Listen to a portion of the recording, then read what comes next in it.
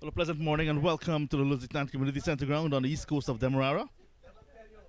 Venue for match number 3 of the Guyana Cricket Board 1 Guyana Senior Female Inter-County Tournament. It's a Super 50. We're just about ready for a big clash. Two teams that yet to register any wins. Demerara, they're taking the field after Hinterland All-Stars won the toss, and here are the openers for the Hinterland All-Stars. A crowd favorite, you can say.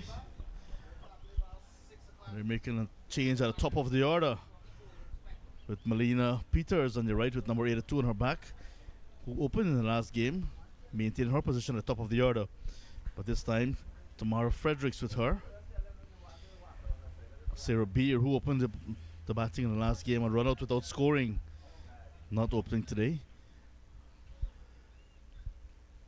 So two teams, no wins, no points on the table after their first game. Now it's match number 2 for these sides, match number 3 of the tournament. Hazy conditions here at Lusignan. There's another match scheduled for today as well, with the two teams that won, defending champions Berbice. They're up against 𝒐𝒏𝒊𝒐𝒓 at LBI, just about 5 kilometers from where we are for the west. But the conditions not encouraging at the moment. We're hoping that some breeze can come and shiftings in favor of cricket, but we're having a prompt 9:30 start. Hinterland All-Stars with two changes, winning the toss and deciding to bat first. 50 overs aside. Demerara, who lost a nail-biting encounter yesterday against 𝒐𝒏𝒊𝒐𝒓, they're also with two changes. We'll bring you up to date with those teams in a moment. But it's the right-handed Melina Peters, who showed lots of promise and excitement in her opening game to take first strike. And Kezia Schultz with number 53 on her back will pick up the attack as usual. And we saw her yesterday with the new ball against 𝒐𝒏𝒊𝒐𝒓, trying her level best to bowl her side to victory. It was not to be. So we're just about ready. Umpires are in the middle. And Ronaldo McGarrell is alongside. Not a weather that we're looking for, Ronaldo, but a prompt start nonetheless. Good morning. Hi, good morning, John. Yeah, not the best conditions when you look above, but there's a bit of blue there, and as you mentioned, we're just looking for some breeze. Just push those clouds. First ball, straight up in the air. Is this gonna be safe? No. So Peters, who showed a lot of promise in the first game, has to go first delivery. Played a bit too early and just popped an easy catch back to the skipper Schultz. The first one going down of the first delivery. Not the start they wanted. Terrible start with, like I said, Melina Peters with all of the promise. A young lady from Saxakali village in 𝒐𝒏𝒊𝒐𝒓. Got a ball that was full but popped on her. She was committed to the stroke. And in the end, Kezia Schultz on her follow through taking a very simple catch. It's a disastrous start for the Hinterland All-Stars after they won the toss. Demerara wouldn't mind at all.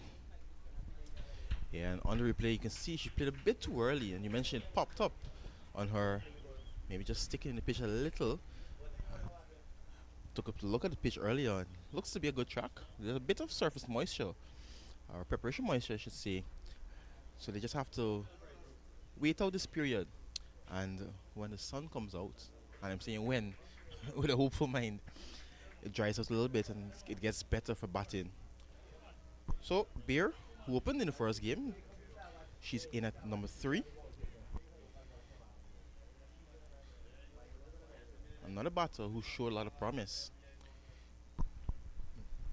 In the lead up to the first game, Sarah, who was actually walking to the middle, Sarah Beer, was actually looking good touch. Run out without a run in the last game. It was a beautiful stroke to mid-off and a direct hit from the fielder. Saw her short of her ground in that game, but she said she's eager to get going today and she's looking for a big one. Zeeburg, region number 3. Sarah Beer had a bit of experience playing in Georgetown at the Maltinos Club a long time ago. Looking to get off the mark, will not do so. One of the things that the Hinterland All-Stars coach, Ernesto de Matos, was saying as well is that he's encouraging them in their heads at least to think long. 50 overs is a lot of time. So that sharp single definitely turned down because of what Coach DeMatteis was actually trying to instill in these girls. Indeed. And yesterday we spoke about it a lot. The positive mindset of the Hinterland women, how they play the cricket. It's so encouraging. As a fan, as a spectator. Quicker one. She's dragging this one into the leg side. Still can't get off the mark.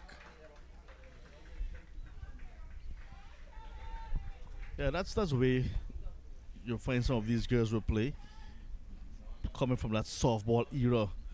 So you'll find a lot of flat batted and across the line type of strokes.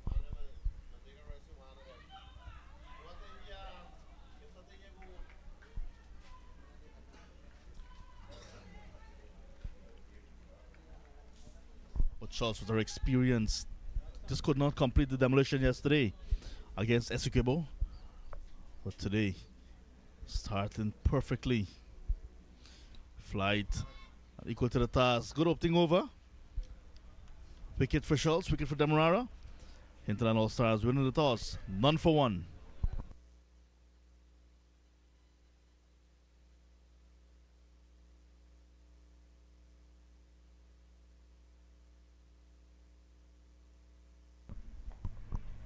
These are the two teams for you. Demerara, as you mentioned, is making two changes. In comes Benjamin and Wickham. And for the Hinterland as well, two changes. Yeah, Jennifer James and Sasha Benjamin right down at the bottom coming in. One enforced change because of a slight bug by one of the players, Sheena John, who played in the first game. And then the wicketkeeper, Jessica, is not playing this game as well. Another wicketkeeper is going to pick up the gloves. So it's not only that it's rotation or development, they're looking for still that best combination that can give them 2 points. The Hinterland All-Stars. Letitia Jordan, who picked up a 4-wicket haul yesterday in a losing cause, is going to share the new ball with her captain, Kezia Schultz. And that is the bulk of experience that Demerara with ball will be relying on.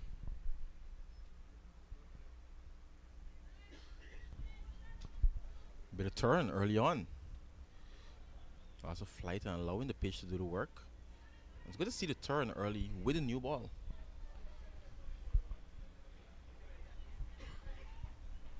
Fredericks just have to be careful. Get those feet moving.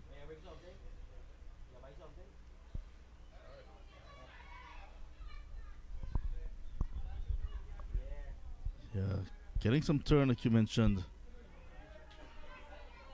But she's just prepared to stay in her crease. Not looking to move her feet just yet.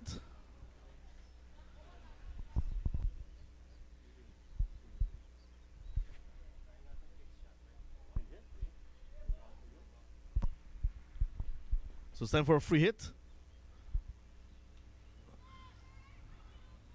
You can't be run out of the free hit, but she's going to get it into her ground. You can see the winding up there with an exaggerated back lift. But at least she's off the mark. She's going to say at least. And that is the case for her. So extras and no single. How last have you seen that in a hardball game? As we mentioned, these girls are so accustomed to such a softball game, T-ball version of the game as well. Don't normally see batters exchanging bats.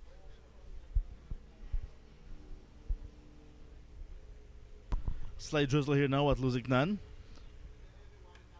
This one is in the air, but will not carry it to hand. Barcoy is down at mid-off. And Sarah Beer also off the mark, but not in convincing fashion. Pretty close to being run out again. I just had a flash of what happened in the first game when she played, but it was a different end, however.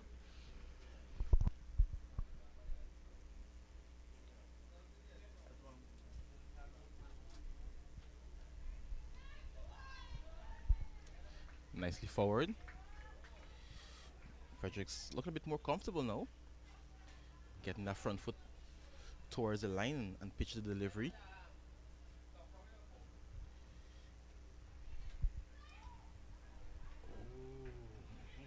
Missed out there. Why? Definitely. Tamara Fredericks from number 47 village in Mabura in the Upper Demerara area.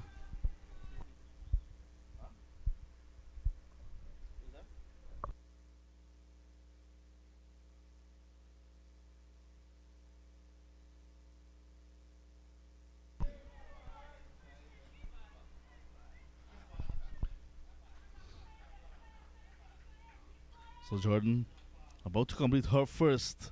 It's an eventful over. No ball wides and a couple of singles.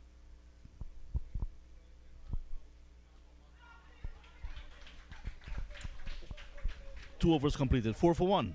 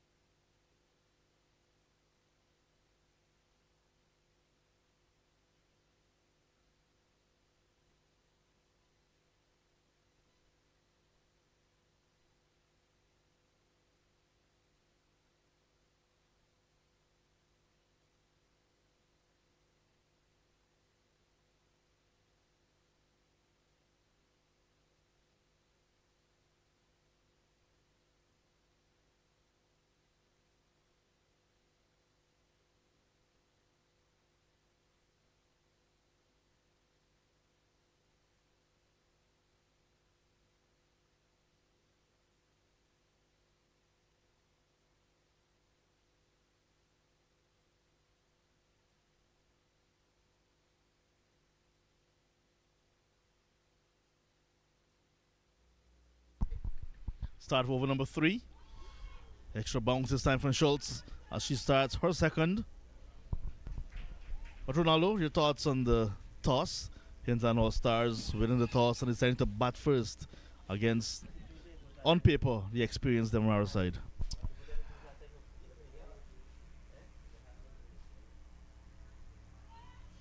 Initially, I was a bit surprised. As I mentioned, there is a bit of preparation moisture. So I thought the Hinterland women would have wanted to bowl first. And maybe try to get some early wickets, put Demerara on some pressure.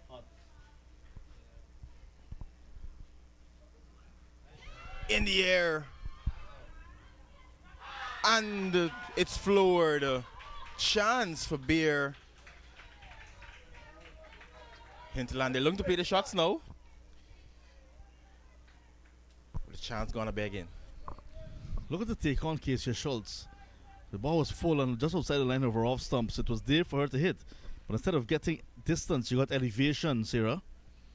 And it went into the air. The fielder could not complete the dismissal. And usually this happens. Next delivery, quicker one from Schultz. Yeah, but I think this is the mindset, or this is the reason in batting first. They're looking to play some shots and put Demerara under some early pressure. Put some runs on the board. Lovely. They all watched that game yesterday on the live stream back at where they're staying. And they said that they learned a lot just by looking at the way Demerara and Esquivel played yesterday.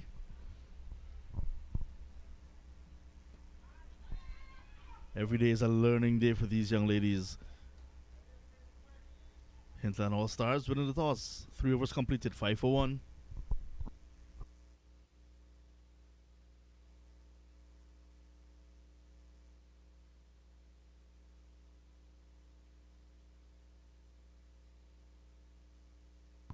Two teams with wins so far. Berbice over the Hinterland All Stars, and then Esquivel yesterday by 1 wicket over Demerara women. So it's pretty evenly contested so far after 3 games. Well, now the third one in progress. A bit later on we'll have an update on what's happening at LBI. Esquivel and Berbice women should be playing at LBI today, weather permitting, of course. Beer on strike. Tentative. You can see that she's still trying to see what Letitia Jordan is serving up. But Sarah Beer usually uses her feet nicely. Just very watchful this morning.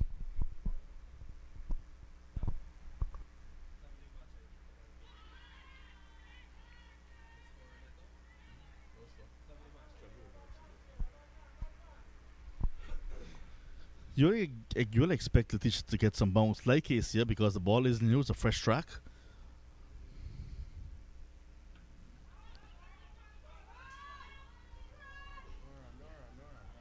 That's a very good decision. Sarah said no. There was an opportunity after a slight misfield at short mid-wicket by Barcoy. That's Naomi Barcoy. Because Sienna Barcoy is with the gloves behind the stumps.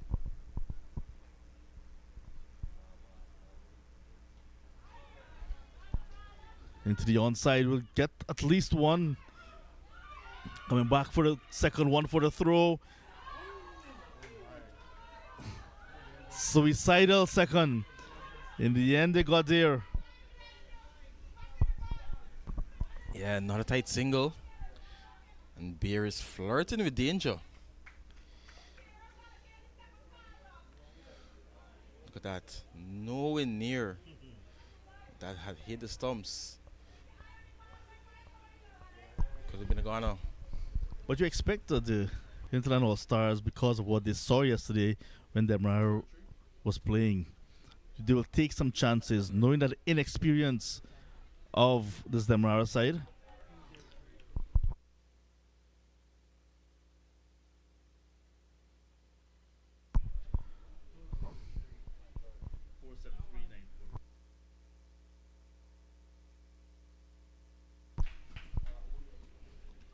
One of the things they've mentioned as well, that they've realized that Demerara is short of experience, so they're looking to take on some of the players like that, taking on the field in the deep.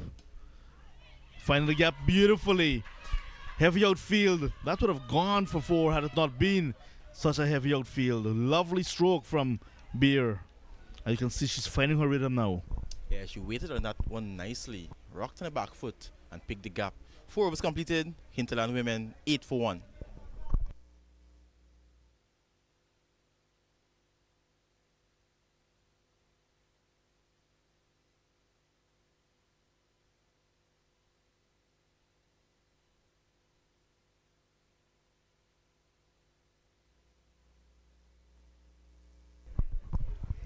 John, on our screen there, you can see a few overhead dark clouds, but just beyond, you can say just below, you can see some blue as well.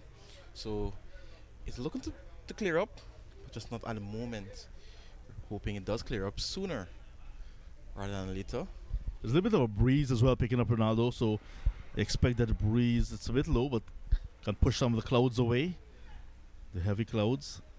But I'm seeing the little blue skies that you're seeing. So we're going to focus on that, not on the negatives, not on the dark clouds. As Schultz starts her third, 1 for 1 already. That was a teaser just inside that wide guideline. You mentioned Beer is looking a bit more comfortable. I can see that intent with how she's just tapping her bat. Oh, big turn. Ah, finally, the wide is signaled. I was about to make that point that umpire Omerat was very generous because that ball actually pitched on the line of the white line and went a bit further after hitting the pitch. Kezia Schultz naturally spins the ball away from right-handers. There we see it again. So they won't mind. Sarah's showing good temperament, not chasing the white balls, knowing that we'll get a single to the score when the wide is called. So it's 1,000,000% of improvement from the last game to now already. That one beats the keeper as well. Should be another chance. By signaled, but with the follow through after playing a very big stroke, missing the bat actually hitting her helmet, so she's not comfortable. And you can because of that hit, you can tell the power that she was actually trying to extract from that stroke. Had she made connection, that might have been a maximum on the public road. Indeed. She was throwing everything she had behind that one. Well played. But again, you have to watch that running. Even as she came through for that single, she wasn't really paying attention to where the ball was. Just a bit more awareness. Just be careful because you don't want another run out.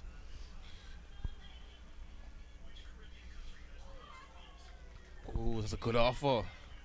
It was in the slot there, pitched up. That bit of turn taken it away from the outside edge of Fredericks. Kezia Schultz not employing a slip, but should be looking to have a slip, even if it's a bit deep. There's a fly slip actually, saving one. That person should have been used as a catcher rather than as a defensive fielder.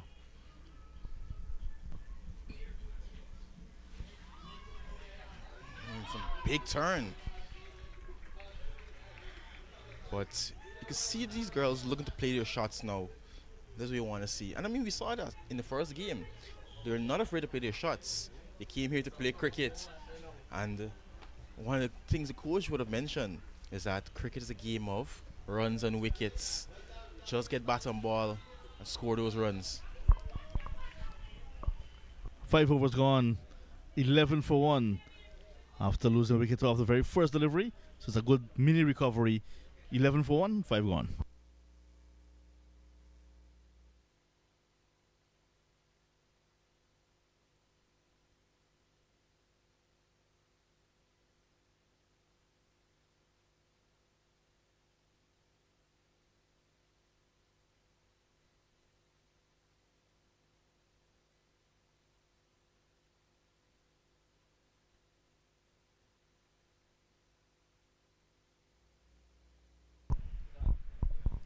Still in the power play over number 6. And it's going to be bowled by Naomi Barcoy.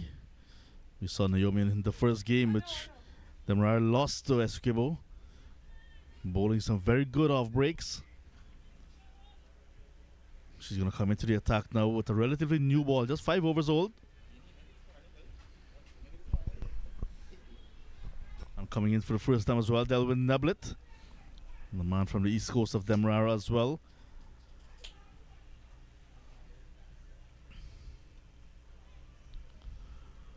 Good positive intent being shown by Sarah Beer and Tamara Fredericks. Hinterland All-Stars winning the toss and batting, Delwyn. Before we actually speak about the cricket, how's the weather at your side this morning? Good morning to you, John. Yeah, a bit cloudy.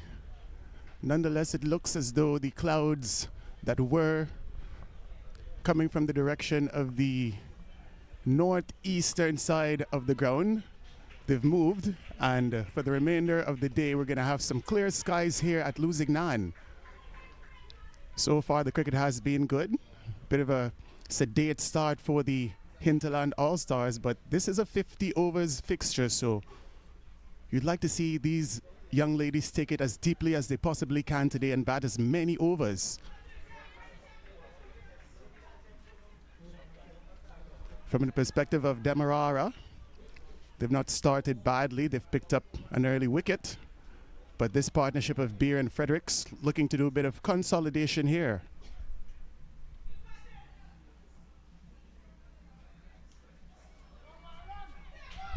That's a big hit. That's going to fall in the gap as well. Still in the power play, so just 2 fielders out in the deep. And coming back for the second. Tamara Fredericks is quick. And she's accustomed to, well, she's not accustomed to play with pads, play lots of softball cricket. For the first time about 3 or 4 days ago, before the start of the tournament, put on a pad to have an experience. And you can see she's already adapting nicely, running quickly between the wickets, unlike Sarah Beer, who's actually struggling with pads. And most definitely one of the good things about this tournament, John, giving these young ladies some exposure, harnessing some raw talent, and seeing how best we can improve that talent to be ready to represent us at the next level. Again in the air, but in the gap as well. And was well hit, so he went quickly to mid-on. And that is exactly why President Ali decided to give these girls the opportunity to play at this level. Having seen them at Heritage Games 2025 at Everest, we felt that it's an opportunity for these young girls to be given the exposure and the opportunity. So he said, Mr. Ramnari Sarwan, let's get the team together. And Minister Stephen Jacobs and Minister Sarah Brown Shadiq, they've all collaborated, and now we're seeing the Hinterland All-Stars for the very first time. Another no ball, so a free hit again coming up. Yeah, but naughty there from Naomi Barkoi. Quite the experienced player. She's got national experience. And one of the leaders in this Demerara side. Free hit delivered to Beard, tossed up a bit. Big swing and a miss. Yeah, just trying to hit that one too hard there. Realizing that it's a free hit. So losing her shape, losing her timing. But wicket intact nonetheless. That's what is important for Sarah Beer and for the Hinterland All-Stars.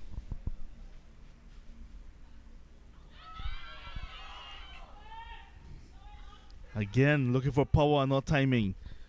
Barkoi's first over comes to an end. 6 gone. 15 for the loss of 1.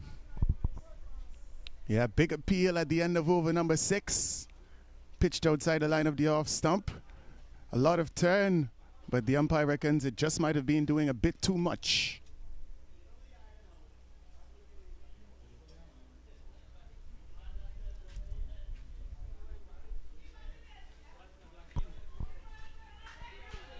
So after the fall of Melina Peters of the very first delivery of the innings, consolidation now between Sarah Beer and Tamara Fredericks. That's regions 3 and 10 joining forces for one Guyana. What a cause. The game of cricket definitely one of the uniting forces here in Guyana. And these ladies coming from all different parts of our beautiful nation. Inside of over number 7, 𝑾𝒐𝒎𝒆 has played at the highest level. She's leading this Demerara side. Looking to pick up another wicket here. And she does. Very similar to what we saw in the first over when she got the wicket of Melina Peters. A ball that was pitched up. And this is Tamara Fredericks this time just pushing half-heartedly really. And the ball popped on her, and there's Barkoi coming in from that short cover position, putting in the dive eventually to come up with wicket number 2. Brave knock from her. 14 deliveries for a single. It's now 15 for 2 in the 7th. And an excellent catch from Naomi Barkoi. Just as we were speaking of 𝑾𝒐𝒎𝒆, she's beginning to assert her dominance here on this fixture. 2 wickets, just conceding 3 runs so far and already into her 4th over.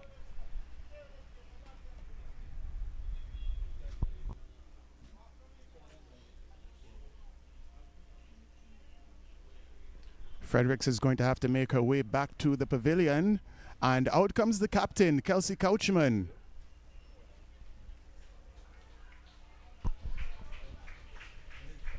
One of the changes that the Hinterland All-Stars decided to make after the first game as well is to have Kelsey Couchman, the captain, take a lot of batting responsibility. Last game she batted at number 8. This time coming in at a crucial number 4 position. And the plan is for her to anchor the innings right through. She has that ability, and she has the ability to score as well. Has her work cut out nonetheless. Facing a fired up 𝑾𝒐𝒎𝒆, full delivery. And that's pretty close. Yeah, Schultz, she's bowling with her tail up at the moment.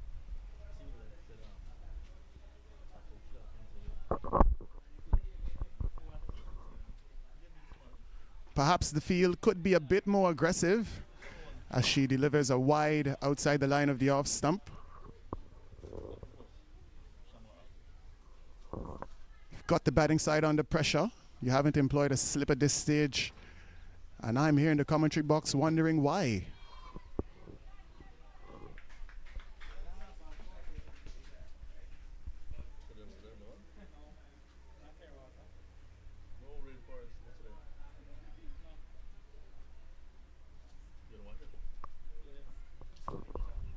Driven. No run on offer, picked up in the covers by Barcoy. So 𝒌𝒐𝒆𝒏𝒔 continuing to be tight here. Excellent control so far. Schultz, who was actually born in region number 7 in Bartica.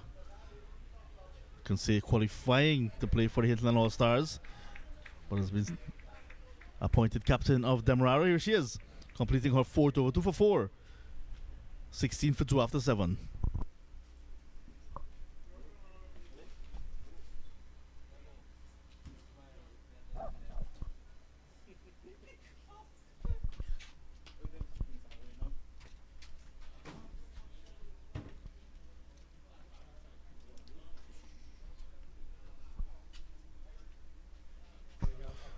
We're about to see pace for the first time this morning. 𝒕liamadramutu will pick up the attack from the southern end, running into a little bit of breeze here at Lusignan. Sunshine is back with us. Maybe the best we've had all morning here at Lusignan.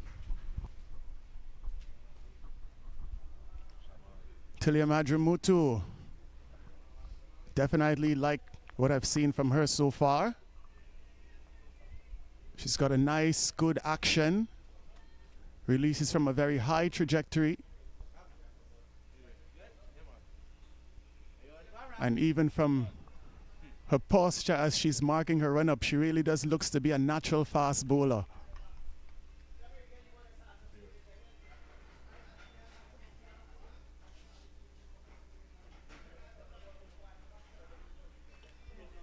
Starts with one that's way too short. And the umpire will signal no ball. So not the best of starts for 𝒕liamadramutu. However, an opportunity for Sarah Beer here. She's going to be facing up to a free hit. Yet again, we see a bowler delivering a ball that bounced twice before reaching the batter. That's why umpire Moses Rampal, with assistance from umpire Omarat, signaled the no ball.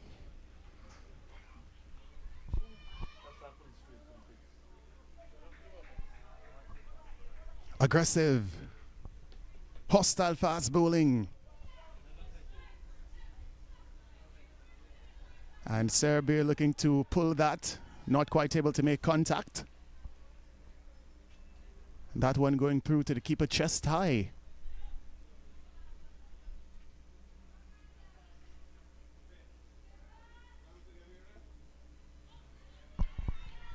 Stock delivery, the one that moves away after pitching from the right-hander. So 𝒕liamadramutu with that leg cutter, outswingers, has her stock delivery. Beer will have to be very watchful. She's taking a leg stump guard, maybe want to adjust to a middle stump guard. Just to protect her off stump. Pulled away. But no timing, so will not go too far away from short mid wicket. Again, good positive intent. Not able to middle it or pick up the gap.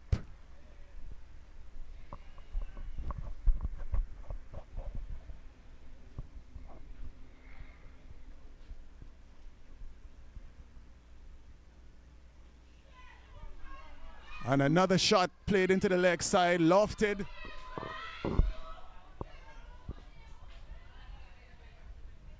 Lands just so a single behind square.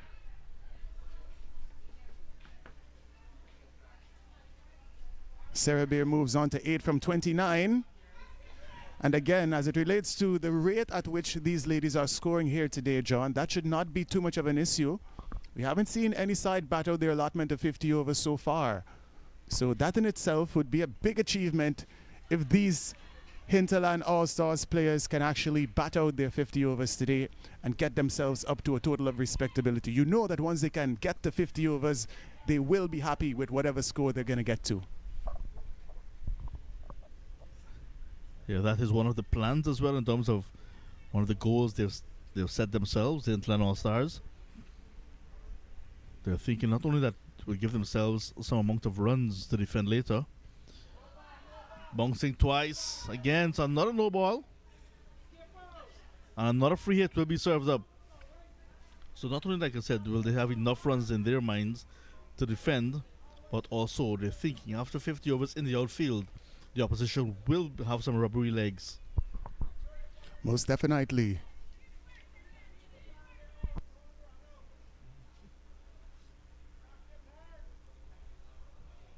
And 𝒕𝒚 𝒔 definitely looking to utilize that short ball as a part of her artillery against the Hinterland All-Stars. However, a couple of times this over she's been just a bit too short.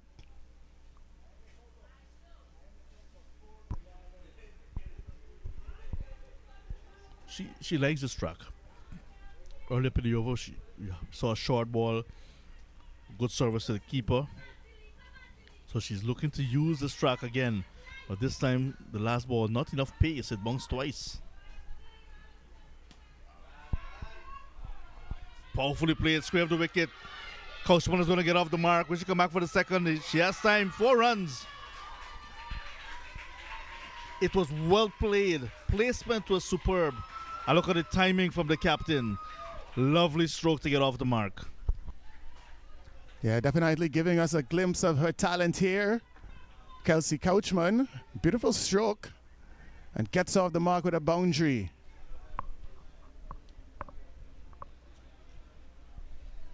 Desperate chase from Naomi Barcoy, not quite able to get there in the end. And the score moves up to 23 for 2, 8 overs completed. That was played with surgical precision. As we see our dear colleague in the 𝒏𝒊𝒐𝒓 just chilling in the hammock. Sunday, life in the country. Looking at cricket in a hammock. Oh my goodness, that is the life. Yeah, I reckon if you were to describe a Guyanese dream, it would be precisely that.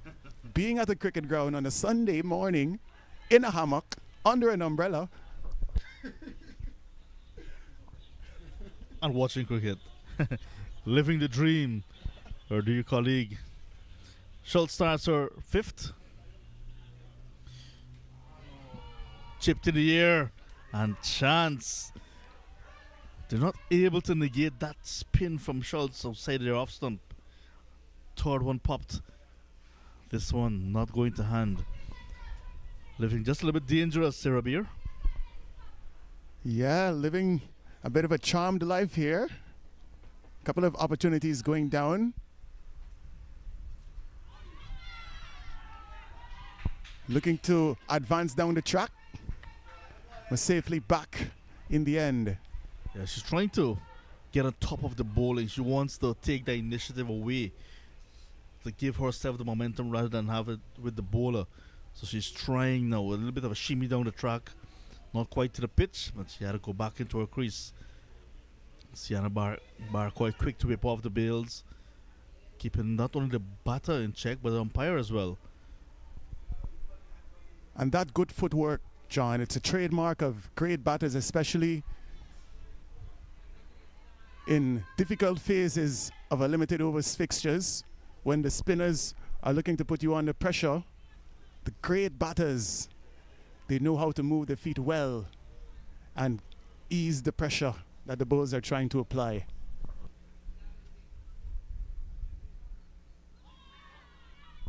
We like to call it dancing down the track. That's another full delivery, playing and missing. And we see again the cross batted stroke coming out from one of these batters from the Hinterland All-Stars.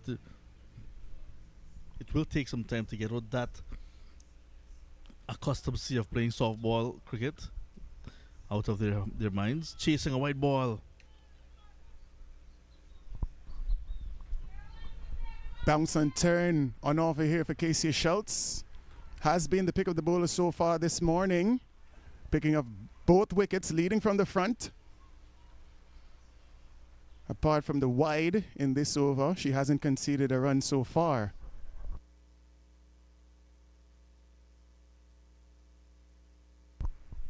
Pace on and much closer to the bat of Beer.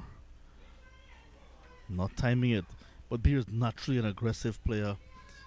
Likes to get on with things, attacking type of batter. She will not want to be bogged down for too long. Yeah, John, I think most top order batters love to feel bat on ball. Natural stroke makers like Sarah Beer They really don't like to be bogged down too much. So what a lot of these good batters do, they work on relief shots on the training grounds. What am I going to do to get a single? What am I going to do when I'm under a bit of a pressure situation to score? 9 overs finished, 24 for the loss of 2. Kelsey Couchman, the last stroke she played in the last over, with surgical precision, reminds us that she is a nurse.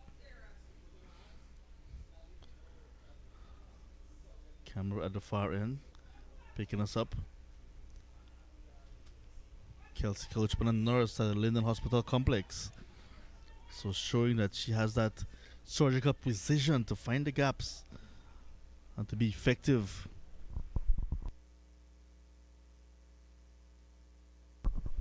I love that, John, most definitely. Getting ready for over number 10. If you're just joining our broadcast, we are joining you live from the Lusignan cricket ground here on the east coast of Demerara. It's a second round fixture in the Women's Senior Inter-County Tournament 2025.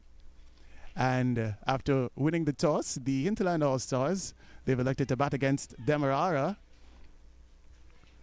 They've reached 24 for 2 from the first 9 overs. This is the final over of the power play, and it's going to be bowled by Naomi Barcoy. She starts with a wide.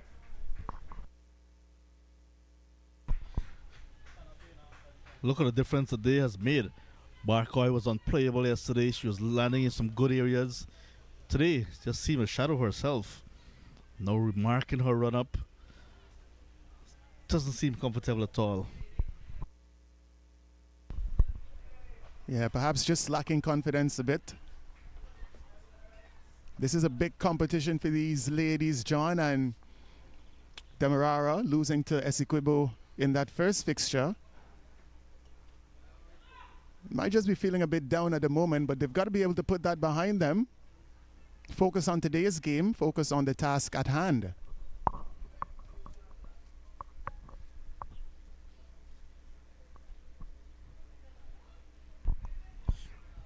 Nice sunny conditions now. Sun on a Sunday morning. And that is the role of Couchman. They said they want the skipper at number 4 to bat and anchor the innings right through. So she's not going to be the one to take chances. She's going to be the one that will give support to the batters at the other end. 25 for 2, not a bad score given the way things were at the start of the tournament. Kelsey Couchman, usually captain of the Supreme Strikers, that plays lots of softball cricket in that Upper Demerara region. Lots of cricket in the Berbice River, in the Upper Demerara Linden area. Captain of region number 10 in the Heritage Games at Everest. So another delivery that's bouncing twice before reaching the batter. So a no ball again. And like I said, Barcoy not having a good day. Now a free hit on offer. Yeah, a few of the bowlers from Demerara guilty of being way too short today. I'm not sure if it's a bit of a tactic they're attempting to employ, but they haven't executed well.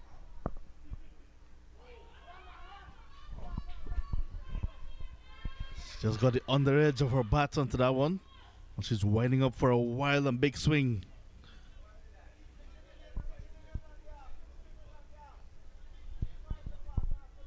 Yeah, looking to go offside once again. And a bit of a bottom edge French cut.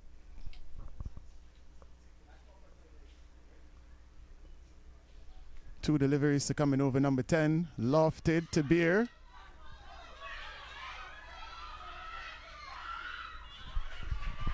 Excellent running from the captain. She called for it. It's a bye. One more to the total. Look at that. Playing and missing, Sarah. But captain realizing there's an opportunity for a single, called her batter through. And she was running to the danger and she got there despite the direct hit. Yeah, most definitely that was Kelsey Couchman's call. And quite rightly, Sarah B responding to her captain. And the Hinterland All-Stars picking up a single on that occasion. One delivery to come in over number 10. And the projected score is currently 143. I reckon if they can get up to 143, John, they're going to be feeling very happy if they can reach to as much as 143. Is it going to be a match-winning total? We're going to have to wait and see. Demerara posted 77 yesterday. And 𝒏𝒔 almost blew it, eventually getting home with just a single wicket in hand, thanks to some last wicket heroics from Shaunette Belgrave and Janet Welcome. Full delivery, driven back of the track, dot ball to end over number 10, 29 for 2. The Hinterland All-Stars winning the toss and batting against Demerara.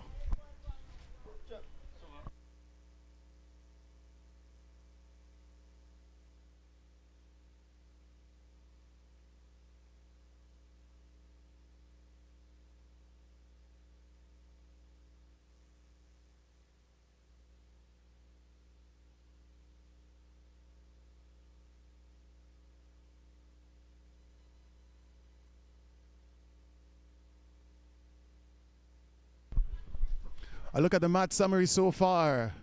Sarah Beer, 8 from 36. Kelsey Couchman, 5 from 13. Those two batters still in the middle. And Casey Schultz picking up both wickets for Demerara so far.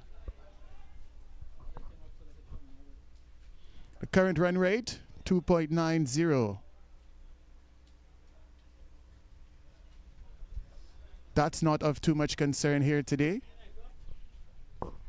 It's a 50 overs a side fixture. And so far in this tournament, we've not seen any side take it that deep. So forget about the run rate for a second. If you can just focus on utilizing all of your overs. I'm pretty sure the total that you will get up to is going to be quite difficult for the opposing side.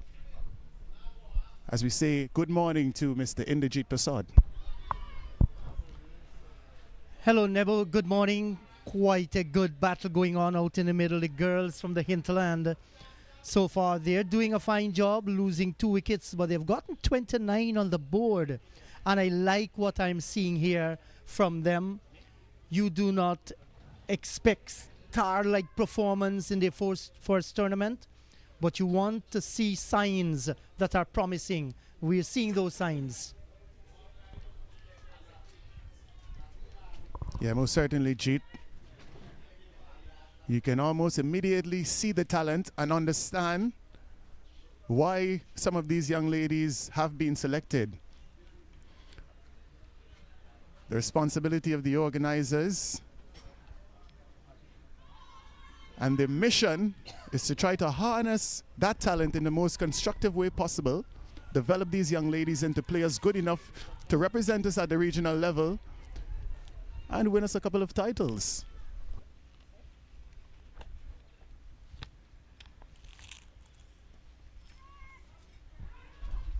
Driven, beats the field at cover, and a single in the end. Yeah, Sarah B looks to have settled down here, and she should be thinking, today is my day to go big. We've got a regional tournament coming up. A lot of these young ladies really looking to put themselves in contention to represent the Golden Arrowhead, to represent Guyana and the Harpy Eagles. And I reckon, Jeet, if you can get a half century, if you can take a 5-wicket haul, or 2, it's going to be difficult to be overlooked.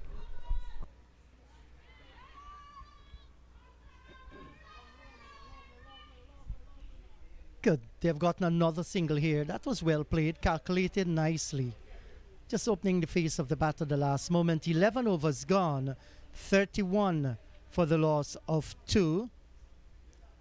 Winning the toss and deciding to take for a strikeout in the middle. That's the Chief Executive Officer. Taking over the entire screen, John Ramsey. Hello to you, John. Yeah, those gray hairs you're seeing there, just great respect. Just that, nothing else. Yes. Schultz 2 for 7 from 6 overs, 6 good overs. Letitia Jordan none for 7 from 2, and Naomi Barcoy none for 8 from 2.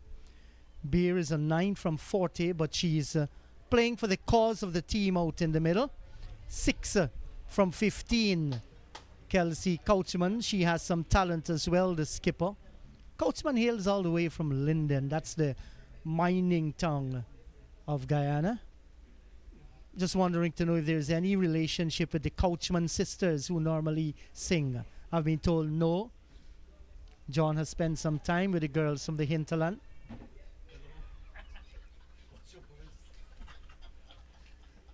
As a part of their mentor. There's a loud shout here, and the slow, dreaded finger of umpire Moses goes up, and Couchman has to go. That's a big wicket for Demerara to get at this time. 31 for the loss of 3. Yeah, playing across the line and not able to make contact. Naomi Barcoy into the act. She is one of the experienced players in this Demerara side and coming to the party here today. 31 for 3. One delivery into over number 12. Yes, and it has been a Demerara session so far, into consideration that they've taken 3 wickets and we're only in over number 12. So at 31 for the loss of 3, the girls are having a little refreshments in a hot day. We'll take a break. We'll be right back.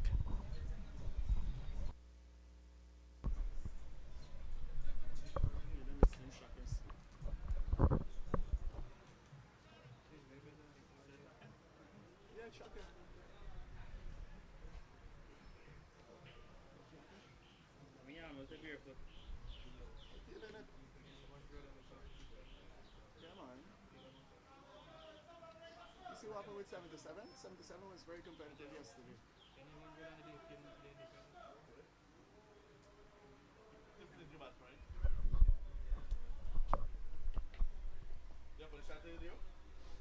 And the new batter coming out, it's going to be one of the all-rounders in the side, Tiffany LaRose.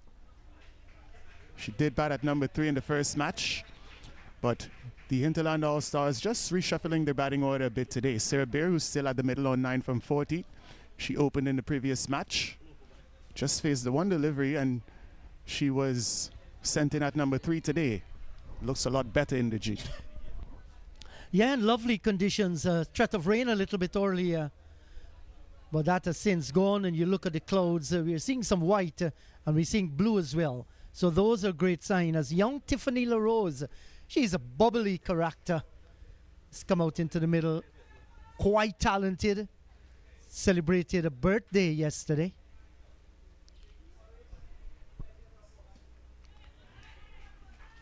Yeah, and perhaps the best defensive shot we have seen so far for the entire morning.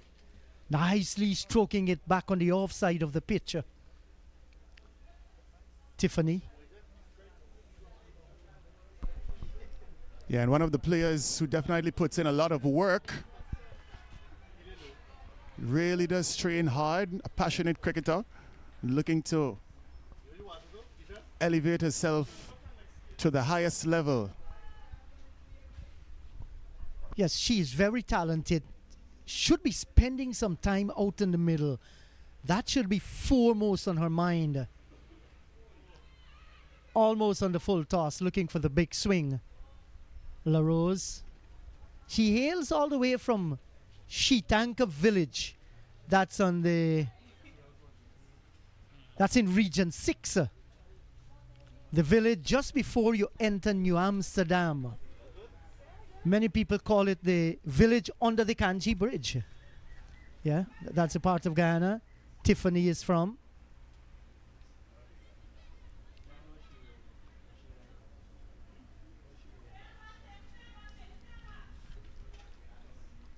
No, she's not a tall girl. Saw her on TikTok making a claim for short girls. She was sitting on a chair, swinging her legs, and said, "You tall girls can't do that. Your legs will touch." What a wonderful character. That's a good-looking pull shot. Roll the wrist nicely. Gets off the mark with a good-looking pull shot. Yeah, and what I like, she doesn't only utilize the social media platform for humor. I mentioned her work ethic. You know, she's always posting videos of herself training, working out, and a bit of motivation for any young girl looking to even one day represent at the inter-county level. Yes, certainly, do agree with you. 12 overs gone. 33 for the loss of 3.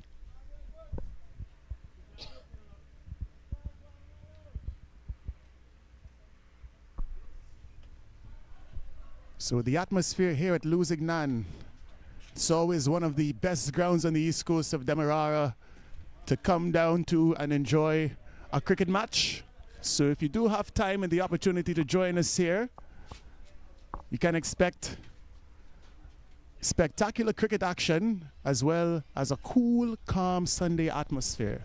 Lovely atmosphere, like I said. Not too much of sunshine really blazing down. Is that mixture of a lovely cold waft wind coming across the ground, sunshine streaming through. Been a very pleasant atmosphere here at Lusignan. We'll have to monitor what's going on at LBI today, where 𝒏𝒏𝒔 and 𝒏𝒏𝒊𝒐𝒓 are battling it out. 𝒐𝒎𝒆𝒏 nicely tucked around the corner, hustling away down through the forward square region.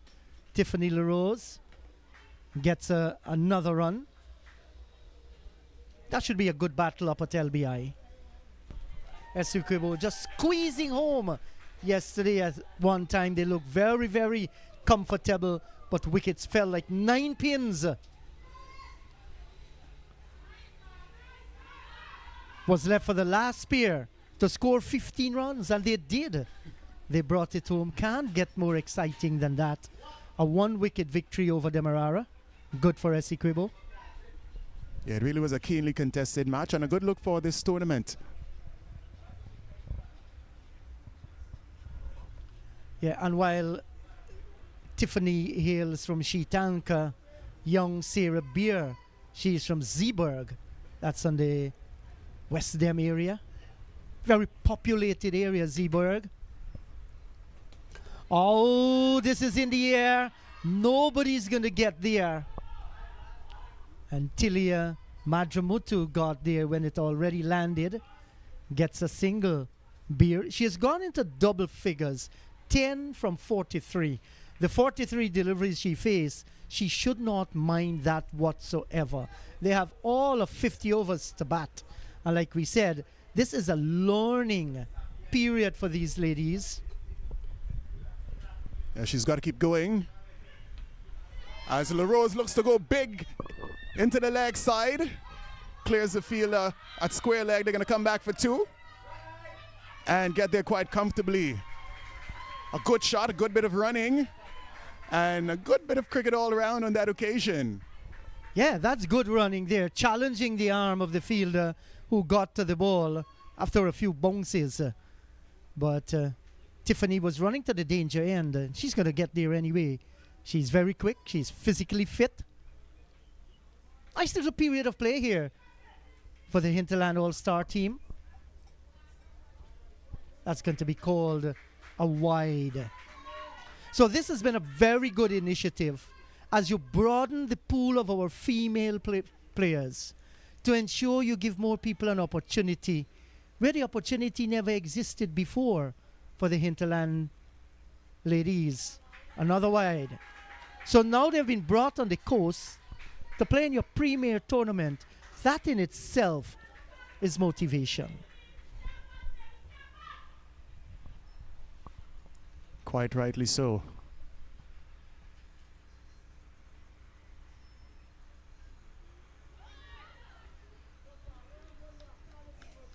Beaten outside the line of the off stump.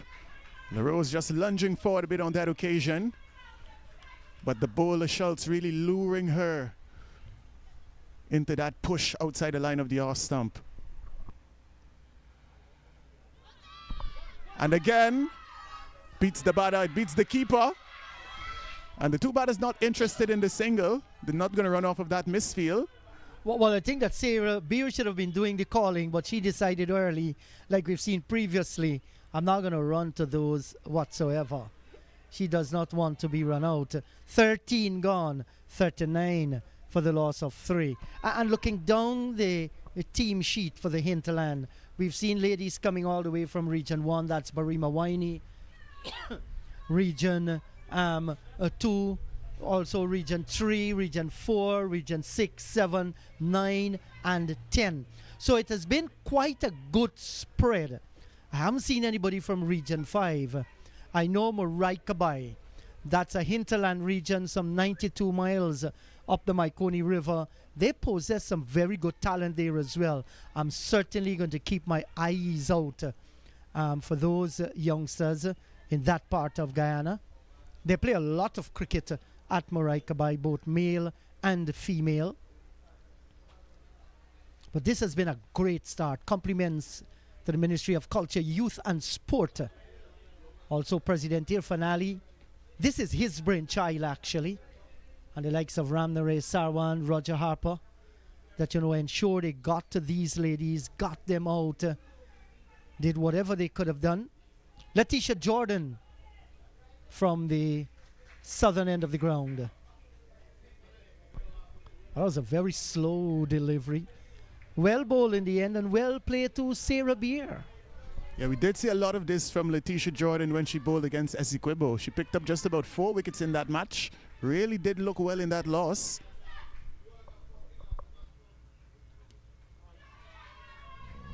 It's going to get at least a single here with one pull through mid-wicket.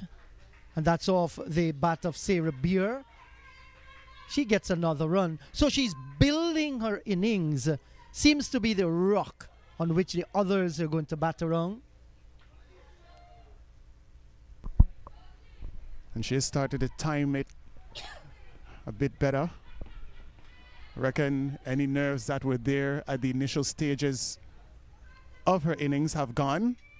And she's now well focused on the task at hand. A good partner with her, Tiffany LaRose. Hitting that one to the field at mid-wicket and they pick up a single. Yes, good looking shot as well. She picked the gap nicely. Yes, we're looking at the atmosphere here now. It has changed. There's some rain clouds, some looking a little bit dangerous towards the eastern part of the ground, northeast. And there is where the danger zone lies. Thank you, Mr. Cameraman. Yes, just going to call his name Ryan Joshua. Yeah, I've been told that by his brother. And his brother is never wrong.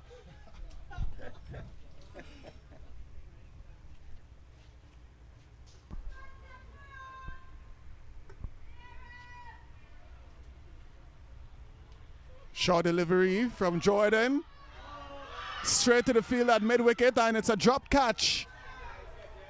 So the third chance for Sarah Beer here today. How much will this cost Team Demerara? Well, it could have been trouble for Tiffany LaRose, maybe if that ball had hit the stumps.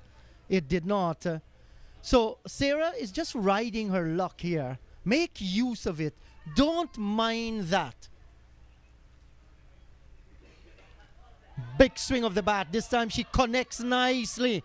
Out through mid-wicket. Out towards the boundary. Will it get there? It does. And that's 4 glorious looking runs to the right-hander. She has ridden her luck. She has gotten her first boundary. She has gone on to 15. Yeah, and I reckon after 3 chances, Sarah Beer has now told herself, today is going to be my day. There's nothing that will stop me from getting a big score here today. Yes, and that's the way you're going to play the pull shot. You know, she was in the air a little, but in no man's land. 14 gone, 45 for the loss of 3. And the run rate in the Jeet moving up to over 3.21. So a bit of momentum building here. It is building indeed. And you listen to the noise in the background. Well, should I say noise? That's jubilation. And it's coming from the Hinterland camp. They like what's going on. They're vociferous. They're enjoying the coastal plain. And why not? If through their chanting they can intimidate the Demerara team, well then so be it. It's all part of the game, and at the same time motivating their own team. Yeah, the atmosphere here really is electric on and off of the field. Just hoping that these clouds move on and the rains don't interrupt us too much here today. Well, that's the last thing we want here today at the Lusignan. There's a change in bowling from the northern end of the ground. We'll get that for you in a moment. It's looked like Mahadin Das. Well. The return came in, and Tiffany LaRose got there. She wouldn't mind losing the bat in the process as well. She put the wheels on that occasion in the Jeep. Really did dig in to make that single. Well, gasoline price has almost gone down in Guyana, so no problem there stepping on the gas, burn a little extra to get home. And she did. And you can feel a little bit of water molecule in the atmosphere at the moment. That's towards the northern part of the ground, and it's very ugly in the eastern part as well. Maybe the ground staff, they know this better than us as usual. Big swing of the bat, and Mahadin Das is not afraid, Nebo, to just float that ball up. Strong wind blowing behind of her. And we have seen a lot of success in the Jeet from those bowlers not afraid to give the ball some air. Yes, and at this age, at this level, you want to see that. Let the pitch does its thing. Yeah, the likes of Tremaine Marks earned herself the Player of the Match award, representing 𝒔𝒐𝒏 𝒔𝒐𝒎𝒆𝒏 herself. They've varied the pace nicely, but to a large extent, they've allowed the ball to get room, and they haven't tried to be too flat. A little bit too full, this one here. Didn't make use of it. Sarah Beer down towards short wide mid-wicket. Majramutu feels can't score. Patient is the name of the game here. You want to bat as long as possible here. Big swing in the air. Shout for a catch it. No, it's not going to be on. They get a single in the process. They say 1-1 Dotty Bill Dam in Guyanese parlance. That's the reason why they've gone up to 47. I guess when that 50 come up, you're going to hear them roar like the Jaguars of the hinterland in Guyana.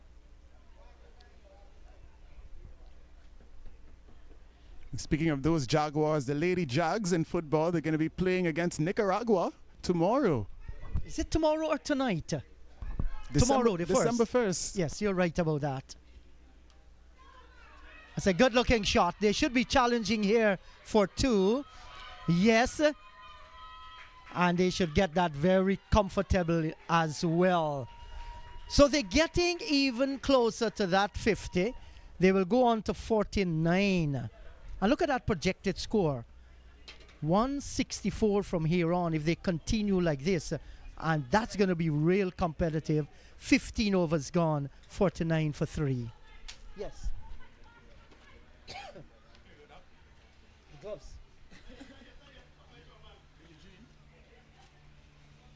Yes, and Nebo was talking about that football match between Guyana, that's ladies JAG, that to be played. Hello. Don't do any mischief there. No, Mr. Cameraman, please. These fellas are so good damn wicked. Yeah, tomorrow night is that game. Nicaragua against Lady Jags at Lenora Stadium. That should be a cracker. We encourage everybody turn up there and witness good old-time football. Hello to you, Dr. Ronaldo Magarel. 49 for the loss of 3. Great fight by the girls from the hinterland as we watch Jordan. She will continue. Hi, good morning, Surjit. And it's actually a bowling change. Yeah, it's a bowling change. Yeah, so I believe this is Chetram. And you're hearing that cheer in the background. Why? It's because the 50 has been brought up. 50 for 3 after 15 overs. This will be no ball, another one. Yes, another one. So they've gone on now to 51. And congratulations to the Hinterland All-Stars girls. They have scored their first 50 as a team. In the history, this is the first turnout in inter-county female senior tournament in Guyana.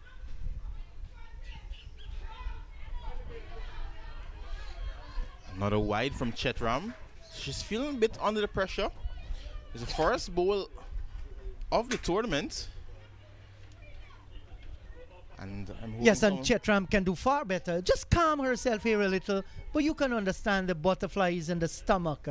It normally tells on them. Short, over the backward square region, out towards the boundary. Will it get there? It does. And that's another fine shot by Sarah Beer. Short delivery.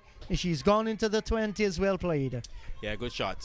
It was a poorly lined delivery from Chetram, and as I mentioned, I think she's feeling the pressure here. I think this is the first time, if I'm not mistaken, the first time she's bowled at the inter-county level.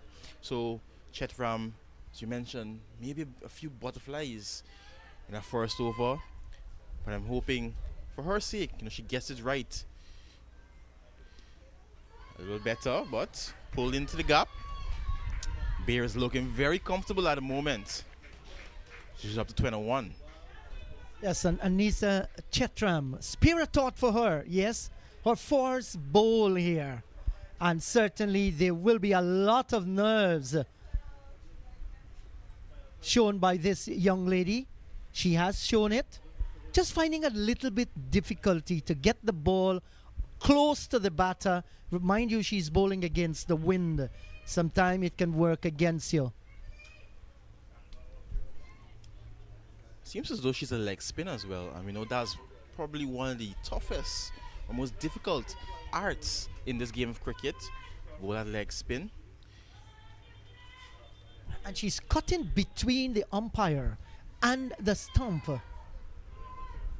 Well, is it leg spin? Is it off spin? I'm a little bit confused. We'll have to watch it close up, Doc. Yeah. Maybe you called it right. I think she's trying to release it from the back of the hand and maybe just slipping out, coming out not perfectly. Swung away by LaRose into the gap. Fielder comes across. Just a single. This is easily the most expensive over the innings already. Yes, she's trying to spin it, coming through at the back of the hands, gliding through the palms, and then the fingers are doing its work. Now it's spinning back into the, well, this one spun away. Far too wide. I would like to see, some of her colleagues go up and tap her on the back. Anissa, just calm it down, babe. This is your first bowl. These things do happen. Let her feel that little bit of confidence. Oh, through the legs. I'm wondering, is it a no ball? It is. So it did crash into the stumps, but it landed twice before reaching the popping crease, and the umpire signaled no ball. So once again, another life for Beer. Today is definitely her day. Well, yes, and she's living a charmed life, Sarah Beer. Out in the middle, 21 from 55. This is her fourth chance. 3 drop catches and now bowled off a no ball. But she is relishing the opportunity out in the middle. So sorry for Anissa Chetram. Yeah, at the moment, I think she just wants to get out of this over. Down the leg side again. So the free hit will stand. Has to re-bowl it. And you mentioned it just now. I was hoping maybe the skipper, someone, would come to her and say, all right, just take a breath, as you mentioned. Just calm down. Let's get out of the over first. Yes, they should do that. Well, Kaisa Schultz, she has listened to us, Ronaldo. She's a skipper down at extra cover, very close in to Anissa. Now she's offering some words of advice. And she's the fittest person to do that. She's a West Indian player, the skipper of the Demerara team. And that's good to see. 9 deliveries already sent down on this over. Still 2 more to come. Much better. Pulled away. One of our favorite shots, Beer. But it's good to see Chetram now getting it right. Should want to just mimic or bowl or emulate that last delivery. Just get out to this over and then start thinking about the second one. For the moment, she doesn't want to bowl any other wides. And she's finished well. So a dot to end her first. 14 off that over after 16. The Hinterland women, they're 6-3 for 3. Yes, and those threatening clouds we were telling you about, they're beginning to shift away down towards the western part of where we are, and those are good signs. Yeah, so we talked about moisture in the air. Now we'll just wet our throats a little bit. The girls will hydrate. We will take a break as well. We'll be back shortly.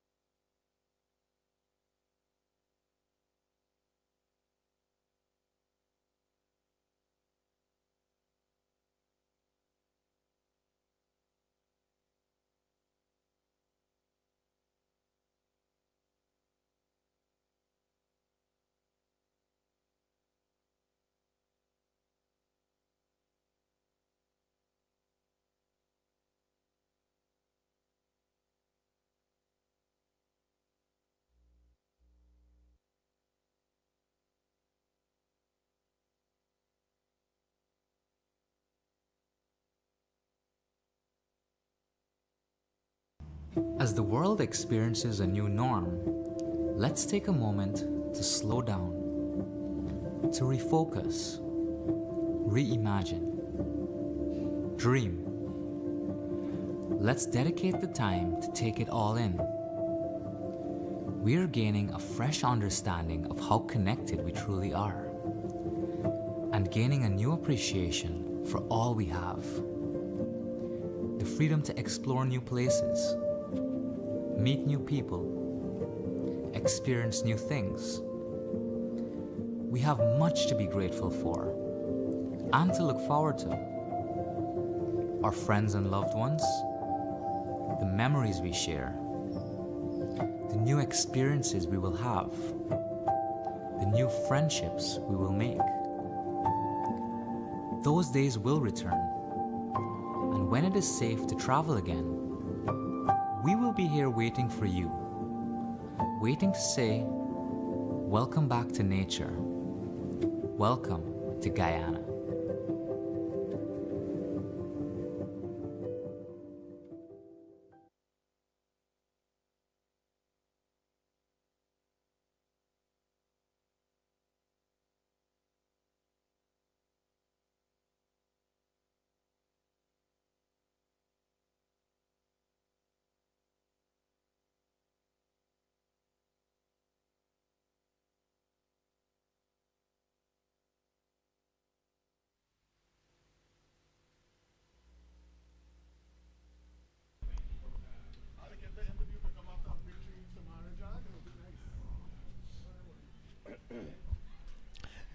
So 63 for the loss of 3, 16 overs gone.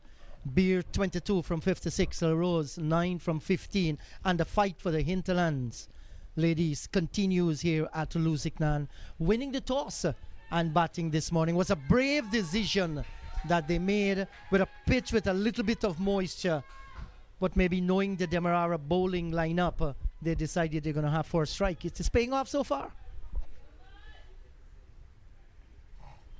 And you use the right word there, brave decision. And I mean, most captains, most teams, the successful ones, they always want to put the opposition under pressure early on. And when you make a decision like that, you know what? It may not be the best conditions, but we back our batters to go out there and make some runs. Put runs on the board. That scoreboard pressure, it tells later on in the game. And so far, the Hinterland women, they're doing an excellent job. Look at that projected score, Sir Ajit. That run rate, excellent. Projected score just under 200. I'm pretty sure if these two can bat a bit longer, they have a few big hitters to come. You never know. That total could be looking very ominous. Hit back. Yes, so far, so good between these two.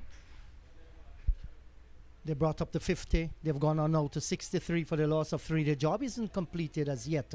So that is what they should be talking to themselves, encouraging each other. That one should be called no ball. And that one's going to race away. Got the middle of the bat, Sir Jeet. And importantly, she kept her eyes on it. It was a very high delivery. But look at that.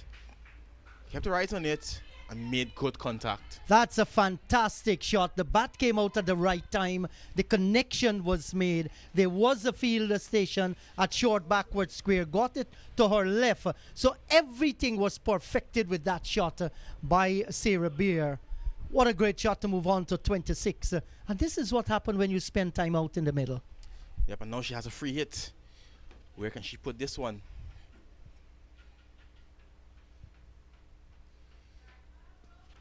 Pull away in. No, not in the gap. Straight to Majimutu. But Sarah, I would say, races up to 26 because she had a slow start. But once she started to feel a bit more comfortable, understanding the pace and the bounce of the pitch, it's been easy runs for her since then. Wide.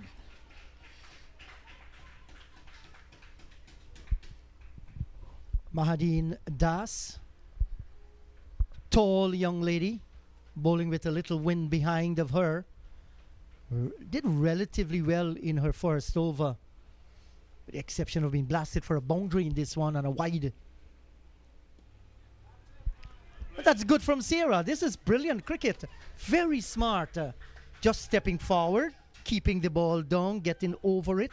So she's learning all the time. Correct. And when you think about it, it's a good start, but still 33 overs to come after this. So loads of time. So you just have to occupy your crease and you see the extras will come. Hit away into the gap. She'll pick up a single. And Sarjeet, I just want to make this note here, a stat. This is the highest score in the tournament so far. 27. 27. And that's So by Beer. Sarah. Yes, I just wondering to know if she knows that, if she's keeping a count of her score. 17 gone, 70 for the loss of 3.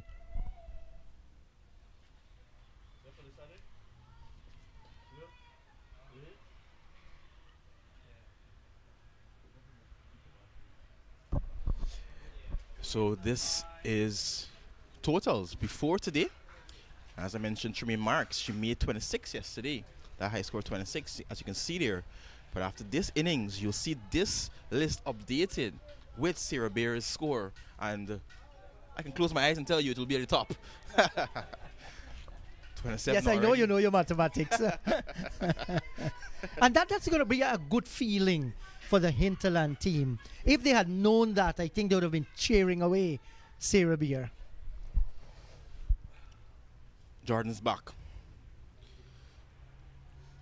Spinning just inside that wide line.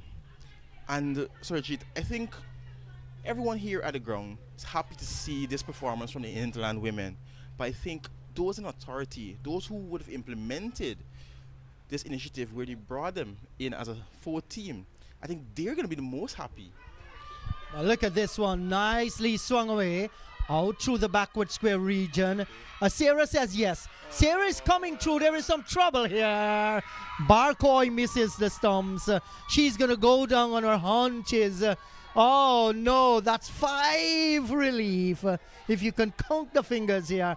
5 relief for Sarah Beer. That's a lot of chances. Look at that.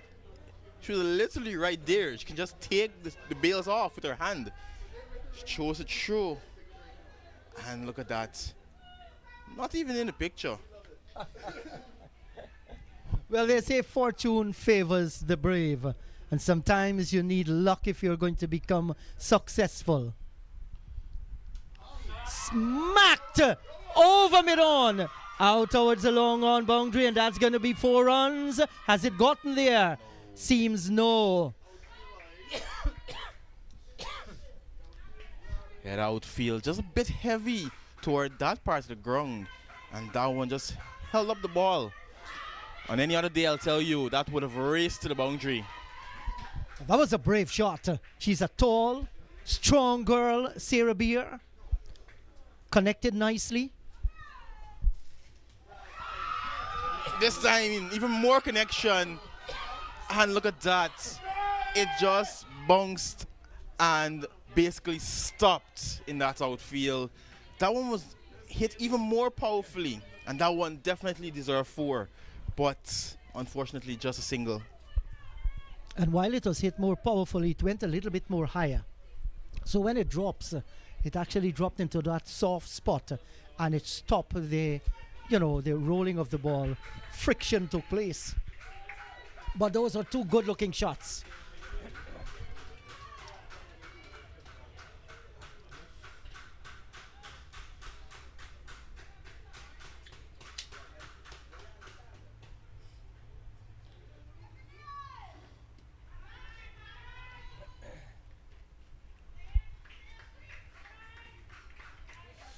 Five already over. So Schultz bringing back Jordan, one of our strike bowlers, and so far hasn't paid off. These 2 batters still scoring relatively comfortably. How can Jordan finish the over?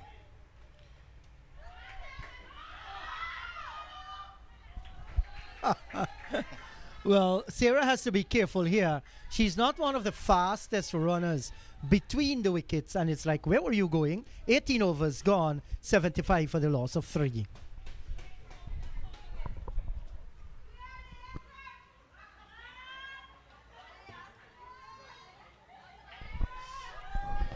Here's a coach of the Hinterland team on screen there with one of our fellow commentators.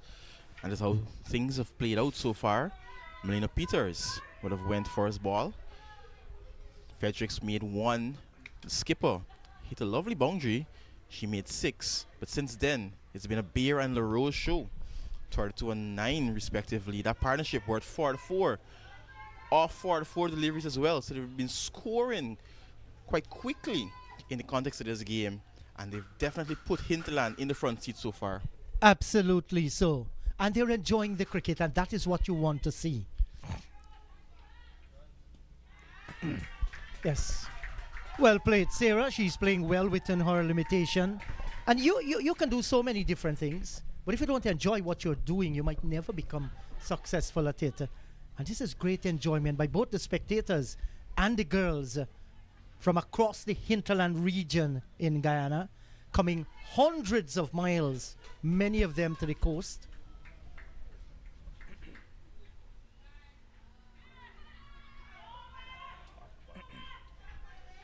An appeal there, but I think maybe she got some glove or bat on that one.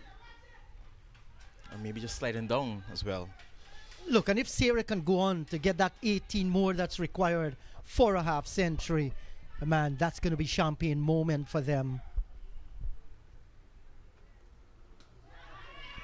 Hits away into the gap. Heavy outfield, so it's not going to race away, but they have enough time to come back for an easy 2. And the cheers are just growing in the background. Huge support here. We don't have the Vuvuzelas, but They're taking bottles and making noise, supporting. And you hear that strange sound that came from there just now? Yes, a hinterland sound. They enjoy that, and that's good to see. They've brought a different flair to this inter-county tournament. Spectators, their supporters, they themselves, they're enjoying it. Oh, looking to sweep this one. I think maybe a bit too full to be sweeping. One passing under the bat. She's looking to play shots now. Yes, somebody just carrying a little bit of water and said, Sarah, you're just 16 away from a half century. Just be a little bit more cautious. But it's good to see she play her natural game. 34 runs, 72 balls, 3 fours.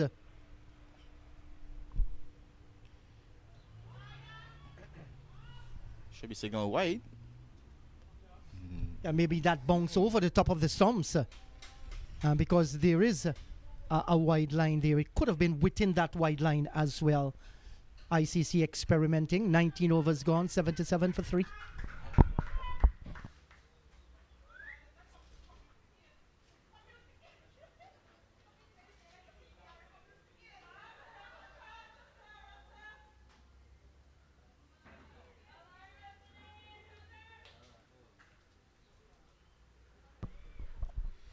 Here we see a few of the girls from the Hinterland team.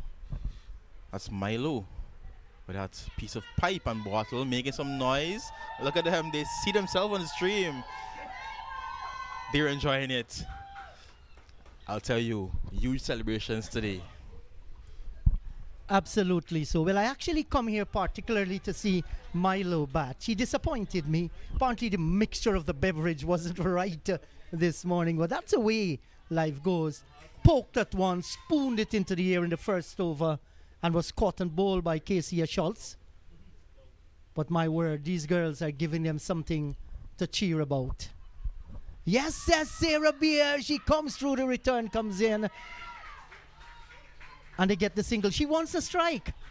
That confidence is growing, and the confidence is now stepped into her running. Looking to be positive between the wickets, stealing that single.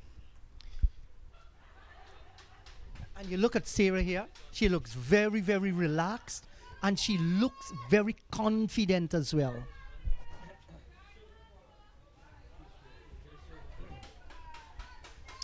Wide delivery from Jordan. Very close to being called a no ball there as well. But I think it just bounced after the popping crease. So umpire said just a wide, not a no ball. Yes, and the girls from the Hinterland might very well be saying, let's burn Demerara in their own sun. Burn them a little bit more. Let us show them what the girls from the Hinterland are made of.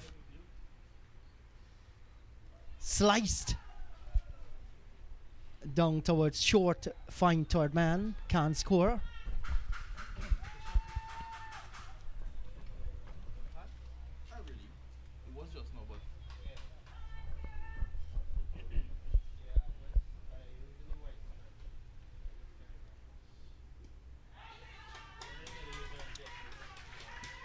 Good batting. Not everything you have to blast and power away. Respect the good bowling. It's as cool as a cucumber there. Waited on the delivery and just tapped it.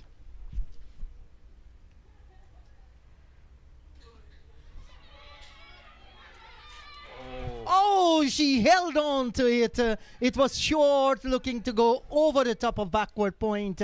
And in the end, holding out down at the backward point region by Talia Hack. Good catch by the young lady, holding on for dear life, and the partnership has been broken. 79 for the loss of 4. Yes, well played to Beer. 34 of 76 deliveries. I think she should be happy with that innings she played. And finally that luck ran out. And I'm pretty sure when she gets in here, you'll hear the loud shouts of support. She was looking to cut this one over cover. And look at that. Good catch by number 40. Yes, for a moment I thought that she would have floated, but look at her grabbing it with the right hand and holding on for dear life. What a very fine innings have come to an end here Well played, young lady. Rode her luck well. Took the fight to the bowlers. She's going to get a rousing. Listen to the noise. Rousing welcome back to the dressing room. Takes the bando off. Tucks the bat under the arm. And goes into the dugout. Well played.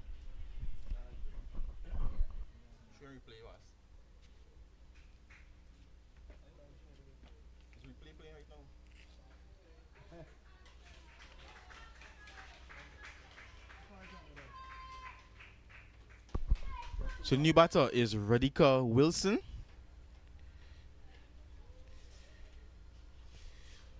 Her first chance in the tournament.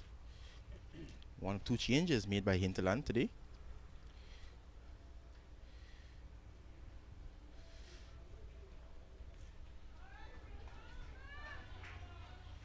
Keeps this one out.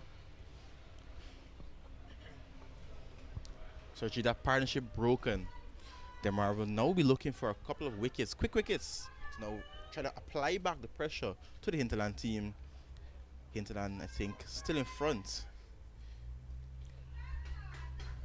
Yes, these ladies must trust their ability, to make use of that fine partnership. 20 overs gone, 7-9 for the loss of 4. More from you, and then it's going to be the voice of John Ramsing.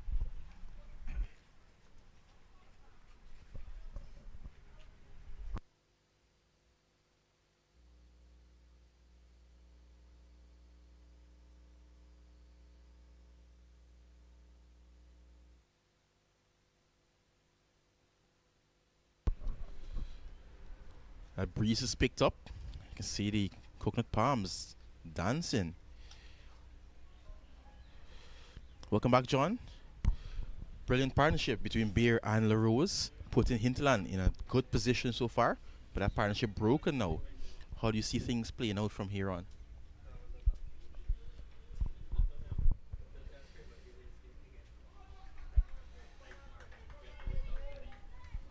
Lots of extras as well.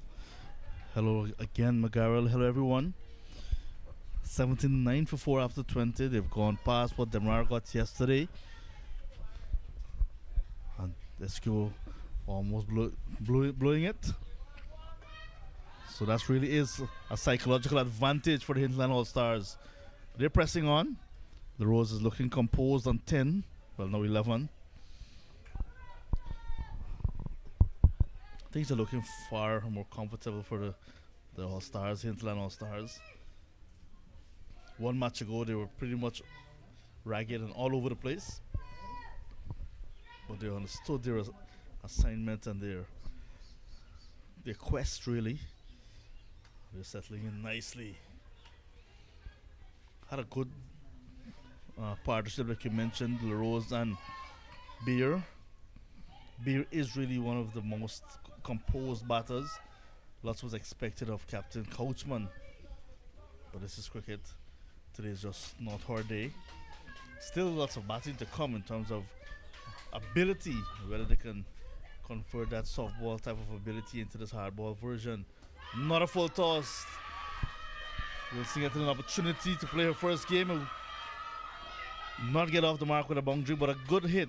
And that's your awareness. You want to play bat and ball at the end of the day. Ball is there to hit, have a go. And that's why I think the Hinterland All-Stars are doing a wonderful job in understanding their roles better now and playing much better brand of cricket.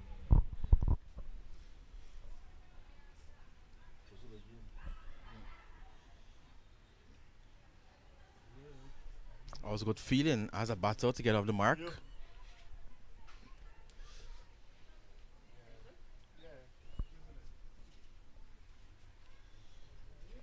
A projected score 199. Will they get up to that? We'll have to wait and see. But at the moment, they're feeling very confident. Cut away, but Schultz is in the way.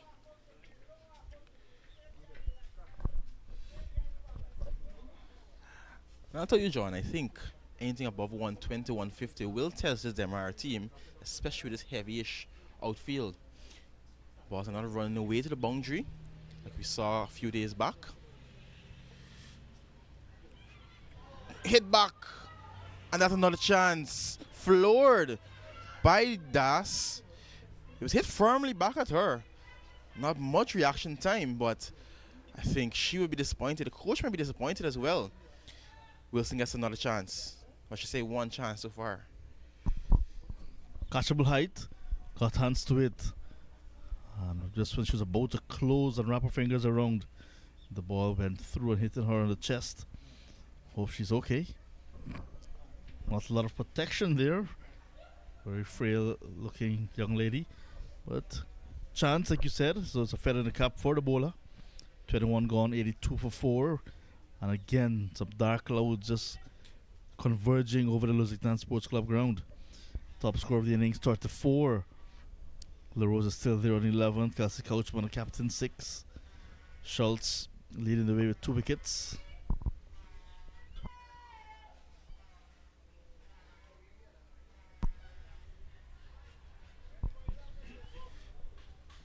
Not Jordan starting her 6th.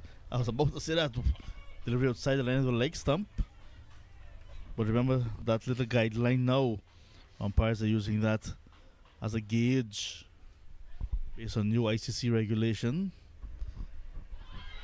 Playing across the line, given. And that's not an easy decision for an umpire in this year's tournament. Letitia Jordan usually bowls wicket to wicket. Flighted, playing across the line, hit in front, and sent on her way. Good decision. 11 is what Tiffany managed today. Hinterland All Stars losing another wicket. It's now 82 for a loss of 5 in the 22nd. Yeah, so the 2 well-set batters now departing. Definitely what Captain Schultz would have wanted. Rose going for 11 off 22. No boundaries, but she was a supporting hand to bear in that partnership. And she'll get a huge round of applause because she spent time in the middle and helped build this total up to 82 so far.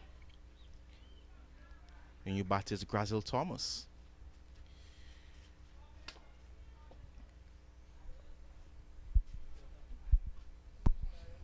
Thomas, one of the young ladies from region number 1, the Matakai sub-district in the Port Kaituma area.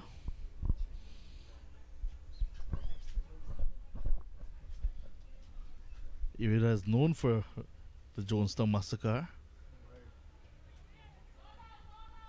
So she's actually from 1 mile, and Jonestown massacre took place at a place called 4 miles. So pretty close, so you can do the maths. That's about 3 miles apart.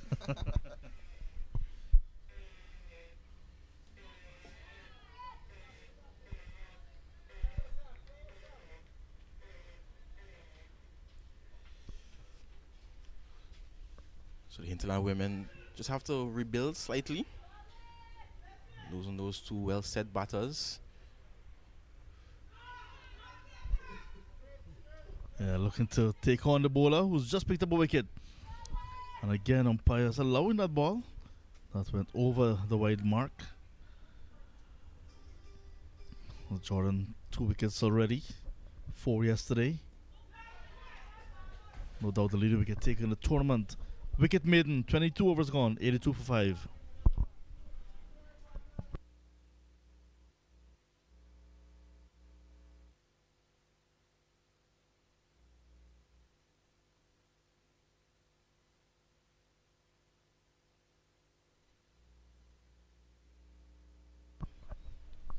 So the Manhattan of the innings so far.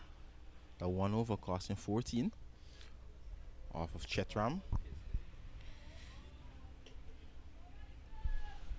He seems happy. Looking for something to nibble on. So lots of birds here today at Lusignan.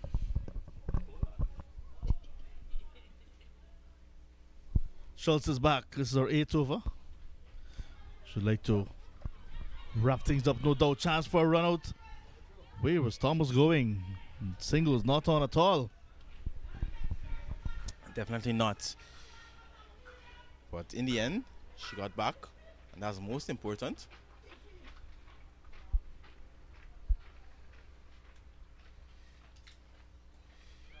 Hits away into the gap. She's going to get some runs for this. Once again, one get to the boundary, but they're back for a comfortable 2. John, this is a good move from Schultz. Recognizing the 2 new batters, or relatively new batters that are at the crease, bringing herself back on, trying to take another wicket and wrap up the Hinterland women. Innings. In the air, who wants it? The keeper says mine, and Sienna Barcoy takes a comfortable catch. Wilson has to go. Number 6 going down for Hinterland women, and the captain strikes.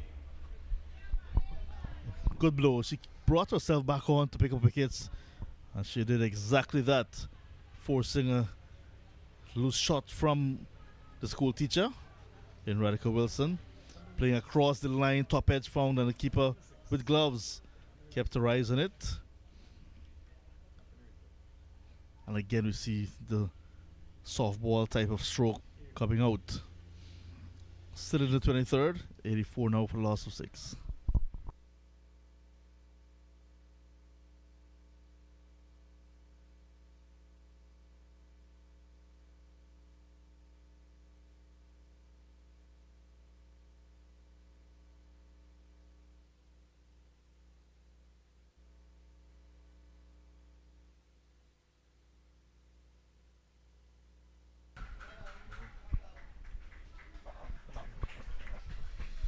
New batter is Mariah Williams. 6 wickets down, Hinterland. For the moment, I think they just want to get up to 100 and then look to build from there. Mariah Williams, one of the other players that is totally new to this version of cricket. Plays lots of softball cricket in the upper Demerara region. Comes from an area called Siberian Mines.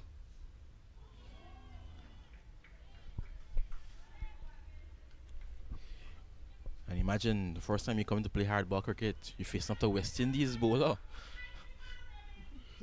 on a pitch that is offering some turn.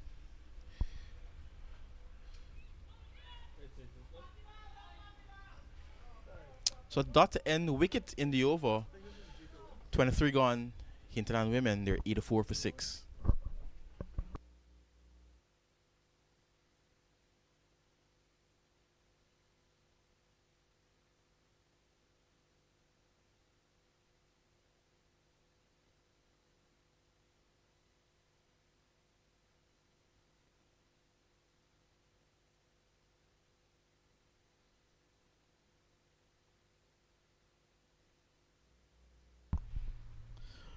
The bowling so far, Schultz 3. Jordan, who's going to continue, 2 for 20. And Naomi Barcoy. We expected this 3 bowlers along with Tilia Madramut to do the bulk of the bowling. And they've done so once again. Thomas on strike, yet to get off the mark. Playing away from her body. Not comfortable at all to slow stuff offered up by Letitia Jordan.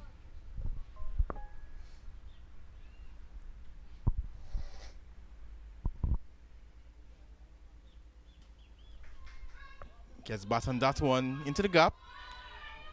The early call is 2. And she's going to get off the mark with a double. That will feel good. Another Christmas gift coming early. Thomas accepting that to get off the mark. One of the players who likes to play cricket.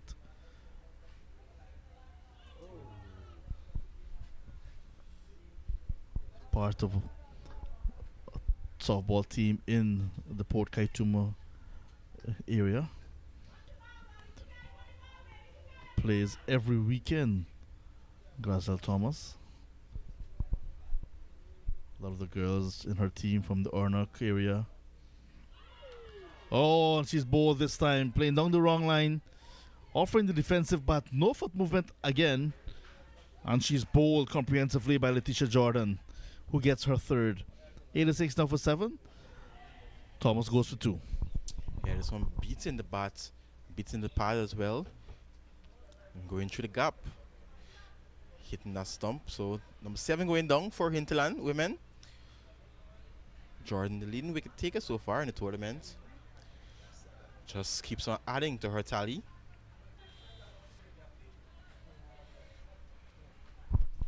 She missed out yesterday on a 5 for Letitia Jordan. When 9 wickets were down, herself and 𝑾𝒐𝒎𝒆𝒏 Schultz were trying their level best to get that last wicket to dislodge 𝒆𝒏𝒂𝒏. It didn't happen. So she was denied a 5 for. They'll be thinking with 3 wickets still in the bag for the Hinterland All-Stars that she can perhaps pick up 2 of those to get a 5 for. But Fiona Benjamin, who's more known for her footballing skills, from an area called 𝒏𝒏, also in region number 1, the Matakai sub-region. Accessible by boat, farming community, one of the biggest villages in Guyana.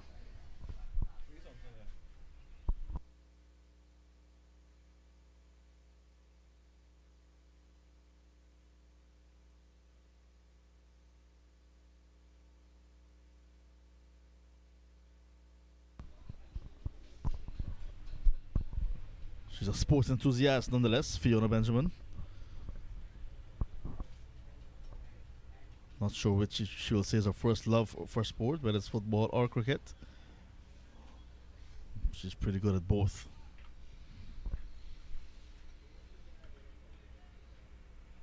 Yesterday, Demerara batted 32 overs to get 77. 𝒆𝒏𝒂𝒏 managed to get home with 1 wicket in hand with lots of time. Appeal first up to Fiona Benjamin. Now says umpire Moses Rampal. But Jordan continues to ask questions of these batters.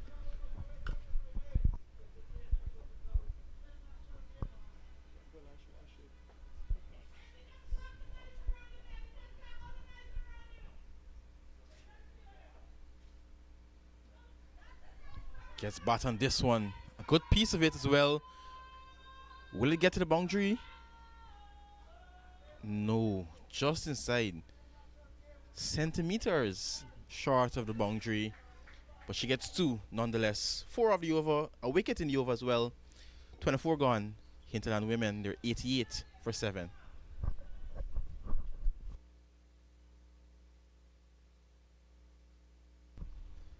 So Jennifer James and Sasha Benjamin to come. 28 extra so far, John. Healthy support to the batters.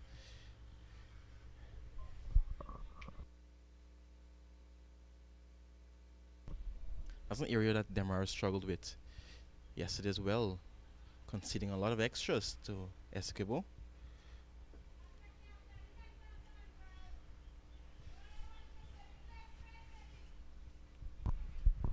Williams yet to get off the mark. Will face up to Schultz now.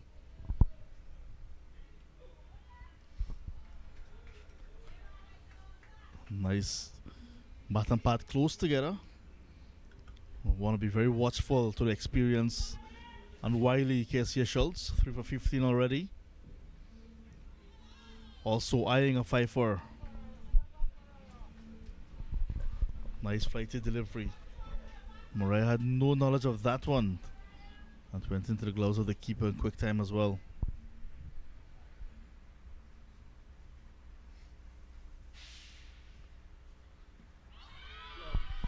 Given. Full toss on the line of the stump. And again playing across the line. So Mariah Williams sent on away without scoring. 88 now for 8. Schultz gets her 4th. Yeah, very full delivery. Williams is looking to play this into the leg side. Hit flush on that pad. And umpire Omadat Samaru says that's going to go on to hit the stumps. So 8 for 8 now.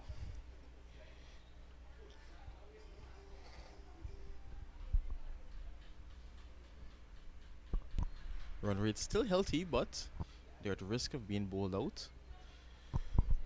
And one thing the app does, takes into consideration the scoring rate and ignores the amount of wickets in hand.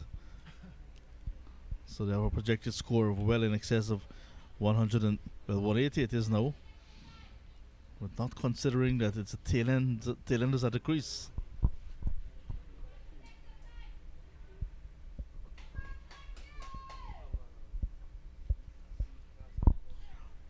Sasha Benjamin,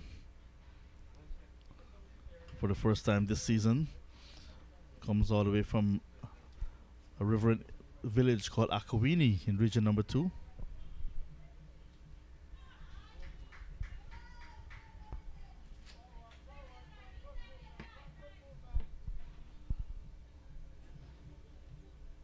And quite a dynamic young lady in her community.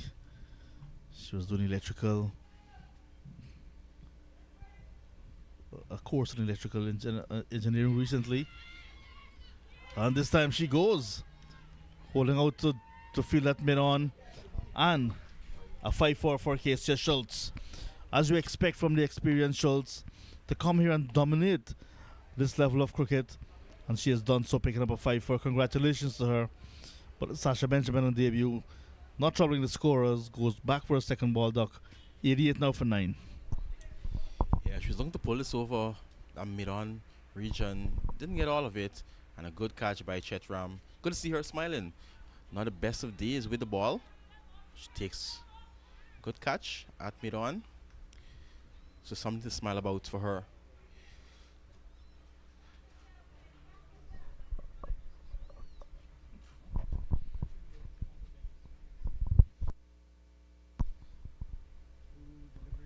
Sasha Benjamin dismissed, making way for another debutante, Jennifer James. Jennifer James is actually one of the medical clerks at the health facility in Region 1, Port Kaituma. One of 3 players from the Matakai sub-region. Works at the Port Kaituma Hospital. More known for her leg spin bowling. Has an opportunity now at number 11 with bat.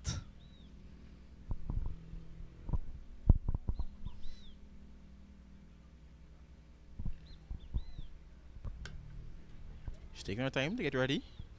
She's ready now. Can 𝑾𝒐𝒎𝒆𝒏 pick up 6? Not in this over. They're gonna steal a bye.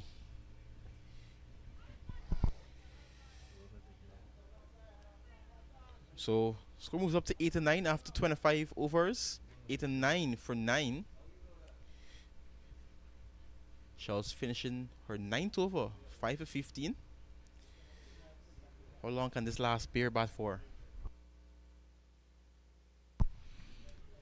That is one question. The other one is, will 8 and 9 be enough against his Demerara side that looks a bit suspect with bat? Schultz 5 for 15 from 9. Letitia Jordan 3 for 24 from 7. And Yemi Barakoi 1 for 10. Majamutu just a lone over. Lots of extras in that over. Haven't seen her back since. And I doubt whether they'll bring her back, given what's happening in the middle with the Hinterland All-Stars. 8 and 9 for 9 at the halfway stage of their innings in terms of overs. Nevertheless, is back. The question is, can they get to 3 figures? Jordan starts for 8. Well, they will try as hard as they possibly can. The extras will help, as the umpire signals a wide, way too wide outside the line of the off stump on that occasion. But Letitia Jordan, she's been exceptionally good for Team Demerara throughout the course of this tournament so far. Total of 7 wickets in 2 games, and looking for at least 1 more here today, as Jennifer James picks up a single. 2 good friends at the crease, both from Port Kaituma, or both from Matakai sub-region, region number 1. Young lady on screen from Sibai, but also spends lots of time in the Port Kaituma area. This one is chipped in the air. Schultz comes around and floors it, denying Letitia Jordan her 4th wicket. But not comfortable at all to this delivery. Look at that, just popping it in the air. Fiona Benjamin. Yeah, the captain is going to be disappointed with herself. Did the work, covered a lot of ground to actually get to that ball, but not able to hang on.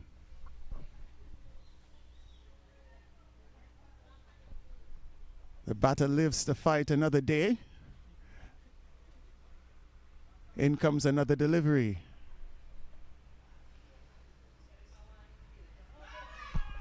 Wassels into this one from Fiona Benjamin. Is going to run close to the boundary again.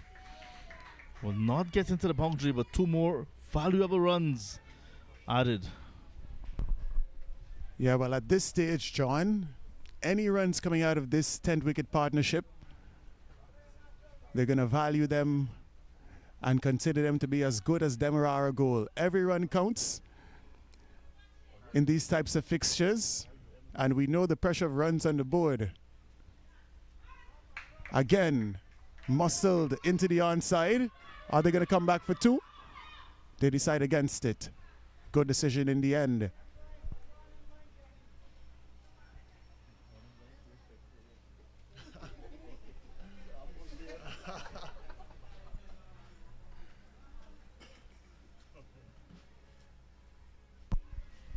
But it's good to see that Tisha Jordan continues to be consistent. Broke onto the scene a few seasons ago.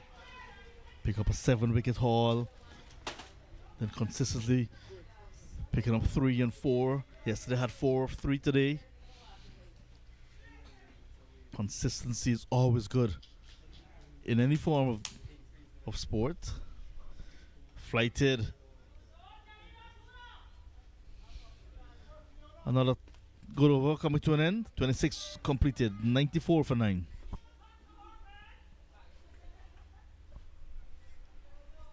Yeah, quite rightly so, John. In any sport, you've got to be able to turn up every day and do the basics correctly.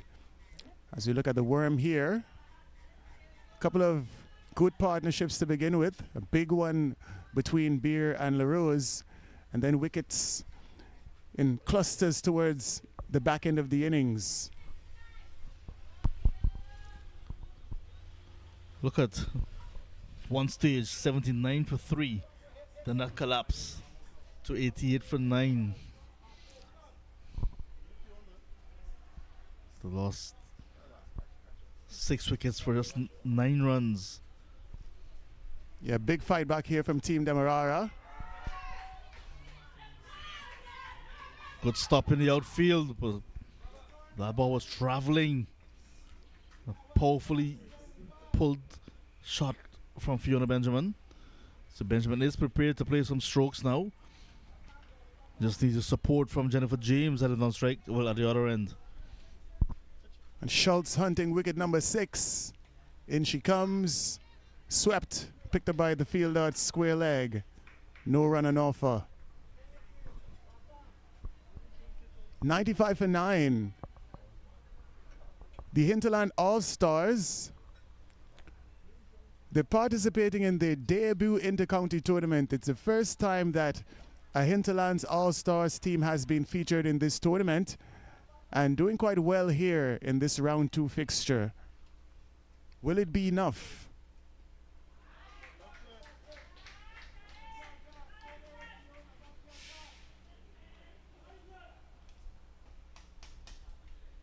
Yesterday we saw the 10th wicket partnership for 𝒔𝒏𝒊𝒐𝒓 requiring just about 14, and they ended up getting there.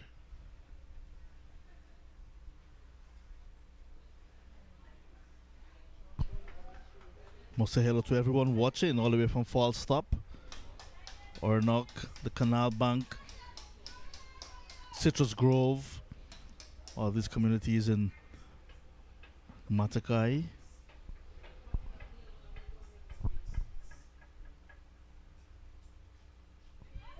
Top edge.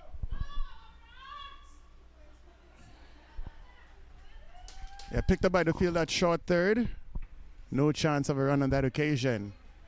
And this fielder, she does move quite quickly in the outfield, John.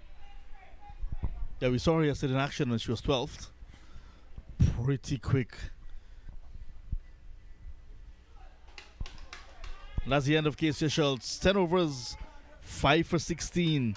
So that's also feather in the cap for the Hinterland All-Stars, seeing out the biggest threat. 5 for 9, 27 overs completed. And a youngster, no doubt, enjoying the games on field and in his hands. Yeah, John, a threat averted after 5 wickets.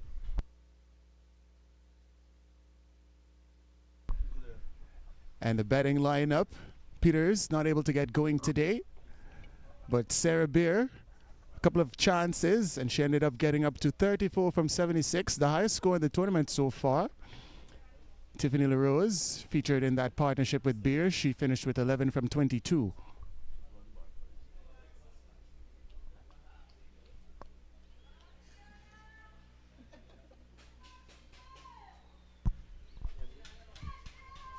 After her spell of 10 overs, Q.C. Schultz has left the field. But Jordan will continue. This is her 9th. Looking to dislodge the last pair now. Down the track. Favoring through the onside. Will get at least one. It goes into the boundary. 9-9 now on the board. And you can hear the roars from the Hinterland All-Stars, players and supporters. Yeah, lots of support from beyond the boundary. And Fiona Benjamin capitalizing on that short delivery. Good contact and racing away into the boundary for 4.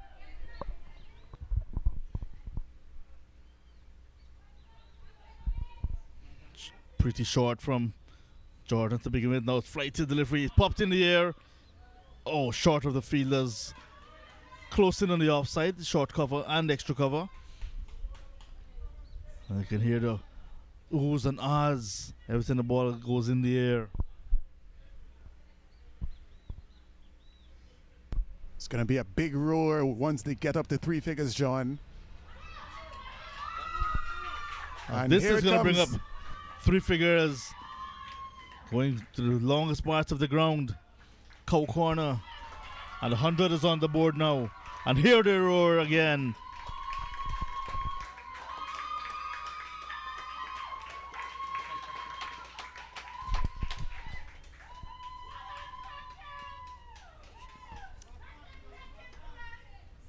Yes, we're hearing you, we're seeing you from every angle.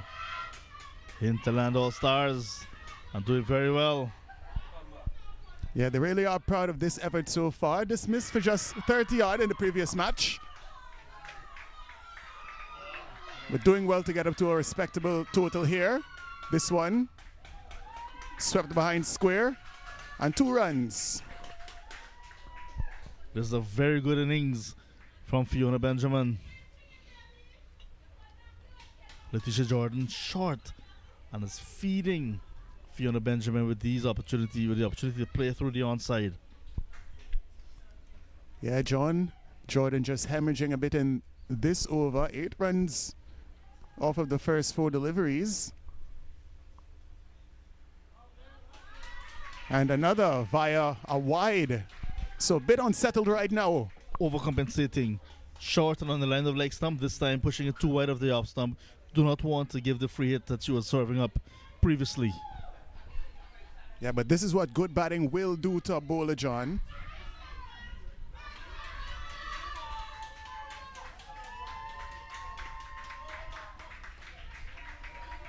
Single to mid-on.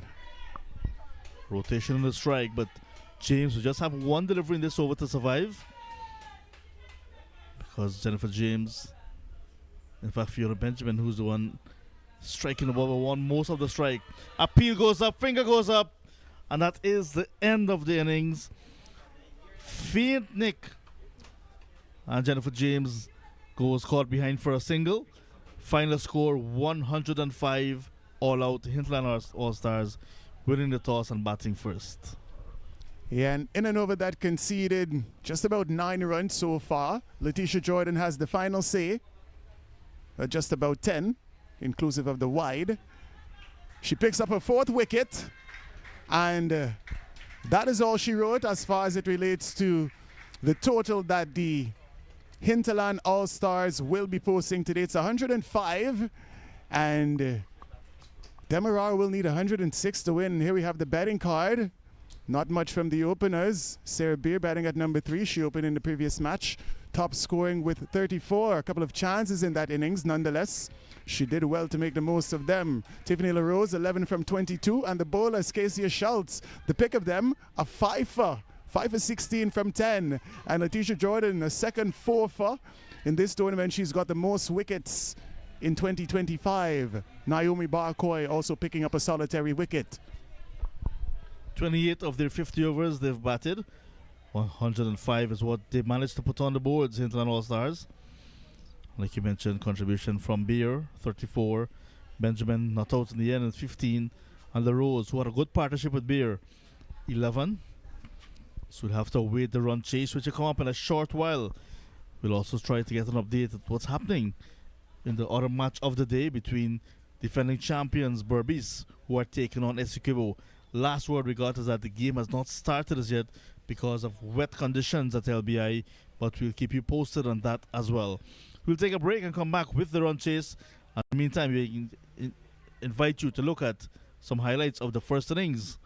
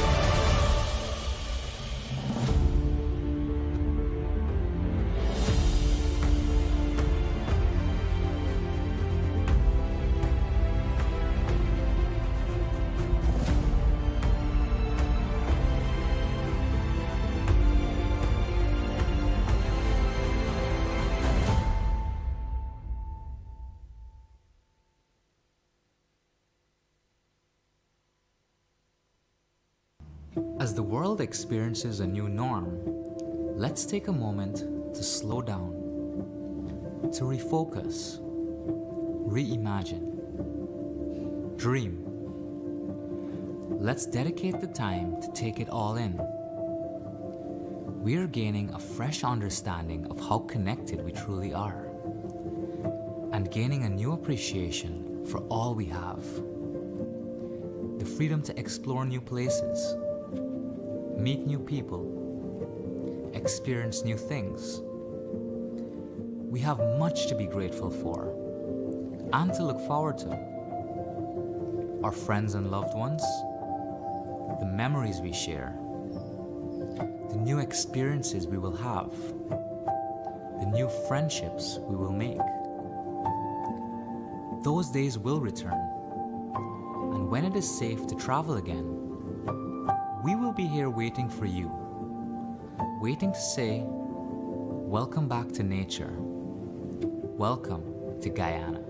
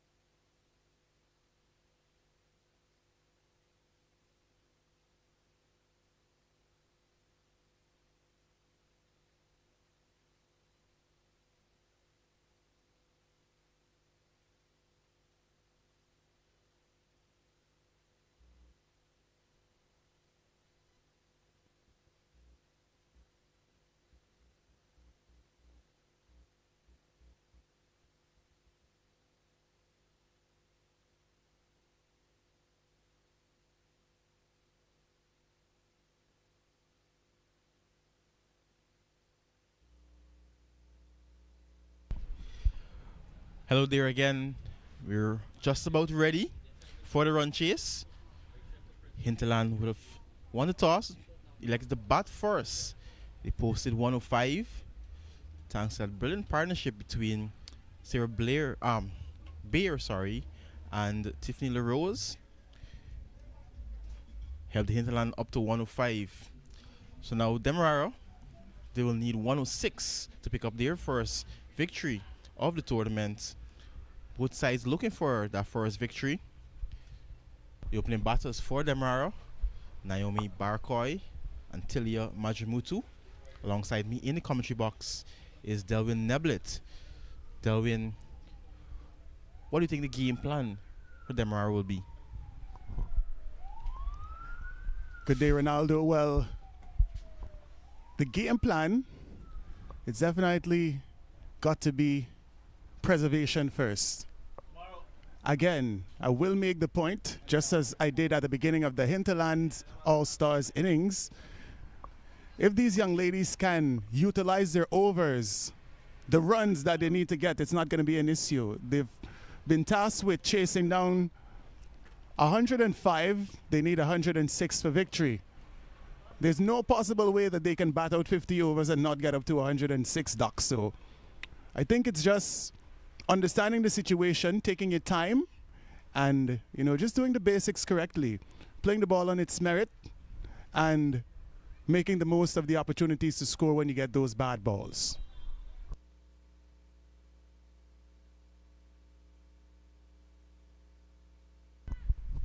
Yeah, Hinterland will be looking to take all 10 wickets in this innings and really make a statement in this year's tournament.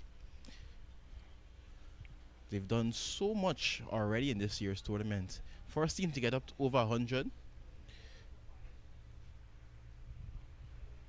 They have a batter as well with the highest score in the tournament also. So these girls, they're riding on a high. They feel very confident, and I'm pretty sure the skipper will believe in each and every one on field there to take those 10 wickets. We saw a few drop catches in the first innings, a lot of extras. Hinterland women will not be looking to emulate that. They'll be looking to take their catches and, of course, minimize those extras. So we're just about ready. Field is set now, and last minute change. So they're going to start with Tiffany LaRose from the northern end. In that first game, she took 2 and 2. Let's see how she goes today. Starts with the dot ball. And I was having a bit of a chat with the coach of the Hinterland All-Stars a bit earlier on, Dr. Ronaldo. He mentioned to me that he believes that the strong suit of his side is their bowling and fielding. So they've got up to a total of 105. How well can the bowlers do to restrict Demerara here today? Demerara's side, they've got well-capable batters. Of course, Naomi Barcoy. She's a player who would have already represented Guyana. And we've got a sister, Sienna Barcoy, and the captain, Casey Schultz, as well. Apart from Tilia Madramutu, who's opening the batting. So they would believe that 106 is not beyond them, Team Demerara. But the confidence of the Hinterland All-Stars will ensure that they're going to give it the maximum effort, and they're going to make this a good contest here this afternoon, Doc. First run on the board of the bat of Barcoy.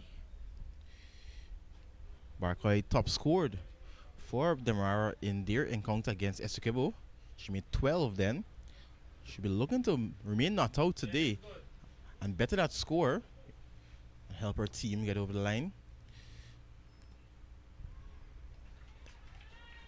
But this has been a good start from LaRose. Nothing too complicated. Pitching it just around that off stump and then spinning it into the two right-handed batters.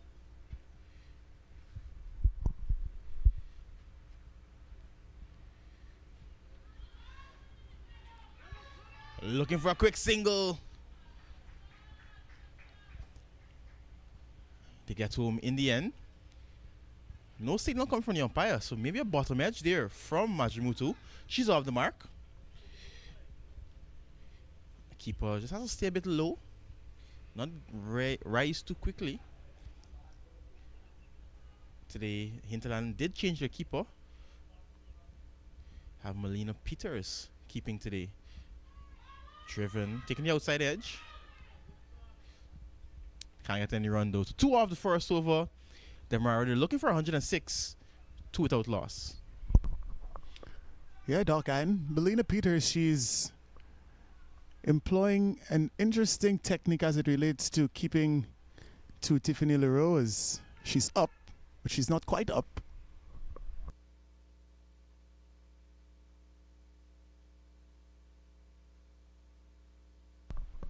Getting ready for over number 2. 104 runs required from many deliveries. 294.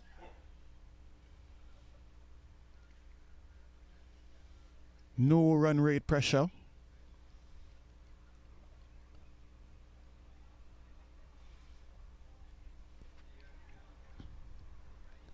And bowling the second over for the Hinterland All-Stars.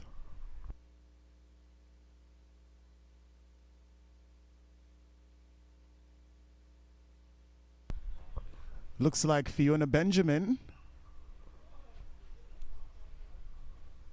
She's got the number 10 on her back. Can she strike here for the Hinterland All-Stars?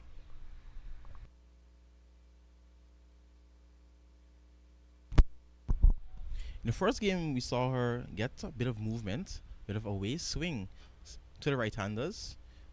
Let's see how she goes today.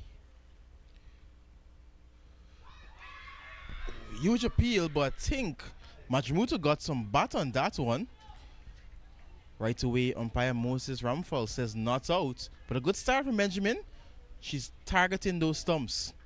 If Madramutu only misses, could get LBW or bold into the equation. There's that away movement I just spoke about. Doesn't have a lot of pace, but she's using the pitch, using the conditions well, using that new ball as well, getting a bit of shape. And started well. 2 dot balls to begin with. Not a good delivery. Slight misfield. That will give 𝒏𝒔 her second run, but when you look at the lines and lengths that Benjamin is bowling here, this is what the Hinterland team will be looking for.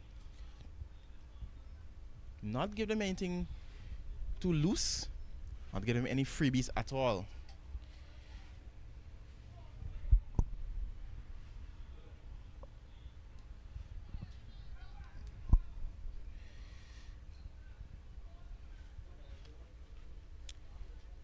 And then when we look at Melina Peters behind the stumps, just before the ball is delivered, she's actually up already.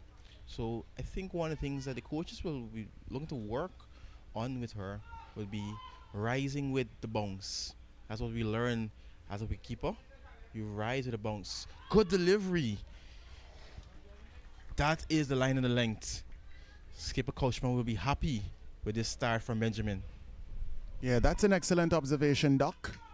Also something else, usually when the slow bowlers are on, you keep up in the event that there's a stumping opportunity. I'm not sure if the ball actually beats Naomi Barkoi.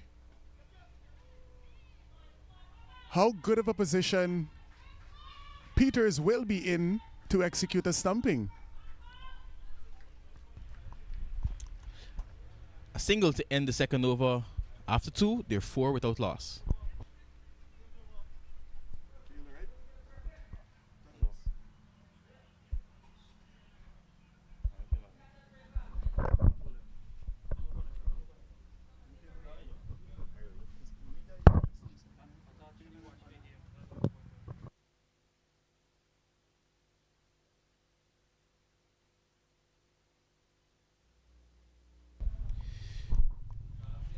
Hinterland women posted 105. Thanks to Sarah Bear with 34. LaRose for her second now. Both batters on 2. They're still feeling their way out. Trying to judge the bounce and the pace of the wicket. Of course, the pace of the bowlers as well.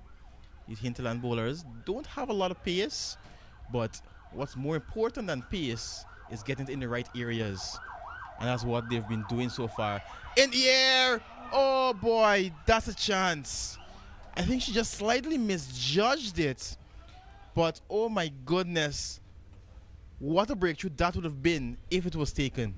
I think she might have just lost her footing a bit there, Doc. Unfortunate, just slipping in an effort and an attempt to take that catch.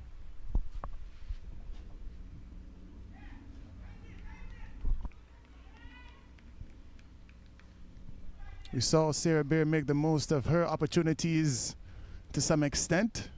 A couple of drop chances. She managed to get up to 34. How many will Naomi Barkoi get up to today? Into the gap. Nicely worked away. We will mention that outfield again. Pretty heavy on that side of the ground. But they pick up 2 runs. And our field is slightly heavy because of this rainy season. Lots of rain overnight as well as over the past couple of days. Woke up this morning, peeped out the window. My car was wet, veranda wet, but thankfully no rain since then. There's a few slight drizzles, not enough to stop this encounter.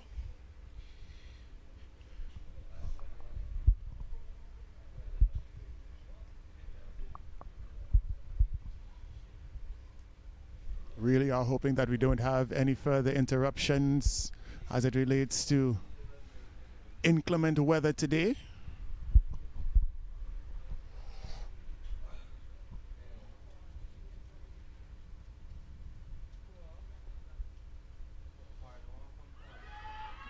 Huge appeal, but that one's clearly going down the leg side. But of course, not wrong to ask a question.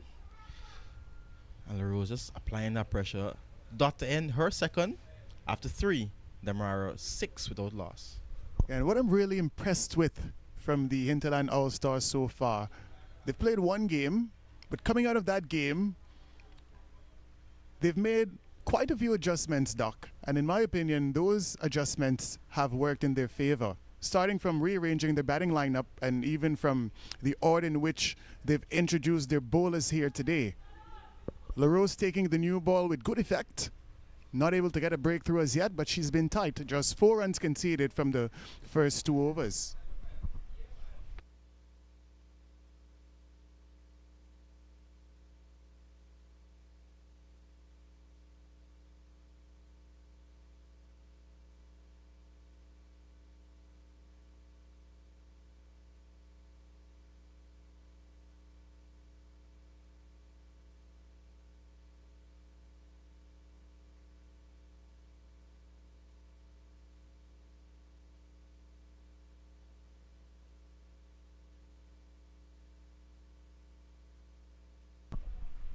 𝒕𝒚, she's a player who will be feeling as though she has what it takes to represent Guyana at the regional level.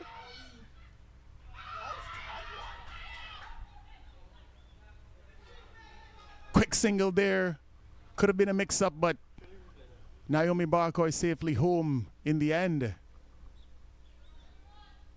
Let's see if you can have a look at the replay. Here it comes. Yeah, very tight call. Late response from Barcoy, but her partner called her through. Good through from LaRose. Let's take a look at that. Tighten to say from that angle. Good work by the keeper, gathering and taking off the bails. Yeah, Doc, we had a second sighting and still wasn't that conclusive.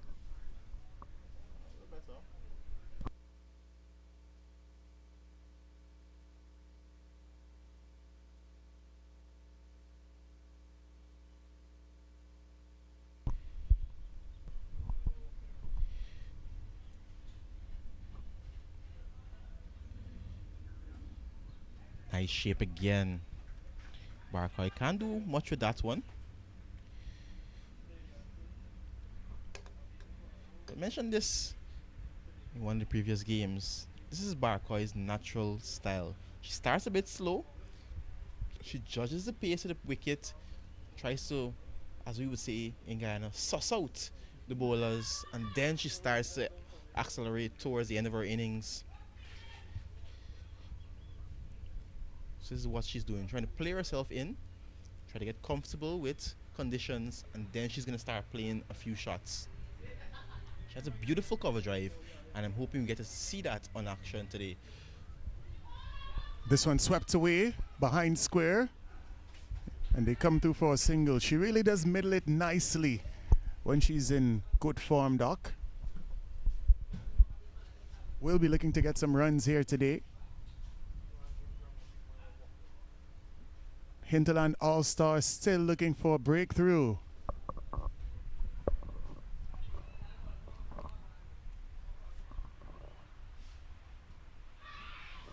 Bit of an outside edge.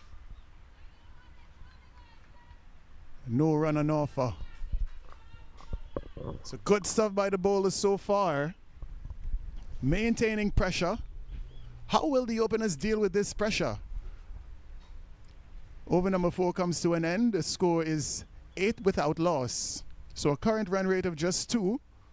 The run rate required of just 2.13. Those factors not quite important here today. We know that one team needs to get 10 wickets and another team needs to get up to 106. Either of those two things will happen to determine the result of this match here today, Doc. Or the rain could fall. Don't forget that, that option. Well, let's hope that doesn't happen. We saw one of our cameramen there on screen, Andrew Prasad. He has a perfect position there. Imagine as a cameraman, you get to sit and work. Beautiful position for him there. And you're not only sitting and working, you're sitting and working at cricket. Might I add women's cricket? Life is but a dream once again. Good call. Recognize that the fielder was deep, just behind square. Soon as ball made contact with bat, an immediate call of yes. They got you for the single. Good running by these two batters. Yeah, Tamara Fredericks, she did move quickly off of that boundary. Still not able to cut off the single.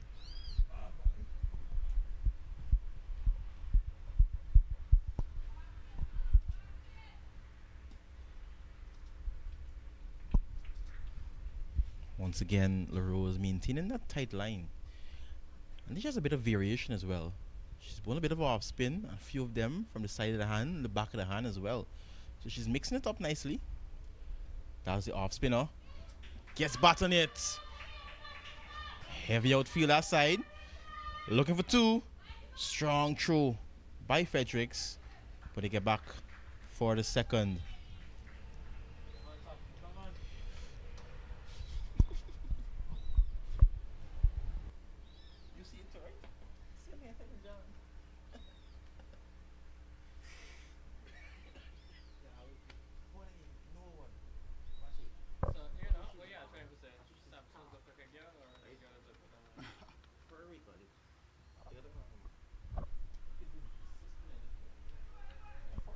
Pushed into the offside. No chance of a single there. Talia Madramutu just taking her time. She's on 5 from 11. Really is no need to rush. Nothing spectacular required. Dugout. LaRose knows it. Half a second more, that could have been crashing into the stumps.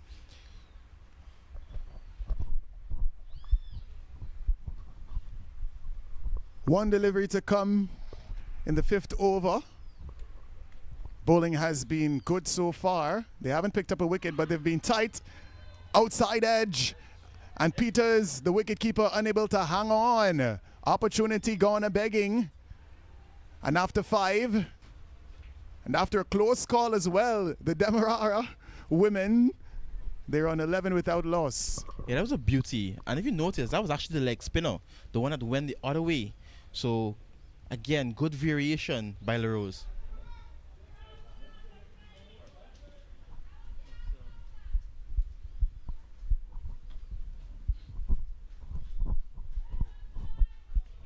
So far, only 2 bowlers used, Tiffany LaRose and Fiona Benjamin.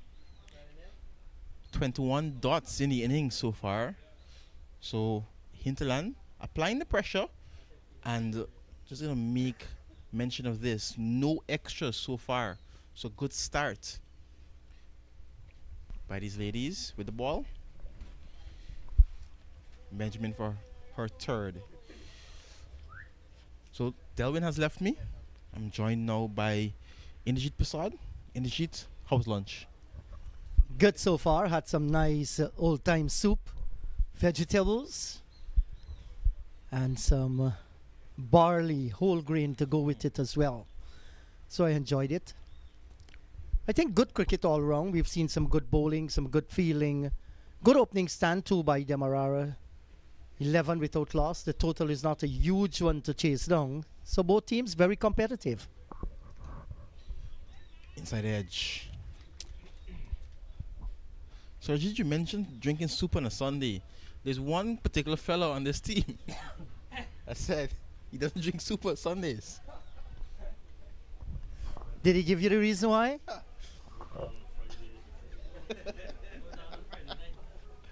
No reason given.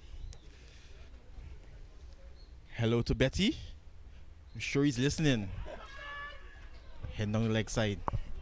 Yes, hello to you, Betty. Man doesn't drink soup on Sunday. He drinks it 6 days a week. Any kind of soup as well. No dal on Friday as well? That's correct.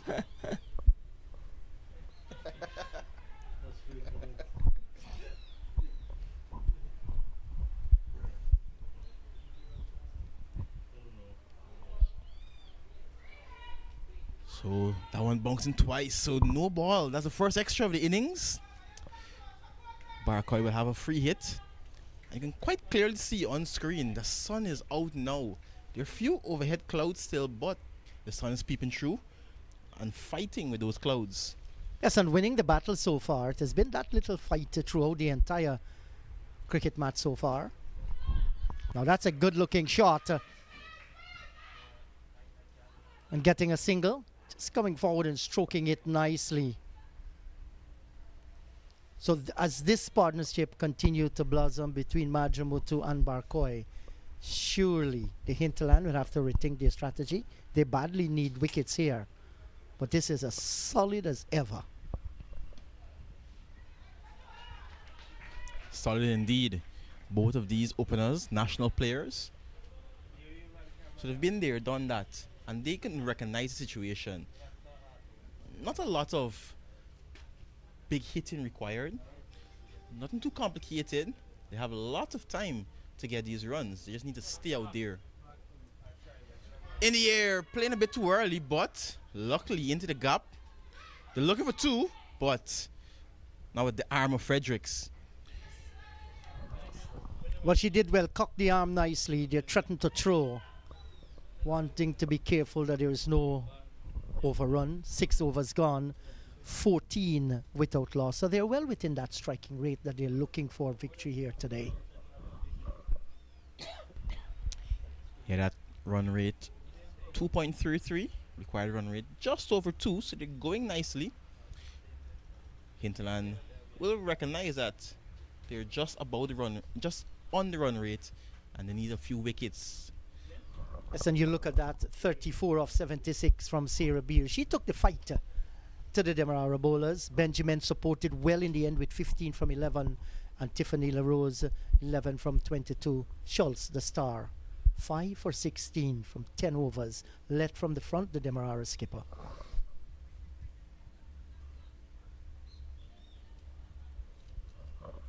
So whatever happens to this game from now on, it's going to be a test of the character, the strength, the bravery of the girls from the Hinterland. They've done well. They got past that 100, which they badly needed. That was a target that they set themselves. Now defending it is a different kettle of fish. So far they've done well. Driven, looking for a tight single, and a slight misfield, allowing them to come through comfortably. If she had gathered cleanly, could have been trouble for 𝒏𝒔. She's running to the danger end. And once again, just slightly late to respond to that call. One thing that the Hinterland girls have done, they haven't really leaked runs whatsoever. And that's good to see. It's a good looking shot by Naomi 𝒏𝒔, standing tall. She's a tall girl and working it nicely down towards wide, long on. The timing was good. Yeah, I did mention it. You know, one of her favorite shots is that drive, whether it's the off drive or the on drive. It's something she's been working on a lot over the years, and it's good to see her whenever she times that ball down the ground. Looks very classy, very comfortable when she gets in. Bit of turn there, Sarjeet. That's an excellent delivery, well bowled. I like the way she flighted it. Allow the pitch to do its thing. Bite and turn for little Tiffany LaRose. Played a nice little hand while she batted, and now with the ball she's in the 4th over, none for 9. You'll consider this. She's having a good cricket match.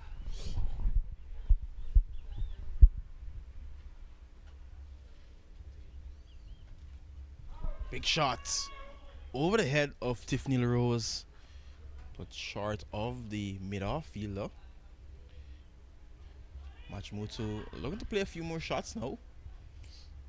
Maybe starting to expand. And this is what you want to see, your national players coming to the fore here, giving a good account of themselves, leading by example, opening the batting for Demerara.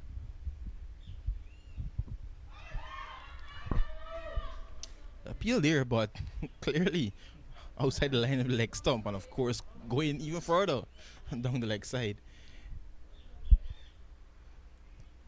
LaRose has done a good job. A lot of dots in this spell so far. Absolutely so. In this over, 2 dots already. 3 scoring shots would have all been singles. That's a full toss, blasted out through backward square and away to the boundary for 4. There for the asking. Tiffany LaRose straying, bad delivery, paid the price. Good looking shot. Yeah, slipped out. And if you take a look at the hand of LaRose, she was trying the other one, and it just didn't come out right. In the end, an easy full toss for Barcoy, and Barcoy is not going to miss out on those. Look at that. No one deep behind square. She's going to hit that any day of the week. So 7 overs gone, 21 without loss.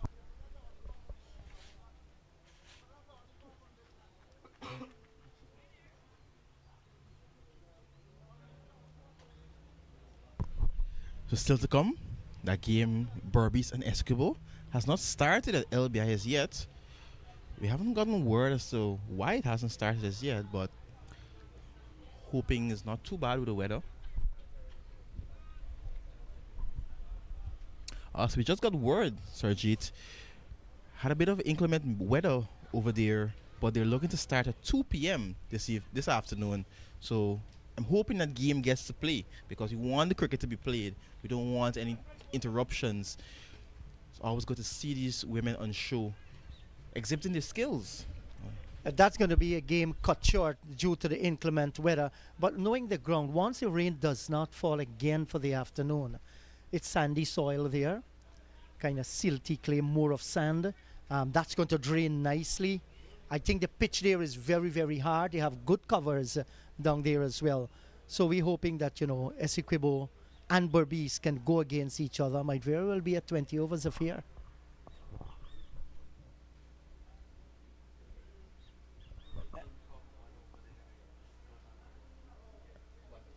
As the current run rate here is 3, and that's very good by Demerara.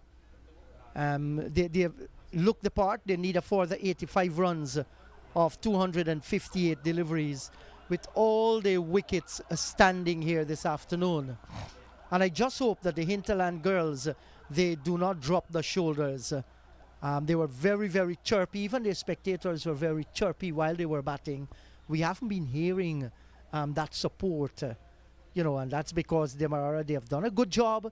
21 without loss between Madrimutu and Barcoy. Yep, and the skipper of the Hinterland team recognizing that maybe these 2 opening batters are comfortable with those 2 opening bowlers, made the first change. Sarah Beer started with the bat. Here she is with the ball now. But I think it was time for a change. You wanted something different. Not that these 2 girls bowl badly, but you want to present something differently. And if Sarah Beer can take her confidence based on that 34 she scored while she batted into her bowling, it augurs well for the Hinterland team.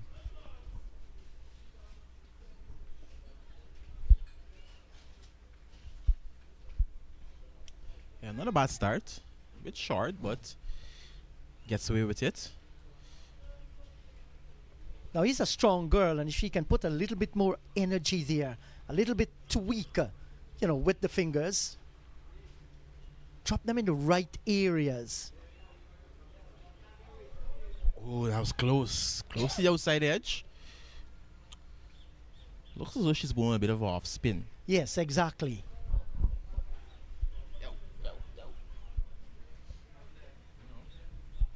That's the East Coast Highway you were watching there in the distance. Very heavily trafficked, even on Sundays.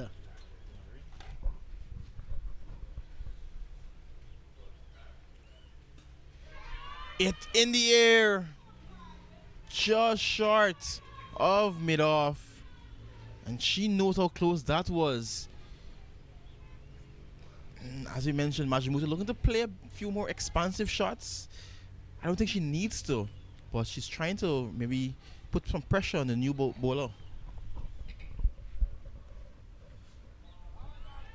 That's another good delivery. Some turn again here for Sarah.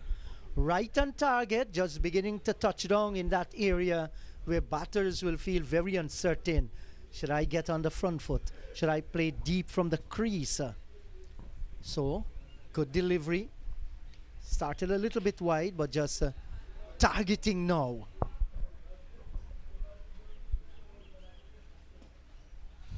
Nicely off the back foot and a misfield from LaRose, allowing them to come through for that single.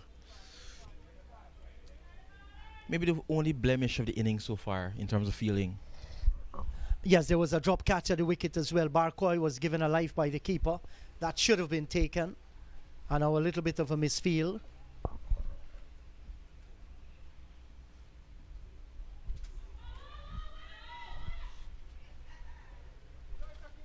Football player very quickly in from square leg. 8 overs completed. Demerara 23 without loss.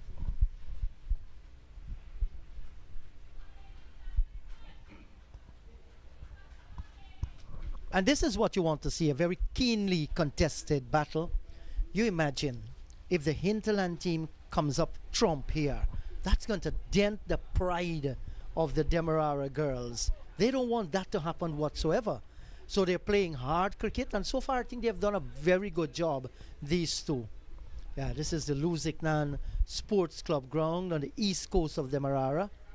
Lots of effort has gone in to ensure that cricket is played here. I think the ground drains well, the pitch has been maintained, and the ground staff here, they have done a fantastic job. Yeah, and the development continues. Last night we witnessed at their award ceremony a handing over of a motorized roller for the ground, compliments of the Ministry of Culture, Youth and Sports. Minister Ramson was here to hand it over, you know, physically, literally hand over the key to the ground, and he spoke a lot about the development and the future of this club. And it's always good to hear when investment is being made to the communities, investment is being made to these sports clubs, and what I can tell you, that roller will be put to good use at this ground. And I'm wondering to know, I think it was the same roller that was used this morning to roll the pitch, and that was good to see. And you're right about that, Doc. It's an investment into the future for our entertainers, our cricketers, or whatever sports you're involved in here at Lusignan. And this has been happening throughout the length and breadth of Guyana. Grazil Thomas starting with one just outside the line of the off stump. Sean Messiah has just visited our combox. Sean is actually the head of the committee overseeing this women's tournament, and that's good to see. You're just separating responsibilities and giving people who know about cricket an opportunity to showcase their managerial skills, motivational skills as well. And those who know Sean Messiah, Mr. Cricket, he has been around cricket all his life.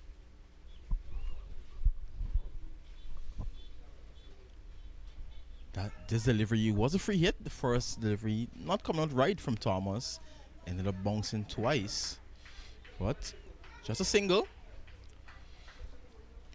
A required run rate dipping now below 2 runs and over. So Demerara coaches, the Demerara squad will be happy with this opening partnership, just easing and settling the nerves of the Demerara women. Nice shot. Nicely forward from Majmutu. Yes, and reaching for the ball and opening the face nicely. Good looking drive into the offside field here. And they're growing in confidence. And this partnership will definitely bother the ladies from the Hinterland.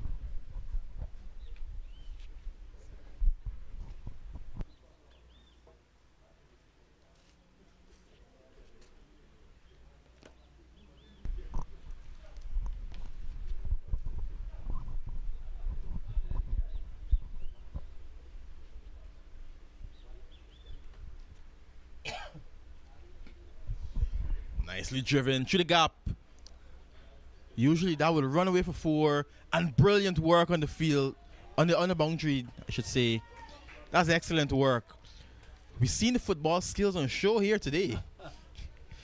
Look at that, nicely knocked back And that's Sasha Benjamin. Great piece of fielding there. We're coming from the hinterland. They play a lot of football there. So we are seeing the skills come to bear. It's dangerous because it's much smaller ball. You ride it, you know, you could just topple over. But she didn't mind. She did it for her team. Grazelle Thomas. Hails from Port Kaituma as well. Surprisingly, they only ran one. Thought they had enough time to come back for the second, but deciding just the one. I think what happened there, their mind was on the boundary, that the ball would have gone away to the boundary. So while running between the wickets, they just slowed up a little. That prevented them from getting two, but at least they should have gotten two from that one.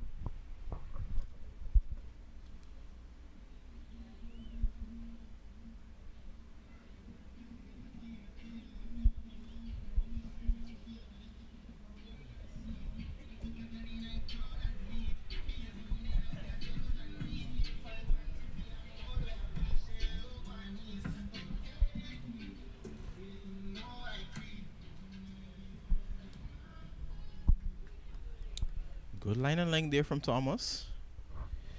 She's growing in confidence as she goes through the over. Her first dot. That was a good controlled delivery. Exactly where she wanted it. No width, no room whatsoever. And she got it bang on target. Well played too by Naomi Barkoi.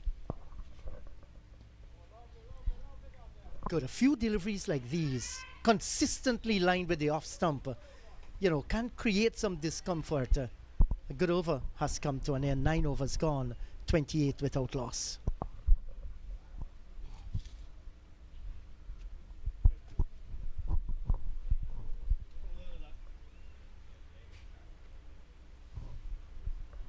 Yes, and there goes the Clouds again. Always fighting to win the battle over the sunshine today. So far, it has not managed to do that. Yes, hello there. Concentrating on that phone a lot. I think she's texting her friends to join and watch the live. Could very well happen here. FL Sports, broadcasting on behalf of the Guyana Cricket Board, the Ministry of Culture, Youth and Sport, spreading the game live across the globe. And how this entity has grown over the years, amazing.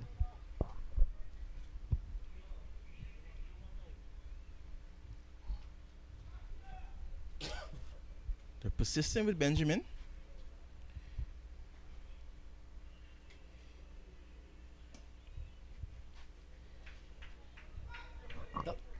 Tilia Madramutu. She looks very elegant as she plays her shot. So too Naomi Barkoi. And these two right-handers are giving the Hinterland girls a lot of problem here this afternoon. They're still looking for their first wicket. It's not coming. And we're in over number 10. Nicely driven. A bit uppish, but that's going to run away into the boundary. That's going to be 4 runs still, Madramutu. We mentioned she's looking to play a few more expansive shots. And look at that. Showing her class, showing her ability. That was easy. That was all elegance and grace. Great timing. The placement was to perfection. She has moved on to 15, Tilia Madramutu. And this is what happens when you spend time out in the middle. Floated it a little bit too wide, half volley on the line of the off stump, Benjamin, and paid the penalty.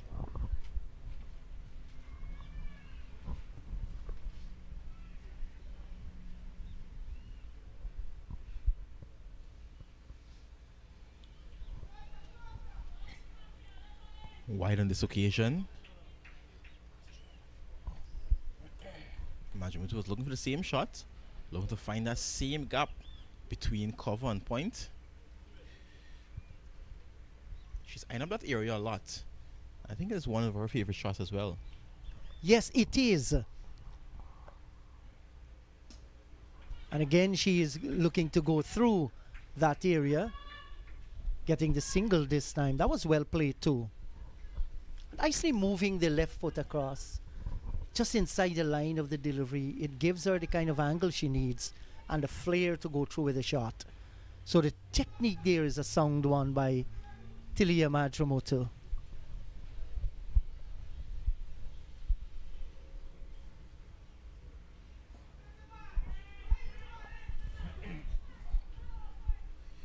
And she was spotted very young. Her talent shone through very early on in her career, and she's still very young now, but she's still considered to be one of the most experienced players in this Demerara team. Of course, no Cherry Ann Fraser, no Mandy Mangru, so a lot will be riding on her shoulders, along with Naomi Barkoi, who's hit it in the gap. Didn't get all of the time in that she wanted, but good enough to get two. Yes, and why the timing was a little bit off, she had to stretch for it. And because of that, she lost timing, but the placement was good. She picked up two more. So these two girls, they're growing in confidence, both Barkoi and Majramutu, and they're looking very, very dangerous. 70 runs required of 241 balls. I think from here on, Demerara should not squander this opportunity.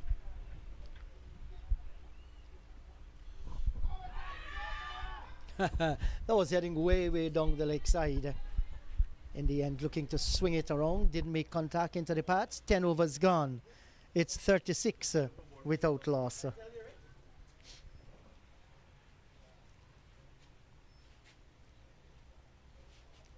Yes, and these two, they are almost matching each other run for run. Barkoi 17 from 35 and Majramutu 16 from 27. Lots of vehicle here. Guyana is beginning to become a very rich country. Affordability becomes much more easy for fancy cars and bikes. Just take it light on the road. Hello to you, John. 36 without loss. Demerara, this is sound and solid start. Hello in the GTS. The transformation of Guyana continues. A nice solid start from Demerara women indeed. They had a promising start against Essequibo. Then they had a collapse. Bundled out for a 77. It was not enough for them to defend. So now they're consolidating nicely. Nice partnership. Good foundation for the first wicket. Fiona Benjamin, Tiffany LaRose, Sarah Beer, and Griselle Thomas, the bowlers used.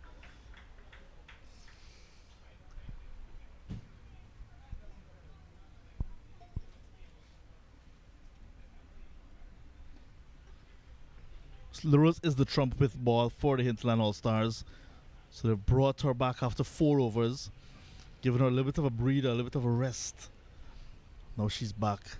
Picked up 2 and 2 in the last game when Hinterland All-Stars lost to Berbice. So she's targeting the stumps, the one that seems to be the most likely to get a wicket, to get his breakthrough. That's why she's back. And I think it's a good idea as well because they're hunting wickets. They aren't getting any at this time. They badly need to get a first wicket for them. And a good start in her second spell here, Tiffany LaRose. This one is in the air. Skip herself takes it. Good judgment being shown. Good technique as well. And that is the end of Tilia Majramutu. Goes for 16. Breakthrough in over number 11 for LaRose and the Hinterland All-Stars. 36 for 1. Look at the technique in the jit. Absolutely good. Well, Coachman was not on the couch. He was on the bicycle there.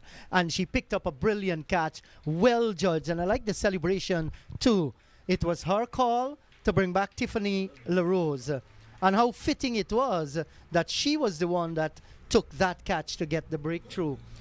And there are many that are inside here at Lusignan who feels that if the Hinterland girls can pick up 2 wickets or maybe 3, they're going to be into the middle of the Demerara team where they're most vulnerable. Is this the start? So other than that, Majramutu and the 2 Barkoi sisters, there's 𝑾𝒐𝒎𝒆𝒏𝒔 𝑰𝒏𝒕𝒚, the captain, but everyone else seem to be new to the game, and because of that inexperience, you feel that once you get past those 4, you're in with a chance against this Demerara side.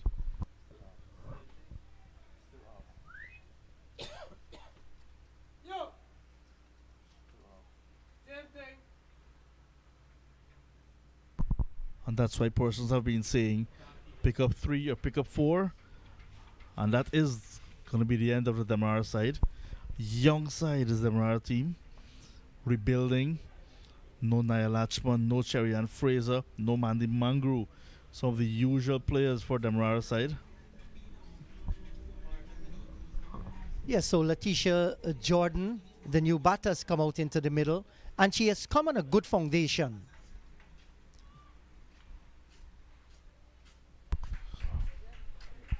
That was a bit too easy on that occasion. It's a big gap on the offside. Some or the other, they need to get the fielders in the right position that you save some of those singles.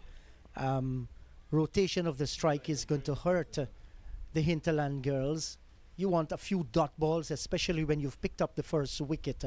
Just keep them put there for a little while. Yesterday it was Casey Schultz batting at number 3. In the air, chance for a cotton ball, not taken by Tiffany LaRose. Could have been 2 in the over for her. And that could have set the cat among the pigeons, because it would have been the set Barcoy who would have been heading back to the pavilion. That would have opened the game a whole lot again. Yes, an opportunity gone a begging here. Valiant effort, but not good enough at the end.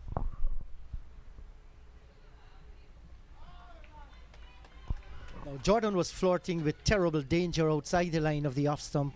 Didn't make the contact whatsoever. 11 overs gone. 38 for the loss of 1. So you can see the batting ability of Letitia Jordan, batting number 3. And if she's number 3, you can basically have an idea what is to come with this Demerara side. 105 all out from 28 overs, and in reply, a very strong one so far. 38 for 1 from Demerara women. Openers laying a foundation. Barcoy still there on 18. Namadrabo 2 dismissed in the last over for 16. Fiona Benjamin looked very consistent and looked like she was going to pick up a wicket any moment, but the last over seemed a bit tired. Our co-commentator is having a little bit of a closer look. Delvin Neblett. Yes, and our cameraman showcasing his schoolboy pants, his Caribbean-like shirt, along with what? That's perm hairstyle? It's brown, is a blonde. You're looking at that hairstyle there. Nebo, our dear colleague.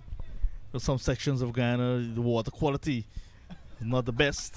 So maybe that might have affected our Hello, dear brother. John Ramsing.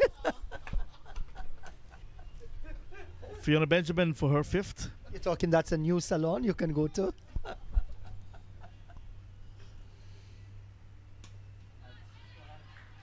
Over pitching. It will just be a single. The field placing has been very good. In the power play, it was very good. Plugging the gaps and realizing that the outfield is a bit, well, it's very heavy. So not having the 2 deep fielders on the boundary, but just 3/4 way there. And that's good awareness from Kelsey Coachman and the Hinterland All-Stars. Absolutely so, and I think they have carried out themselves in a real professional manner out in the middle. That was a dangerous shot. Yet again, another player playing across the line, this time Letitia Jordan. But because Fiona does not have that express pace in the Jeet, it allowed her to get off with it. So the execution was there. Did not look pretty. Had she missed, would have been an opportunity for either a leg before or a ball.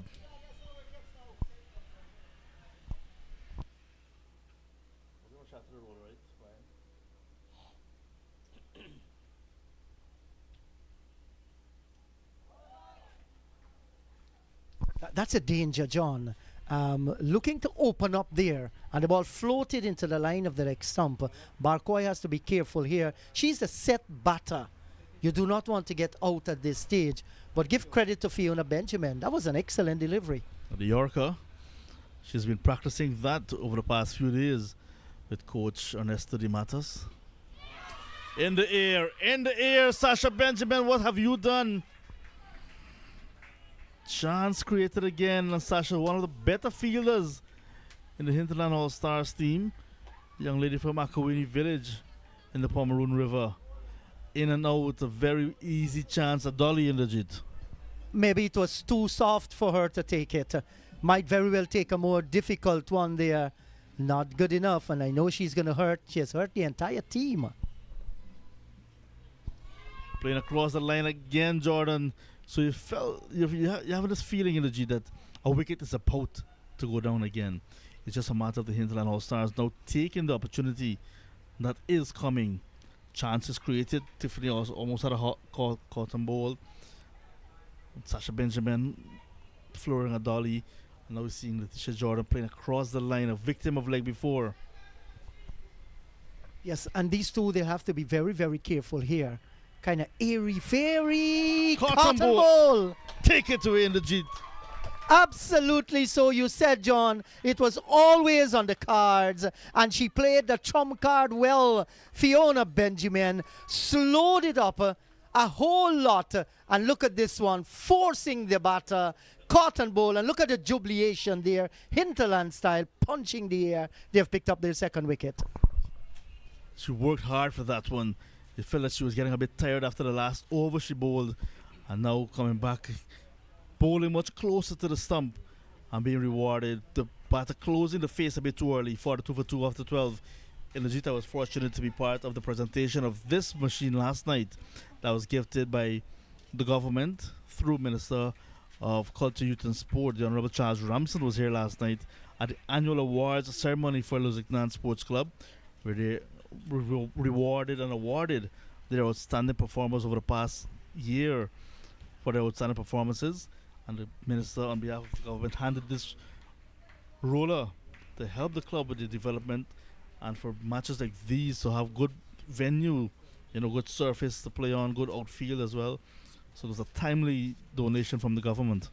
Absolutely so, and we say congratulations to the government of Ghana through the Minister of Culture, Youth and Sport, the Honorable Charles Ramson Jr. Oh, that was so close to the edge. Little bit of nervousness there. And Jordan once again pushing at one. Beautifully bowled by Tiffany LaRose. And that's what we're saying.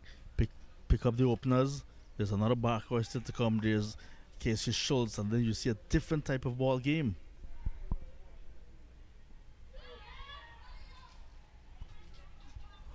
It was a lovely ceremony in the Jeet, attended by, like I said, Minister of Culture, Youth and Sport, Honorable Charles Ramson. There's also President of the Guyana Cricket Board, Mr. Bisun Dayal Singh, President of East Coast Board, former first class umpire Ananjit. I still call him umpire Ananjit because that's the last big title he wore for me. And the club was well attended. The young cricketers came out in their numbers, and those active first division and second division players as well. You can see that the club is not only about players coming from different parts, but it's like a family when you saw that unit last night. And that's great to hear. I'm pretty satisfied with that. When you come here, you can see the transformation. Lusignan going places. I say going places, they continue that developmental part. And when people see that you are developing, you have something that is structured, you are going to get help, and thus help coming from the Ministry of Culture, Youth and Sport. And that roller costs a few million, of course. And I know it's going to be used here for the benefit of the ground and the pitch, thus enhancing the infrastructural work at the Lusignan Community Center. It's a ground, when you pass on the east coast of Demerara, you look to the left if you're going down Georgetown. You always see activities here, and that's good.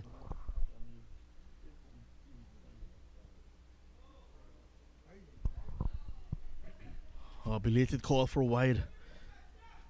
Certainly was a wide, just the umpire took his time. With the lights here as well in the Jeet, lots of evening activities and night activities after the sun sets.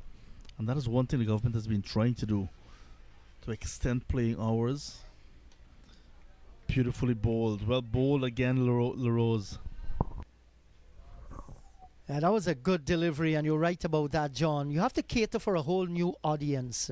People working, youths might come up to not really look at the game, but for the entertainment purpose. Oh no, she prostrated there at the feet of umpire Samaru. Will have none of it. A good over nevertheless, 13 gone, 44 for the loss of 2. We've been talking about night facilities. people work, more and more youths are getting themselves qualified, working during the course of the day. You want entertainment in your life. Yours, the human cannot survive. You want sober entertainment, and it gives people too more opportunity to play the game during the cool of the evening. And this is happening across the country. Hundreds of grounds have been rehabilitated. There are some new ones created, pavilion put in, rollers and brush cutters and even mobile cutters have been given to grounds to enhance the conditions of these grounds. And that is exemplary. I think the policy is good, the vision is superb, and a day will come when the full benefits will be reaped. We are getting there. We are getting there. Trust me. Absolutely so. The lights, when they were in full effect last night, I felt that the only thing I was missing was a game in the middle. In the air, as Sarah Beer starts her second. Chance for a run out now. And a better throw would have seen one of these batters struggling. The excitement is picking up after a good opening partnership. Both openers back in the hut. Hinterland All-Stars looking for more success. The target is 106. 60 runs away, Demerara are. Yes, and neither team giving up whatsoever. And this is good for the cricket. Talking about lights, and I know you're going to be extremely happy about this. Our own little ground at Mortis, Myconi Branch Road, you know that ground, John, at the side of the school. Light poles have already been erected there. We did some land filling and smoothing too. So not long from now, that will be illuminated. Let the progress continue in the JIT. Absolutely so, and in the right direction as well.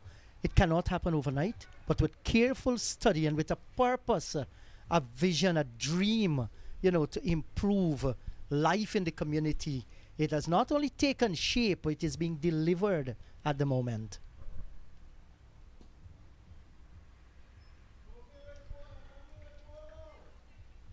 Beer so much reminds me of the New Zealand team from the 90s. Just looking to run up and land in good areas. Just trying to keep the batters in check at any cost, whether it's an off-break, leg break, a straight ball. This time we see trying a little bit of an off-break. Good stuff from Beer. Very energetic young lady. She is. And we saw while she was out in the middle some lusty blows, rode her luck. But in the end, scored 34. And that's the only place you make runs. Other than if you're a scorer. Scorer will do it in the book. The batter will do it out in the middle. She spent the time there. She came out well.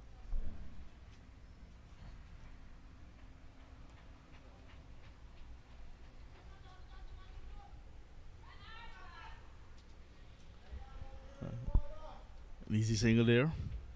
Getting closer now to the first 50. Marandas played yesterday, batted very long.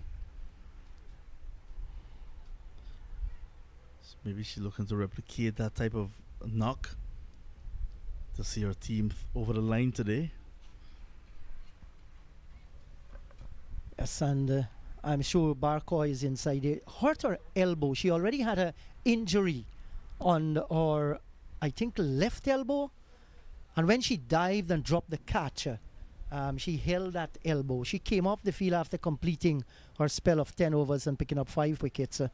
Maybe that's one of the reasons why we did not see her a little bit earlier out in the middle. She might be favoring it as well.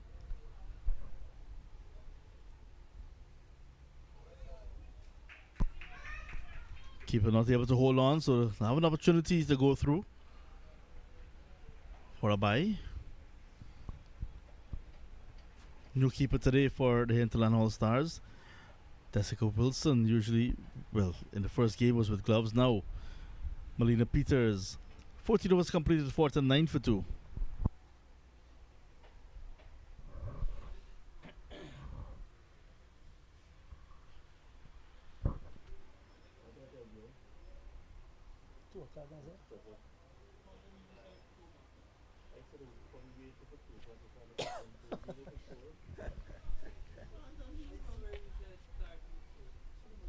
So Sarah Beard 34, Fiona Benjamin 15, Tiffany LaRose 11.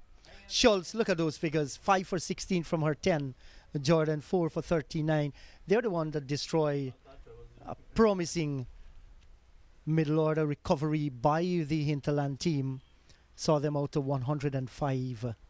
So Tiffany will continue 1 for 18 from 6. Yes, she is the trump. And they're looking to play the cards right. Marandas yet to get off the mark. 5 deliveries faced. Will not be too much of a worry for the Hinterland All-Stars, nor Demerara. Lots of time still in this game. And there's never a boring moment when Tiffany LaRose is around. Full of humor. That's a good delivery. So a little girl combing Tiffany's hair. And while combing her hair, the little girl is asking her, Tiffany, why is it your hair is falling off? And she looked at the girl and said, stress, baby, stress. She does not look as though she's somebody who's ever stressful. Always a smile on her face.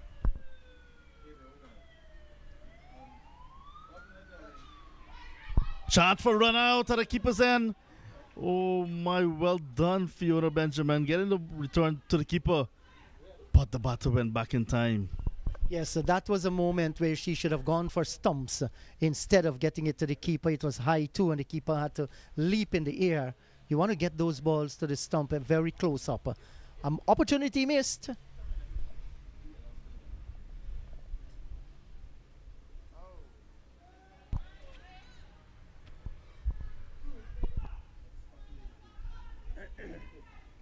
He has to be careful here. Tiffany is trying to slow it up as far as possible. Mahadin Das just lured into pushing at it, not make it any contact whatsoever. And if Tiffany can get it close to the line of the off stump, it could be a good little battle. Just there, comprehensively beaten outside the line of the off stump. Probing bat, spinning away from the left-hander.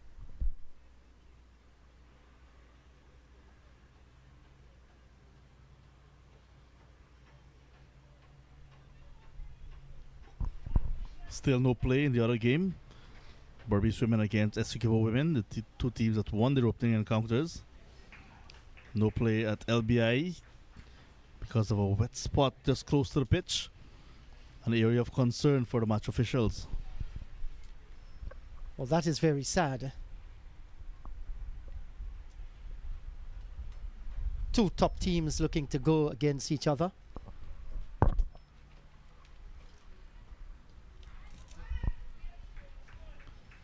Can't get off the mark.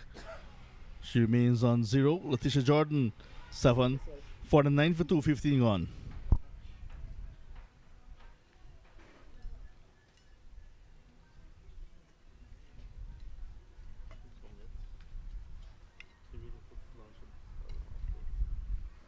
You remember this cup years ago?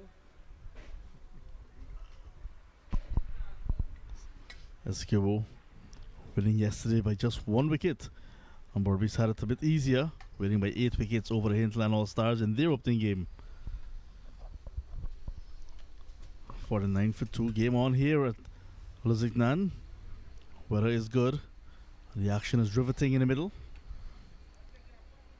After a much closer view on the edge of the boundary, Delvin Neblet has joined us once again. Delvin, I know you had a very good look. But tell us what you're seeing. How will this one pan out? 49 for 2, 57 to get still. 8 wickets in hand. Well, just as we were hoping, John, a keenly contested fixture so far.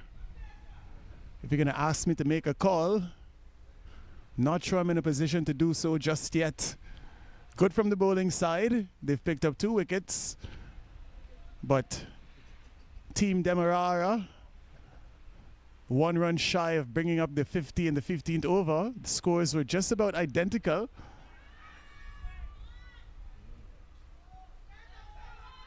I think the Hinterland All-Stars would have reached 49 for 3 after 15, and then a wide in the first delivery of over number 16.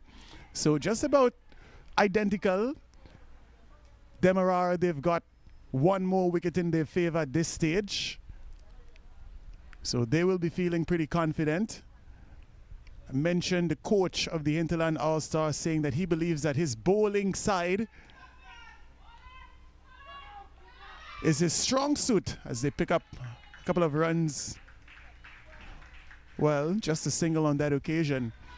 Yeah, the Hinterland All-Stars, Jono, they feel as though they have the ability to bowl out Demerara here today. And the captain, she's been rotating her bowlers quite well, but only the 2 wickets so far. 50 coming up in over number 16, 50 for 2. 56 runs away from their target of 106.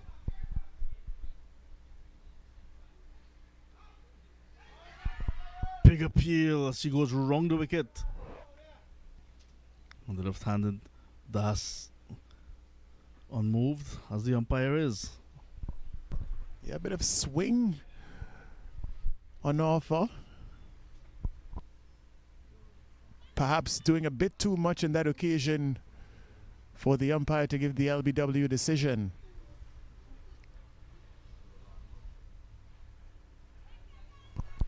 𝒔𝒎𝒆𝒏 from the Port Kaituma area, operating round the wicket. Just inside that wide mark, so umpire Moses Ramphal says it's a good ball. Yeah, she's getting some late swing, and the umpire acknowledges that one just tailing in at the last moment, just inside that wide line. So good dot ball. 𝒔𝒎𝒆𝒏, more affectionately called Dolly among her teammates. Another dot delivery. So this has been a good over so far. Just 1 run from the 5 deliveries. Just looking to build a bit of pressure here, perhaps induce a bit of a false stroke, a bit of a mix-up between the wickets.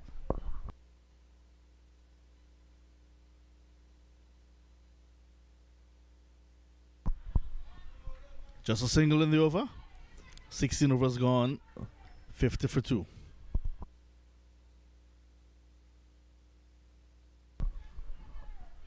They need wickets, do the Hinterland All-Stars.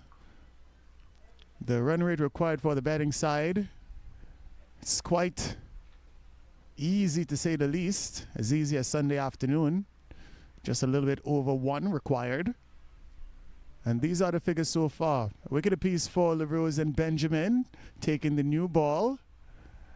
And Sarah Beer and 𝒔𝒎𝒏 just going at 3 runs and over.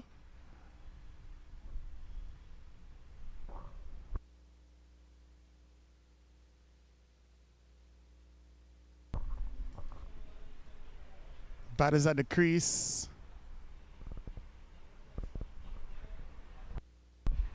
Capable batters. Letitia Jordan, quite the talented all-rounder. With the ball, she picked up 4 wickets in both of the matches that she would have featured in so far. Mahaden Das, also a good all-rounder, and quite solid in the middle order.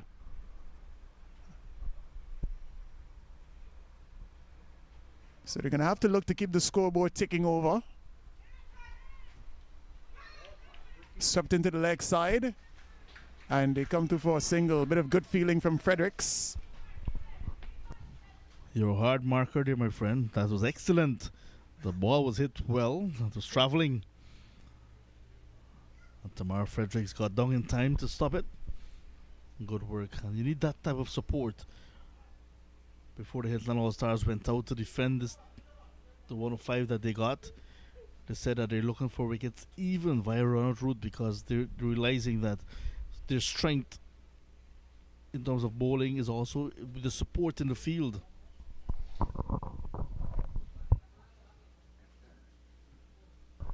Yeah, and Tamara Fredericks, definitely one of the athletic fielders in the Hinterland All-Star side, as LaRose delivers another dot ball. Quite a high percentage of dot balls in this spell from young Tiffany LaRose. Of course, celebrated her 20th birthday yesterday.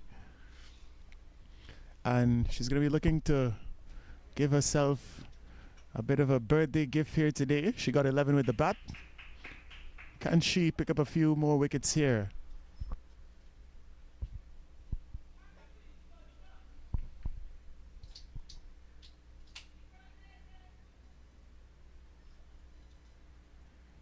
What I can say, John, is that I definitely like what I've seen from Tiffany LaRose as it relates to her bowling. You know, quite a good action, good control,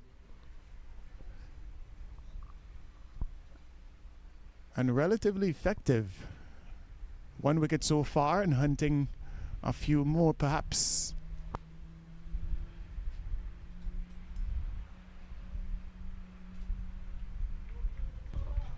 Good delivery from your off spinner, just outside the line of off stump, turning back into the right hander.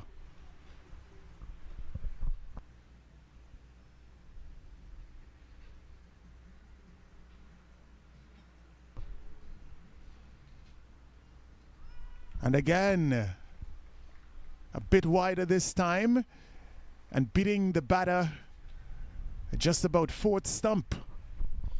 A bit quicker as well. And that one did not get the type of bounce that we saw early up in the over. So it was quicker and kept low. So Varian bounce now. This one is in the air, but not going to carry it to hand. Short of the field at square leg. Good work again from Tiffany in terms of an over. Good support from Fiona. 17 overs completed. It's time for some drinks. 53 for 2. They're halfway there in terms of overhauling the 106 needed to win Demerara. Time for some drinks for us as well. We'll be back in about a minute.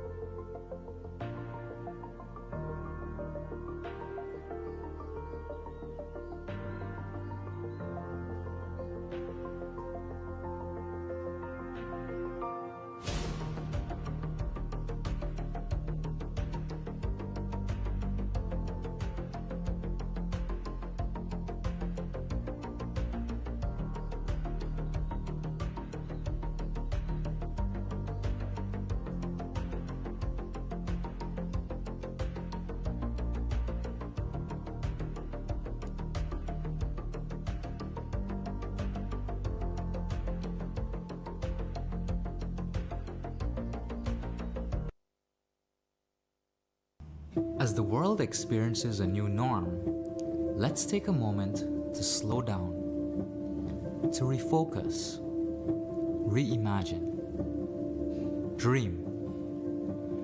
Let's dedicate the time to take it all in. we are gaining a fresh understanding of how connected we truly are, and gaining a new appreciation for all we have. The freedom to explore new places, meet new people, experience new things. We have much to be grateful for and to look forward to. Our friends and loved ones, the memories we share, the new experiences we will have, the new friendships we will make. Those days will return, and when it is safe to travel again, we will be here waiting for you, waiting to say, welcome back to nature, welcome to Guyana.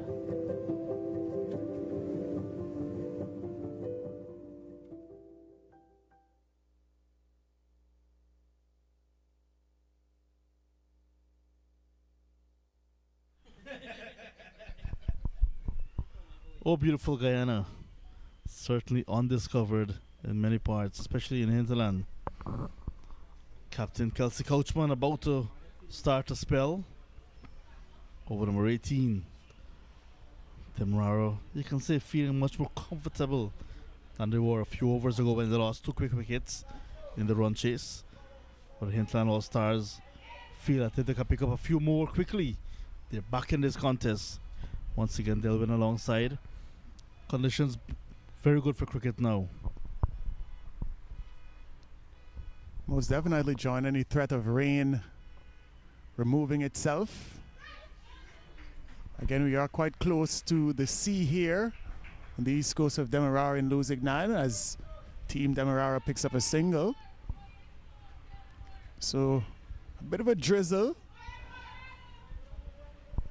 on a couple of occasions earlier today, but nothing to discontinue play, nothing to affect proceedings here today. The captain of the Hinterland All-Stars, 𝒆𝒏𝒊𝒐𝒓 𝒔, she's brought herself into the attack. They need 8 wickets to win this match against Demerara, a side that hasn't had the best start in this tournament. They lost to 𝒆𝒏𝒊𝒏 by just 1 wicket in the first match, looking to make amends here today. The Hinterland All-Stars participating in their first ever Women's Senior Inter-County Tournament. They're looking to get the first victory ever. No ball for 6 fielders on the onside.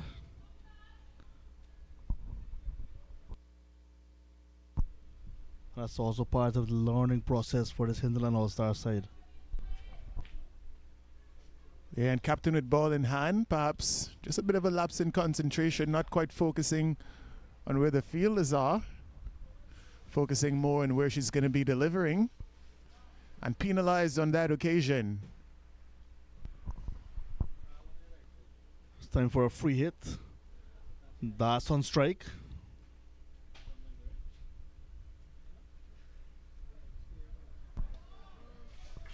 That looks to have slipped out. But Das making good contact and picking up a boundary. Well played, Mahedin Das. It wasn't the most comfortable delivery, a bit of a beamer. I'm going to wait for the signal. Looks like this free hit will be recycled. No ball signal again. This time for that over-pitch delivery.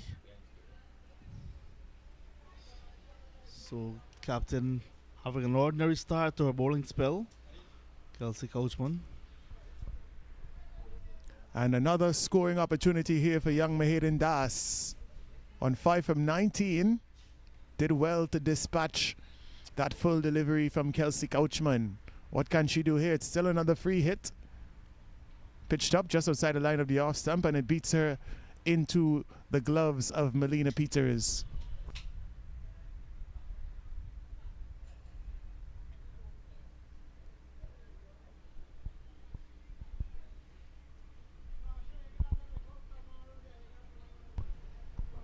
Just 1.4 runs in over required, 46 runs in 196 deliveries.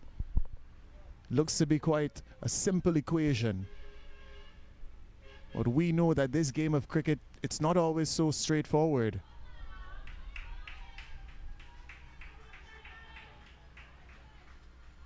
Another single. And another no ball. Well, well, well. Not what you want from your captain. A bit naughty here from Kelsey Couchman. But I reckon Demerara, they'll be saying thank you very much. Another scoring opportunity here. Where is Letitia Jordan going to be looking to go? No fielders deep on the offside. She looks to go leg side. Pulls this one behind square. They come through for one. Looking for two. Das not interested. And a good call in the end.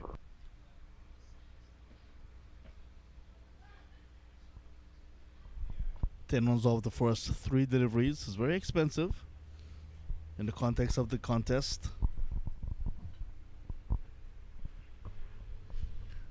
Yes, not what she would have been hoping for, having brought herself into the attack.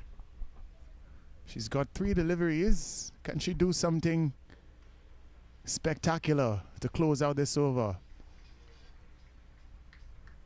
The umpire reckons that's good enough to be a dot ball. Close once again, but the benefit of the doubt going in favor of the bowler on that occasion.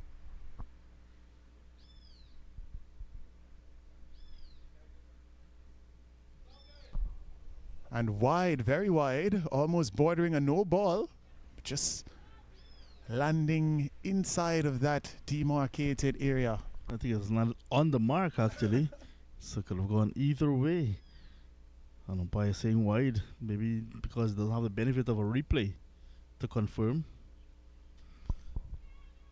Chance for run out. Fielder Benjamin very fit and quick in the outfield as well. A couple of live wires in the outfield. The likes of Fiona Benjamin, Tamara Fredericks, Tiffany LaRose.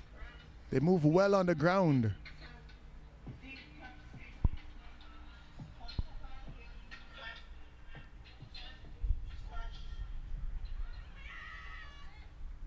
Bit of an appeal.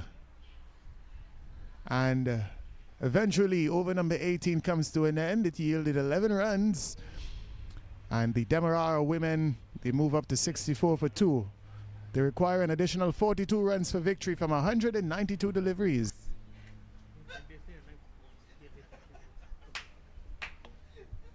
Our colleague and friend Avinash Ramzan from the newsroom.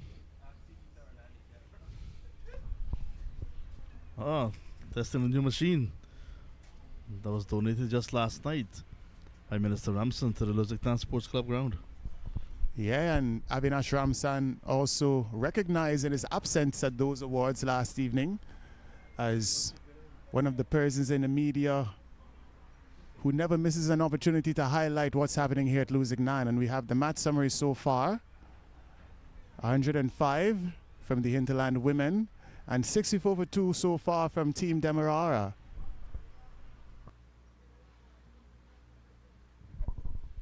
This is round 2 for both of these sides. We'll have one more game. And that game should be played on Tuesday. Tomorrow Monday is the rest day after round 2. Yeah, John, just coming back to those awards from last evening. A lot of talented cricketers here at the Lusignan Sports Club being recognized, including the likes of Chandrapal Ramraj, winning a couple of awards for himself. A former West Indies youth player, Krishna Diosaran, still quite active here at Lusignan.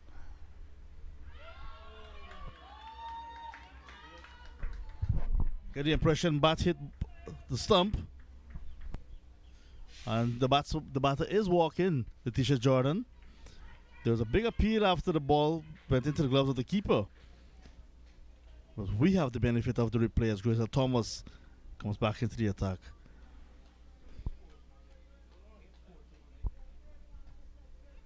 This angle will tell exactly what happened.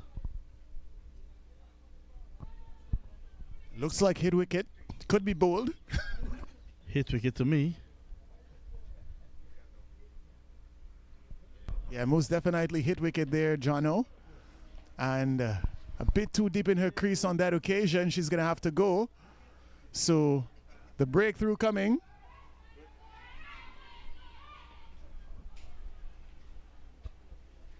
And listening to the Honorable Minister Charles Ramson Jr. speak here at Lusignan last night, his intentions for this ground here is to make it one of the best grounds not only on the East Coast but in the whole of Demerara.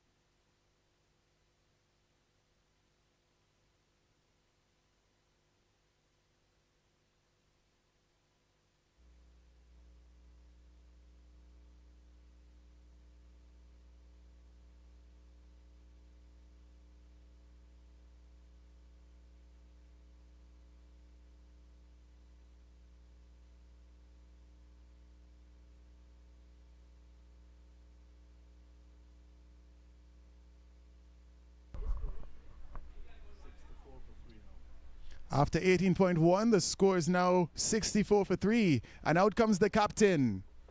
𝒌𝒐𝒆, I reckon one more wicket here, John. And Demerara could be in a spot of bother. 𝒌𝒐𝒆 holds the key, really. Did her work with ball earlier. Now she's required with bat. 64 wiped off. Still 4-2 to get. So still a far away in the context of women's cricket this season. Oh, inside edge. Anxious moments again.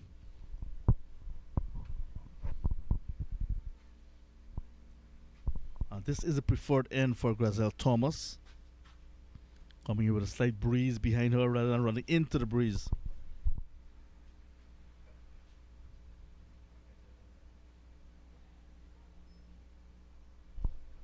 Inward movement, good delivery, but equal to the task as well is 𝒌𝒐𝒆. I'm back for the second very quickly. Oh, a direct hit. She was actually ambling in, but a direct hit might have seen her struggling. Off the mark nonetheless. Yeah, and a good bit of running on that occasion. I take that back.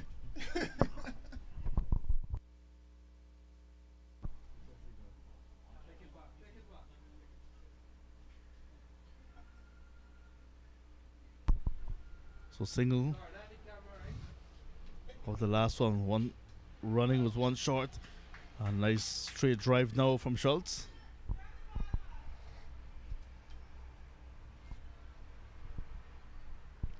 Yeah, it was a good area when looking to score straight down the ground. Most coaches would advocate for playing in the V in the early stages of your innings. Good shot there from the captain.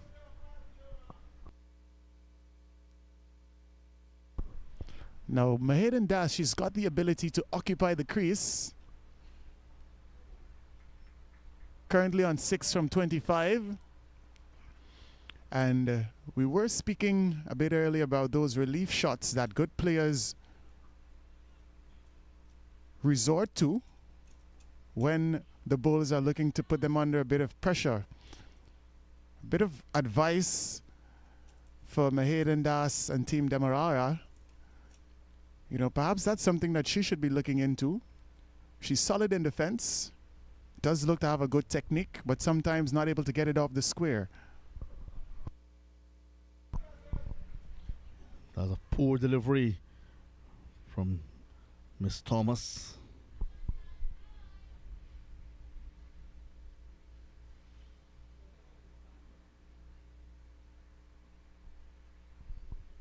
So they have Fiona Benjamin in at a gully position, and usually that position is dictated by the bounce of a track and the bowler's ability to keep the ball outside the line of the off stump.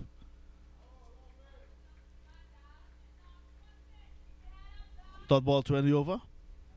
19 overs gone. 67 for 3. And a current run rate of 3.53.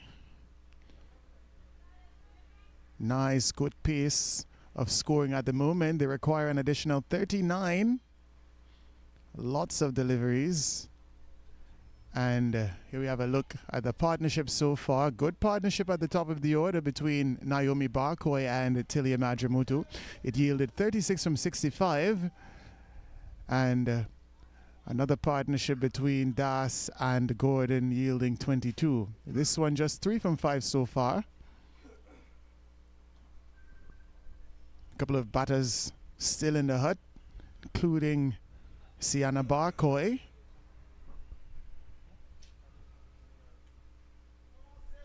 We're going to have some more from Sarah Beer.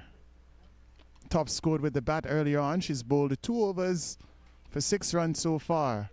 Can she get a breakthrough? Bowling to the Demerara captain. Flighted delivery. Pitching on the line of off stump. And no opportunity for a run.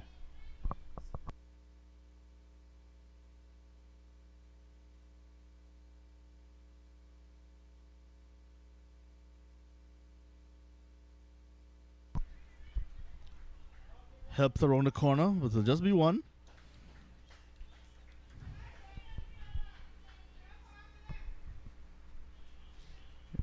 Yeah, we've seen that 𝑾𝒐𝒎𝒆𝒏 would have demoted herself in the order a bit today. She batted at number 3 in the first match.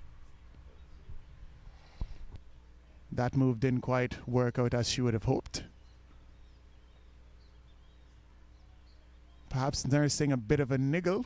She did leave the field after completing her 10-over spell. As Sarah Beer delivers a wide here. 2 wide down the leg side.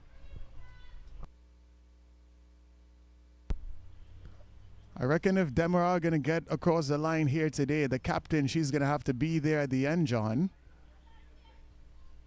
Taking some time to have a chat with her junior partner, Mahedin Das.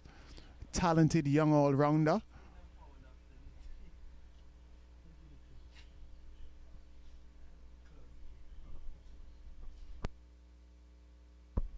Definitely a lot of optimism coming out of this tournament. Pulled into the leg side. And a single. I think the mission of the GCB is definitely to unearth some hidden gems. Usually a lot of focus placed on Central Georgetown as it relates to soliciting our top cricketers. For the first time, we see a Hinterland All-Stars team in this Women's Senior Inter-County Tournament as Beer delivers another wide. So, in keeping with the vision of His Excellency, it's a deliberate attempt to include persons from all parts of Guyana as it relates to our plans for cricket in this beautiful nation.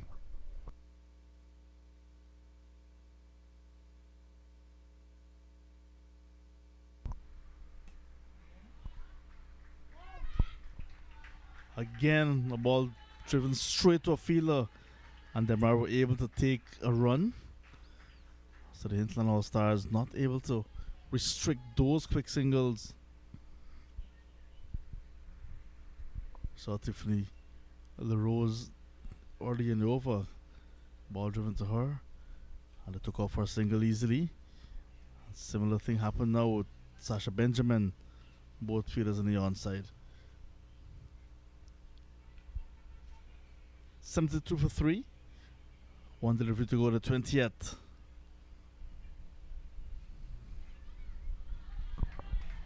Well, that's all it will be. 72 for 3 after 20. Still 34 away from victory.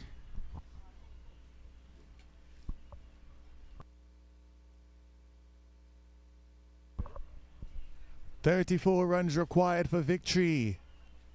They've got 7 wickets intact. Just about 22 deliveries With 22 overs, slip of the tongue, no fault of the man, remaining in the contest.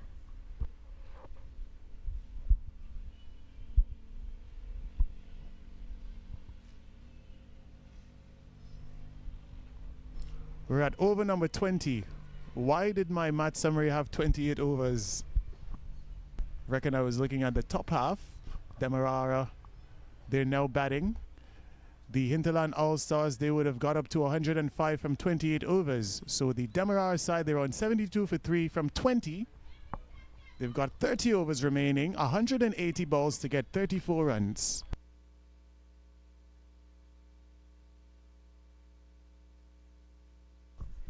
We're going to have some more from Tiffany LaRose. She's got 2 overs to come. 1 for 21 so far. She's been good.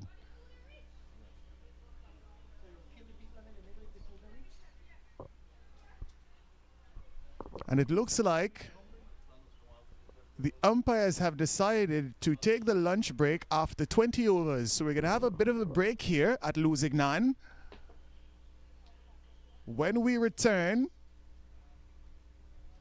Demerara, they're going to need just about 34 more runs for victory.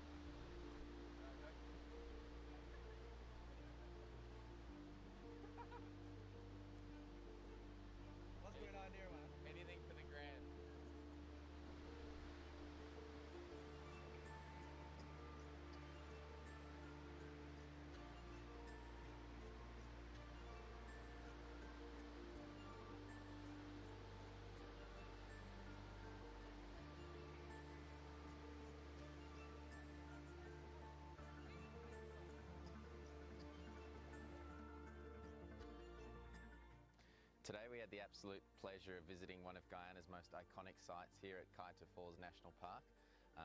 It was awesome to check out for our group, you know, first time experience. Every time I've come to Guyana, everyone's talking about it. It's a must-see, and after being there, seeing it firsthand for myself, you've got to come do this. So thank you so much to Tourism Guyana for bringing us out today. We had a lot of fun, have ticked this one off the bucket list, and I can't wait to come back.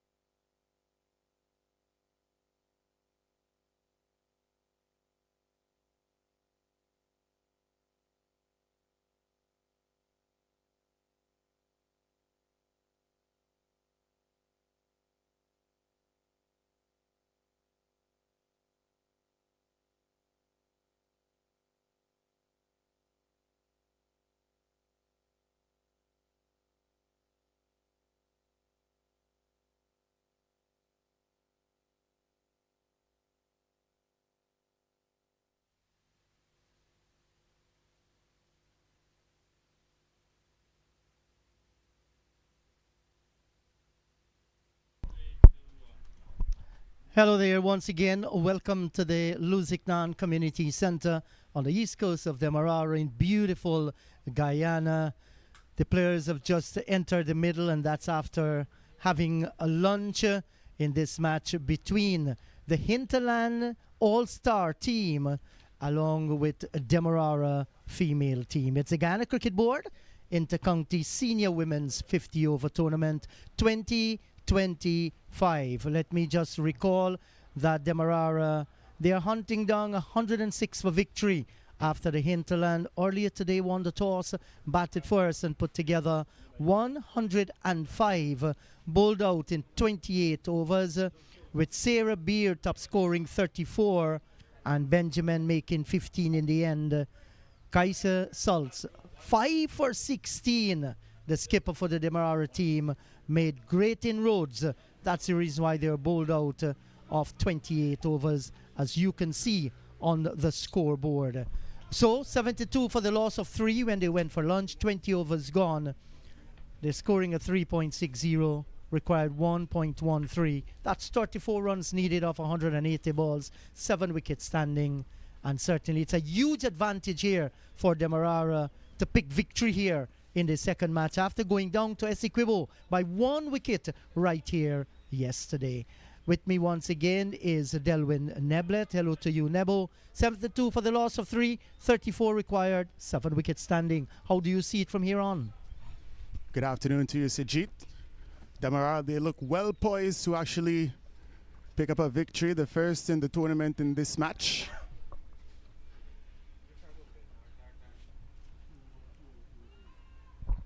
There's a drive to a delivery floated up just outside the line of the off stump.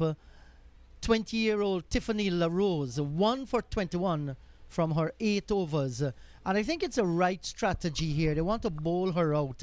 They want to pick up another wicket here. And you find at this stage with Schultz and Das out in the middle, you know, it's some worries. Das, 29 deliveries occupying the crease for her 7, but she's doing the job for her team. Most definitely, and I think from the Hinterlands All-Stars perspective, they're going to have to continue to try to be as aggressive as they possibly can. I'd love to see the captain, Kelsey Couchman, employ fielders in catching positions. You're not going to win this match by restricting Demerara. You've got to bowl them out, which means you need wickets. Yes, and the aggressive nature you're talking about that Demerara should employ, I don't think it has to do with 4s and 6s. I think it has to do with running aggressively between the wickets. You can get this with singles and 2s. The bad ball comes, we've seen they can put them away for 4. All it calls for sensible cricket.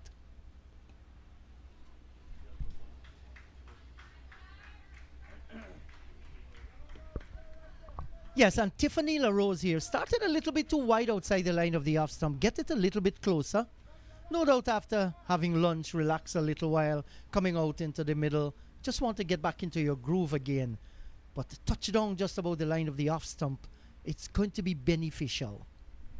And she's going to be coming around to Das. Currently on 7 from 29. Good top order player. Again, quite solid in defense.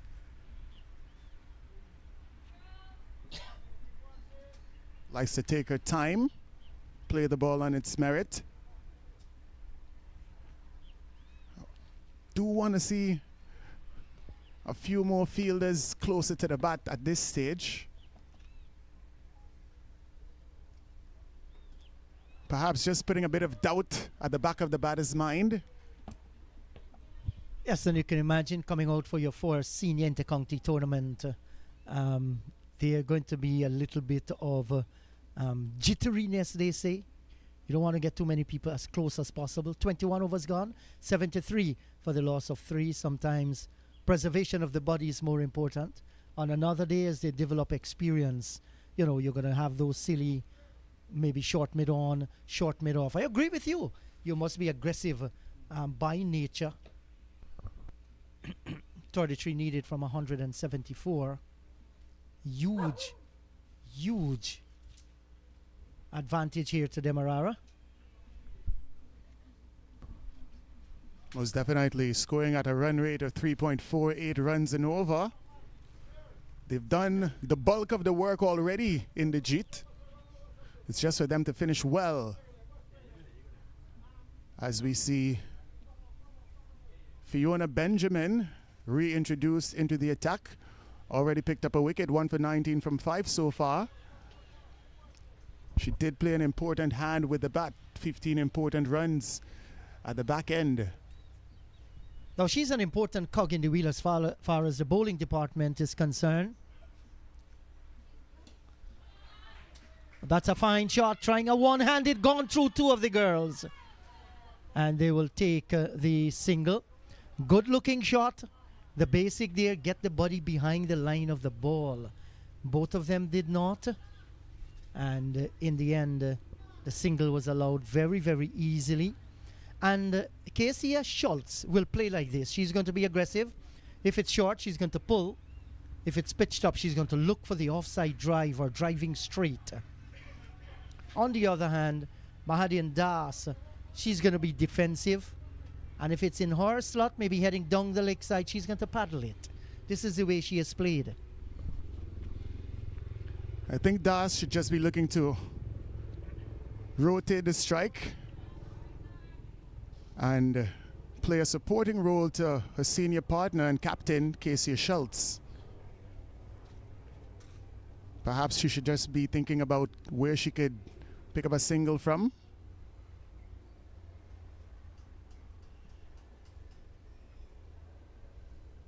Down the leg side. And the umpire signals a no ball. I reckon that one would have bounced twice before. Well, I think it's a front foot no ball because he did point it to the girl saying that's a front foot no ball. So breaching that, Fiona Benjamin, we're going to have a free hit here.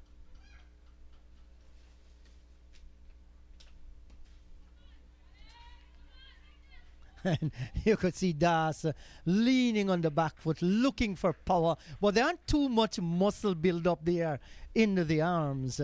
And she drags it away for a single. But let me tell you something, she has heart, Mahadian Das. That's the reason why she has faced the 34 deliveries out in the middle. Oh, this is smart cricket. Easy single, easy tickle. Run rate required below 1 run and over. And that's very gettable.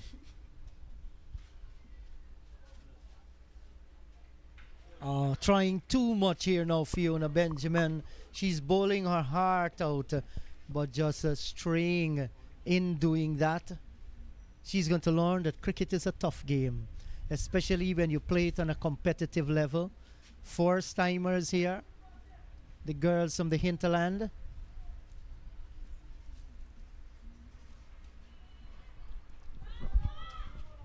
Tossed up, driven down the ground, and they'll pick up one. And that was sweetly timed by 𝑾𝒐𝒎𝒆. Didn't look to hit it too hard, just got it in the meat of the bat. 22 overs gone. At the end of 22, it's 80 for the loss of 3. Yeah, Schultz is looking quite comfortable. And it's what you want to see from those players who would have actually represented at the highest level. When they're actually playing at the subordinate levels, such as the inter-county tournaments and the regional first-class tournaments, you want to see them dominate. And 𝑾𝒐𝒎𝒆 so far doing exactly that in this contest here today, as we see a comparison of the worms here.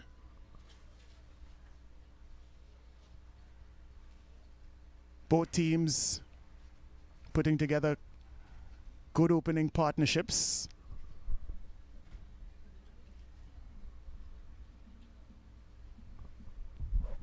Yes, and after this round of action, we're going to have a break tomorrow, and then the action returns on Tuesday.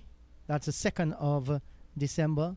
Demerara, they take on Berbice at LBI, while the hinterland return to Lusignan to play Essequibo.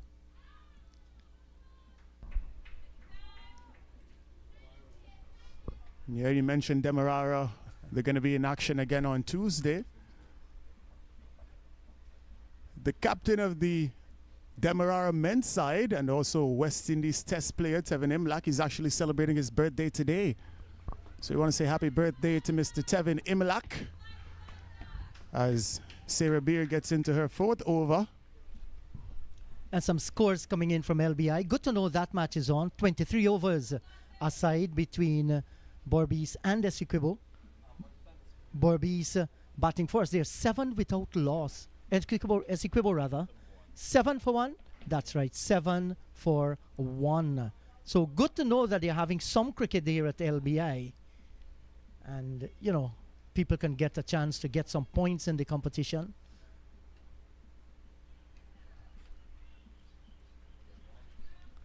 Yes, off the back foot, dead ball, signaled by umpire Samaru. Just wonder what was the reason there. Yes. Whatever it is, the umpires are the bosses and they're having a good match. I think both umpires, Samaru along with Moses Rampal, they have done a very good job. That's a good delivery, a quicker one too by Sarah Beer.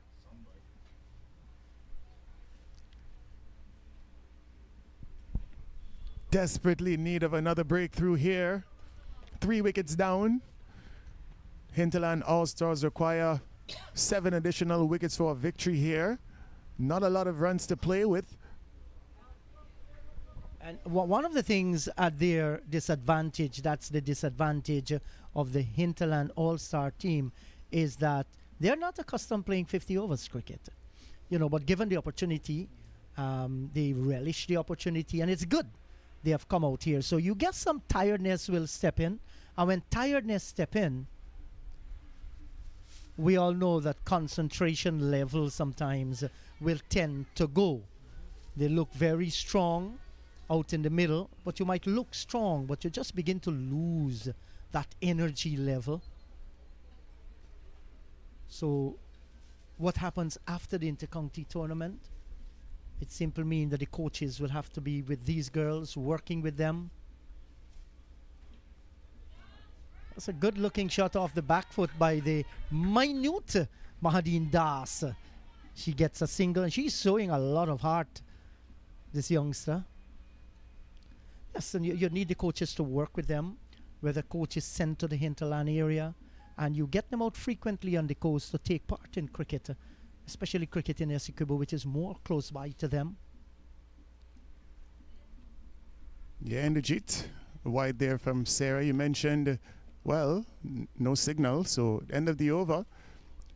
83 for 3 after 23. You mentioned that a lot of these young ladies haven't had a lot of experience in the 50 over format. Quite a few of them have not had a lot of experience with hardball cricket. So still a bit of a learning curve, but tournaments like these and more opportunities like these, you know, that's going to be able to enhance whatever talent we would have been able to identify in these players, you know, seeing them playing the softball and seeing them playing the other formats. Yes, and I know for sure when they go back to the hinterland region, you know, that they're going to continue their cricket.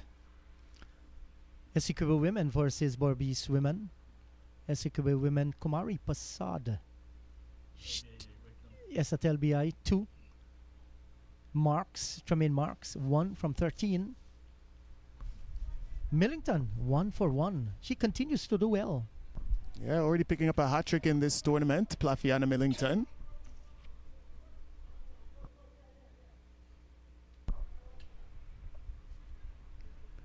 And we're ready for over number 24 in the run chase here at Lusignan. There we see a squat from Tiffany LaRose. She's getting ready to finish a spell. She has bowled well so far. 1 for 22 from 9 overs, and she wants to get this field absolutely perfect before she commences this final over. And she's having a very good cricket match. Good in the field, did well with the bat, coming back with the ball. 1 for 22. She's in her final over, her 10th over of the game. And shouldering the responsibility very well, this time from the southern end. Straying down the leg side, wide. Das looking to sweep, not quite able to make contact. Yeah, she's blowing the fingers. There must be some burning sensation there. Tender hands, you know.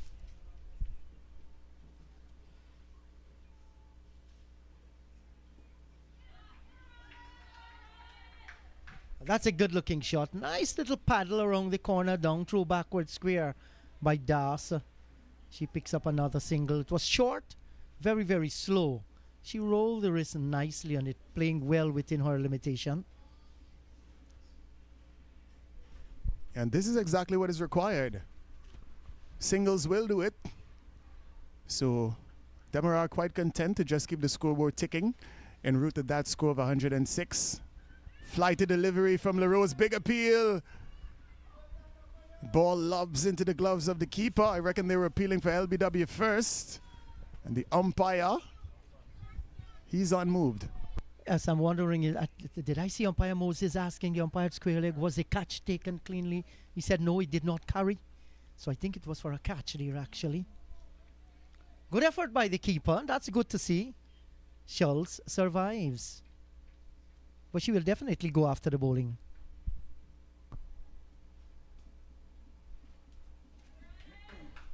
Bit of a short delivery on that occasion. And Schultz punching it through the onside for a single. Good back foot stroke.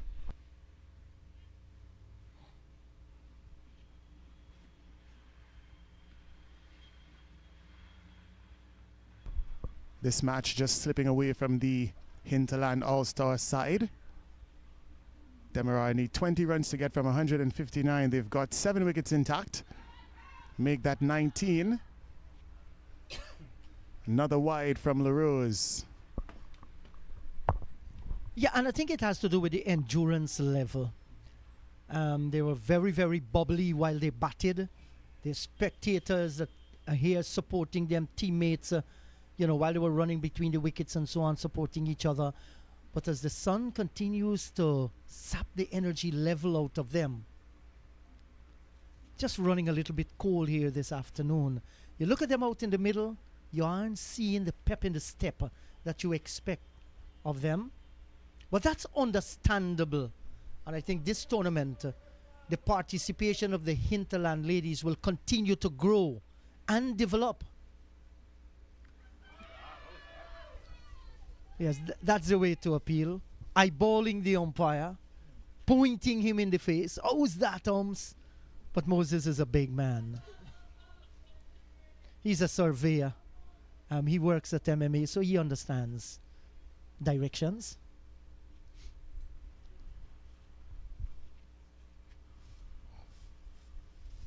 Final delivery from Tiffany LaRose. Can she pick up a wicket? Ends with a dot ball, and after 10 overs she finishes with figures of 1 for 26. After 24 overs, Demerara, they're currently 87 for 3, requiring an additional 19 runs for victory. Splendid figures by young Tiffany LaRose. Like you said, 10 overs, 1 for 26. Picked up a wicket. The economy rate, excellent by her, and maintained that pressure. Yeah, well, I reckon any match that you can bowl your spell at 2.6 runs and over, you're going to be feeling happy with yourself. She's got a 1 wicket to her name. Perhaps she could have gotten a few more, but a good job nonetheless. Mahade and Das, Casey Schultz, they're doing the job for Demerara at the moment.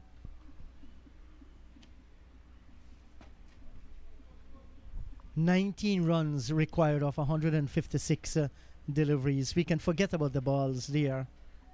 7 wickets standing to get those 19 runs. It's all for Demerara. They should be taking this one away unless something dramatic happened. That was a heart-rending loss to 𝒆𝒏𝒊𝒐𝒓 yesterday. Perfectly driven by the right-handed Schultz. Down through mid-off. Very stylishly as well for a single. As Giselle Thomas continues. That's right, Giselle Thomas already picking up a wicket in this match. 1 for 10 from 3.1 so far. More affectionately called Dolly by her teammates.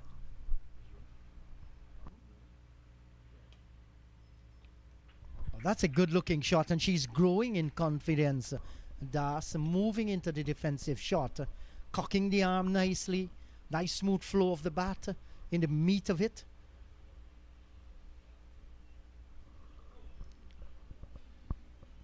What do they call you, your nickname? Usually it's Nebo. Nebo. A doctor said they call you tall man. Tall man, Nebs. But I'd like for them to call me NEB59 too. You want to carry your country's brand on your back like an atlas, don't you? Most definitely. And what we've seen, especially from the Hinterland All-Stars, a lot of good camaraderie amongst them. You mentioned the nicknames. The wicketkeeper, Melina Peters, more affectionately called Milo.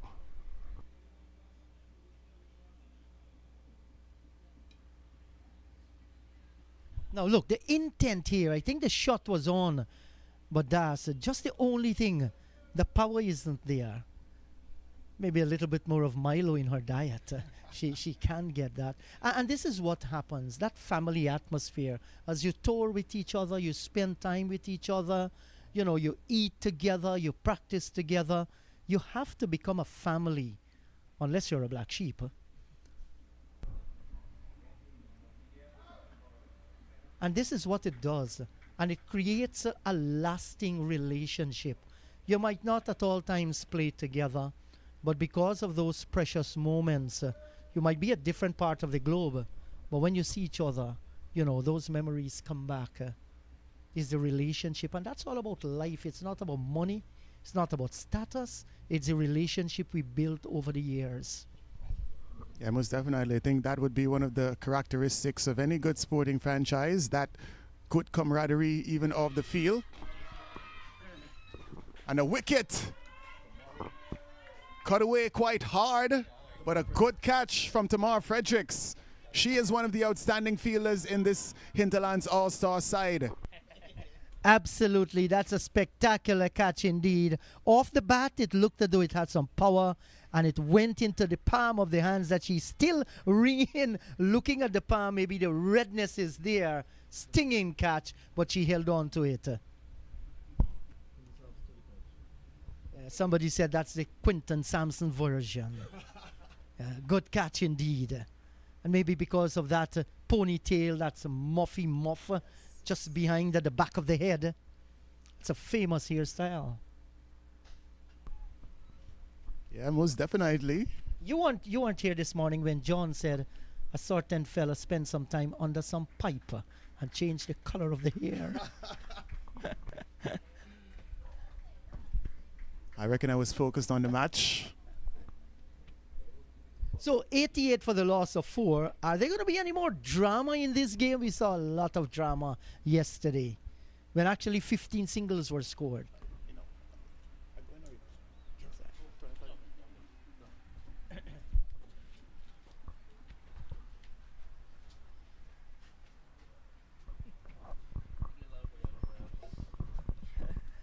So Sienna Barcoy, the wicketkeeper batter in this Demerara team, has come out into the middle. So it's the Barcoy-Schultz combination. Hello to you, Dr. Ronaldo. Hi, Sir Jeet. Good afternoon. Here we're halfway in the innings. It may not last the full 50 though. Just 18 required. The skipper taking upon herself now to come back into the attack. First over, it's a bit expensive. Should be looking for a better outcome in this over. Yes, 11 runs knocked off her first over. Too short. We'll need to get it further up if you're going to avoid them from swinging the batter. You don't want them to swing the bat at this stage in the game. Yeah, lots of time for Schultz to just rock back and get it into the gap. 17 required now. So it's sort of slipping away from the Hinterland team at the moment. But good fight being shown by them.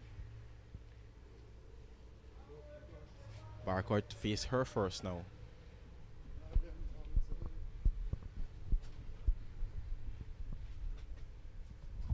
Kelsey Couchman, can she inspire her team to another level here this afternoon.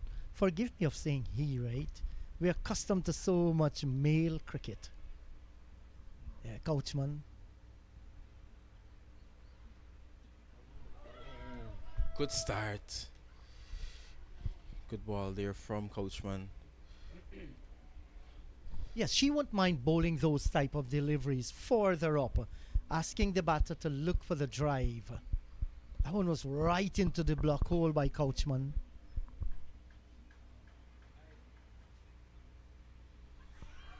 Short again. Appeal from the umpire, but no ball signal. Has to be, right, for bumping 2 times. Yeah, we saw that quite a lot today. So free hit coming up. 16 required for Demerara to pick up their first win. Where can Barakoy deposit this one? Good connection. Good hand to it.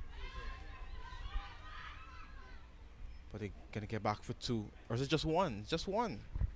And that wasn't a dolly to dolly at all. That was it pretty hard. She had to stretch that Thomas her right hand out, got it, but then floored it. Great effort nevertheless. Of course, it was a free hit.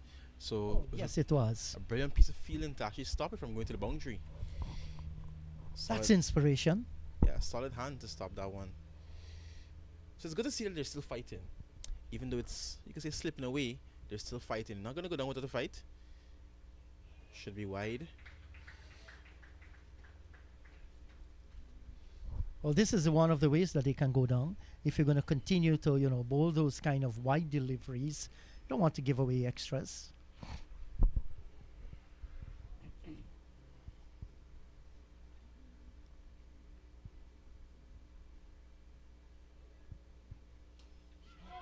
Good connection. And this time, she holds on. We saw the effort just now of that free hit. This time, she holds on. And Schultz, the skipper for Demerara, has to go. What a catch, Sarjeet. Well, that's the occasion that you'll say, oh, my dolly. Look at that. In the air, judged it well. And after hitting the ground, she still held on to it, posed for the camera.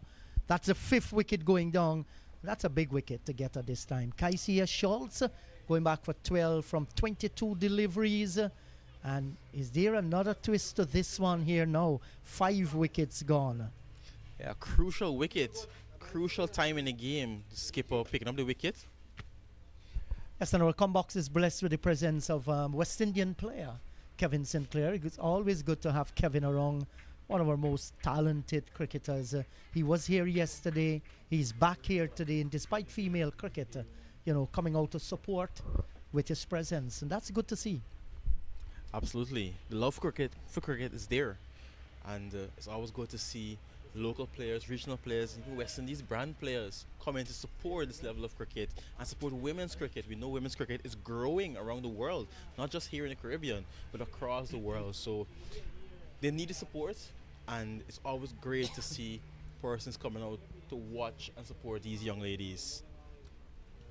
So Coachman dismantled Kaisia Schultz and straying down the leg side. No! Just be a little bit more disciplined with that one. Keep it stumps to stumps, and things can happen. Abigail Benjamin.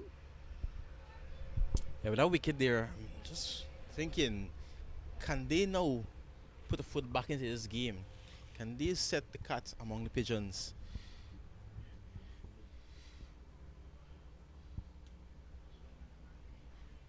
No run there. A huge call of no. They don't want to run out at this stage. 26 done. Demerara 93 for 5. Yes, and at 93 for the loss of 5. You want to see some conversations. Conversation, pure cricket talk. What is the plan like out in the middle? Barcoy 20, Madramutu 16, Jordan 12. Thomas 2 for 10 from 4. Tiffany LaRose 1 for 26 from 10. She completed her spell. Fiona Benjamin 1 for 26 from 6. Those are the combination. That's the reason why 5 wickets have fallen. And you want to have a game plan out in the middle. How do we go about getting these runs? We're not going to throw any caution to the wind whatsoever. If it simply means running just pure singles, we can get that with 5 wickets standing. 13 runs to get. That's very gettable. We saw how 𝒔𝒏𝒊𝒐𝒓 did it yesterday. 15 singles to get the last 15 runs. Well, you're talking about 𝒔𝒏𝒊𝒐𝒓's innings yesterday. Do remember that collapse. So who knows? Hinterland might be looking or hoping Demerara does or emulates that collapse. But those wides, those extras will not help. It can never ever help. It simply means you have given away a run. You have to bowl an extra delivery, and in close finishes you do not want that at all. Yep, that required run rate 0.5. No pressure on Demerara at all. Another wide. And 𝒏𝒔 doesn't have to chase after those. That was very, very wide. And but not signaled by the umpire, so it was a legal delivery there. Yes, had to draw her into the shot. Umpire Samaru, perfect position, said legal delivery, play on.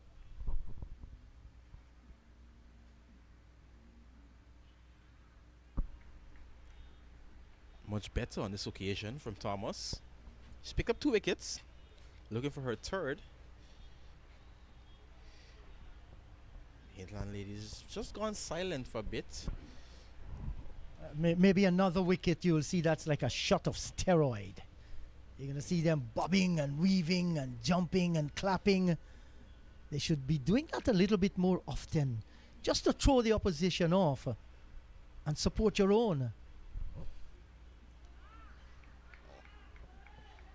Well, that one should have been wide, but 𝒏𝒔 chasing after it.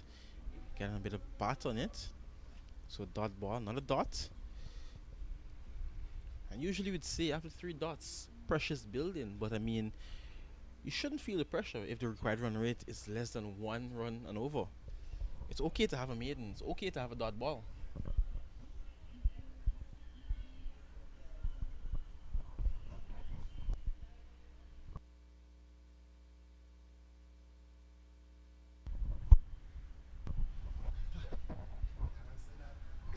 Yeah, so sometimes when we are in the com box, you know, we feel there should not be any pressure. But when you're outside there in the middle and you're the one facing whatever is happening to you, you tend to get light on the feet. And because of that, you'll feel the tension. You become a little trembly, like they say. And especially our ladies out in the middle. We know they are strong characters, but the moment counts.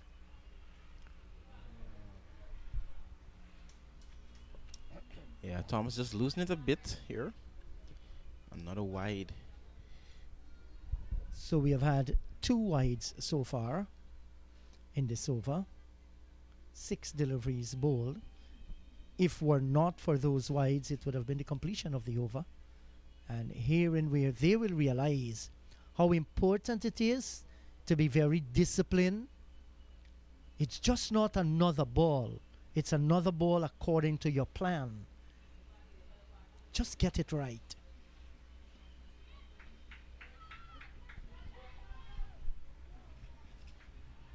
Very tight single. But get so many in. And that was good pressure on Tiffany coming in from that direction. Nicely stroked by the tall, elegant 𝒏𝒔 and went through pretty early for the single. 10 runs required now.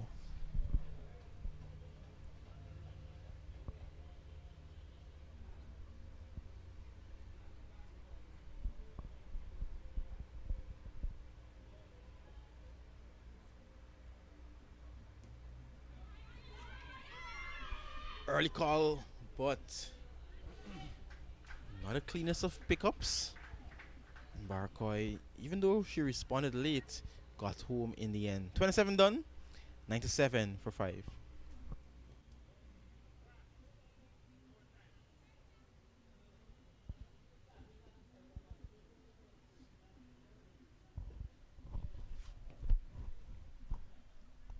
Yes, and as the newsrooms, Avinash Ramzan continued to shoot away with his camera.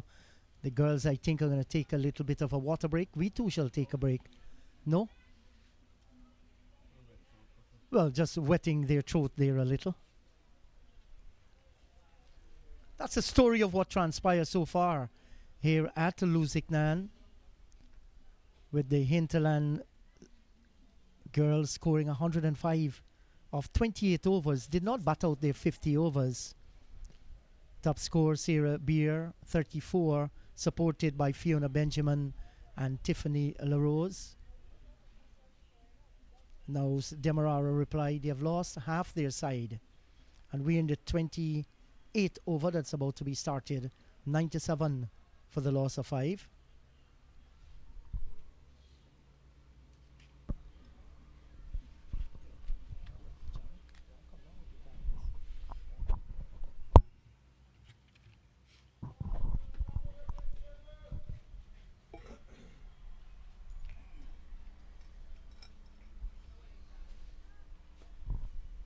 Fiona Benjamin back into the attack.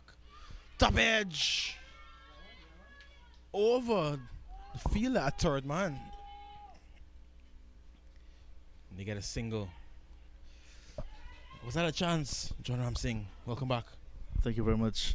The thing is, had Jennifer James been in the perfect position, you'd say either at third man, in that position of third man, or in the slip corner, might have had a chance, but she's halfway. This was in no man's land, in this case, no woman's land.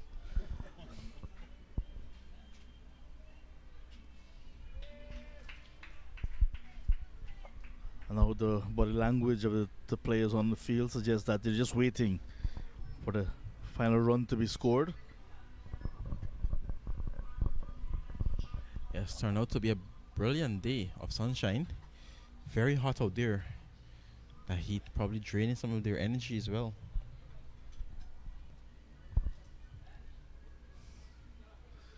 Fiona's going to continue to give it her all, though. Loves to be in the outdoors, Fiona Benjamin, from a lovely farming village called 𝒏𝒊𝒐𝒏 in the 𝒏𝒂𝒐𝒏 sub-region of region number 1. Accessible via boat. Lots of hard workers from the village of 𝒏𝒊𝒐𝒏. Fiona plays lots of football, volleyball, and of course cricket. Oh, Barcoy missed out on that occasion. A full delivery on the line of the leg stump. She's trying to hit it too hard. Yep, they're inching closer to that target of 106. They're up to 99 now.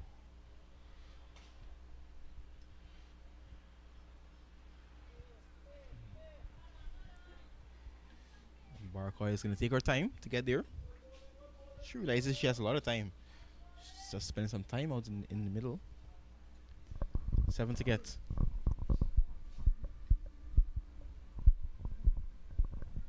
Two hits away. That was here that in the white ball format of cricket. Straight to the field and looking for a run. And Tiffany took forever to send the return back to the keeper's end. Had to be a little bit more alert. Might have been a run out. 100 up on the board nonetheless for Demerara women. Yep, so just 6 more left for Demerara to eke out a victory and the first win of this tournament for them.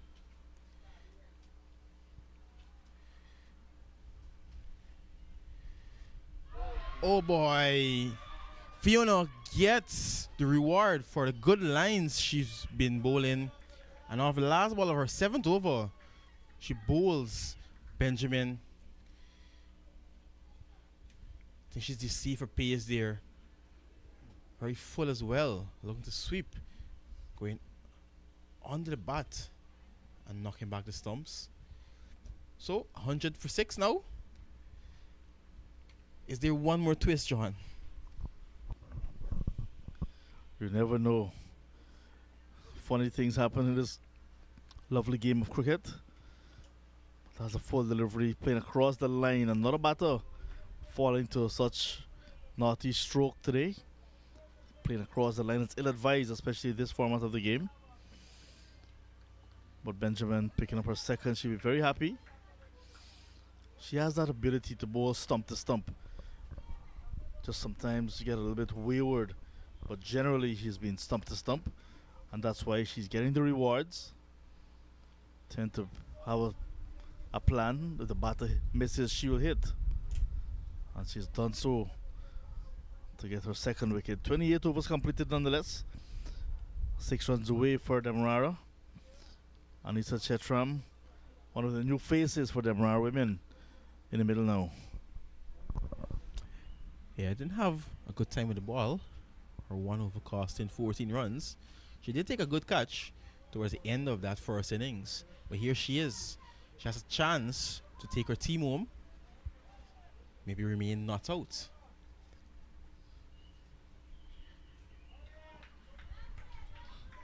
Skip is back.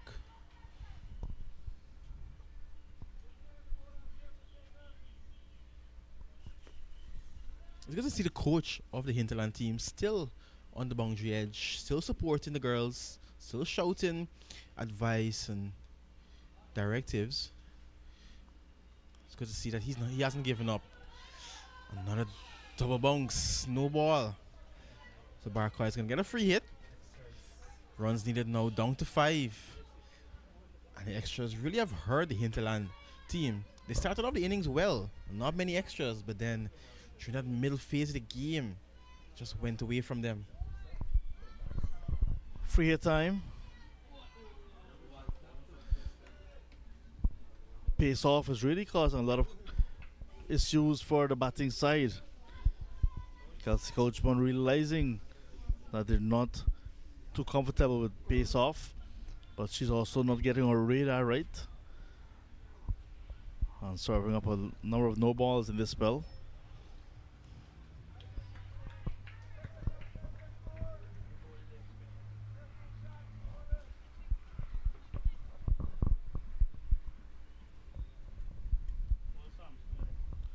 Yesterday, Demerara batted 32 overs to get 77.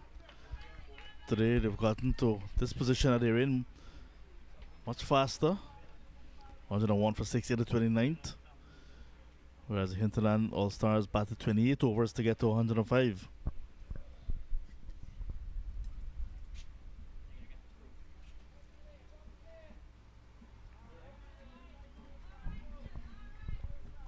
Until the cows come home, they say.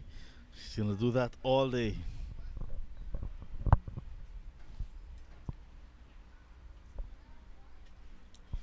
And John, at the end of this game here, we're going to turn our focus to LBI. Pretty sure some persons who are here watching the game will just take that short drive down to LBI to watch the completion of that game. 29 has completed. 101 for 6.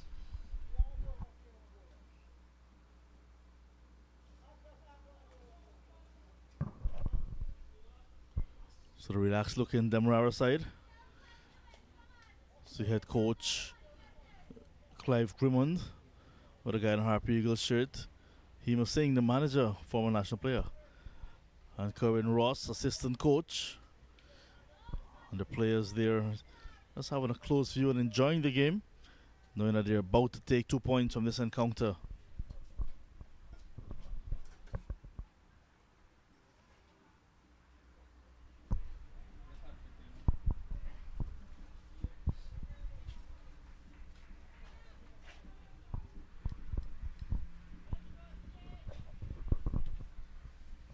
Benjamin about to start her 8th over.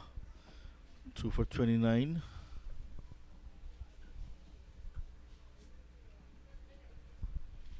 It'll be good to see Benjamin come from the top end as well, where the seamers have been getting a lot of rewards. She's one from the bottom end into the wind.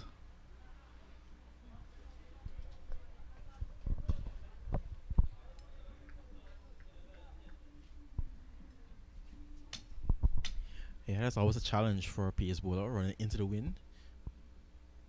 Have to control that ball with, of course, that breeze blowing across.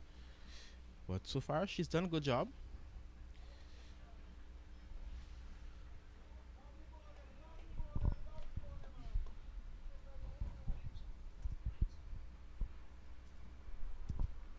At the moment, Chetram just looking for the bad ball, I think. Just pushing tentatively into the offside. Not looking to be too expansive. I think maybe, or maybe she's just waiting for extras to come. Wide delivery from Benjamin. Down to 4 now. Still one hit away.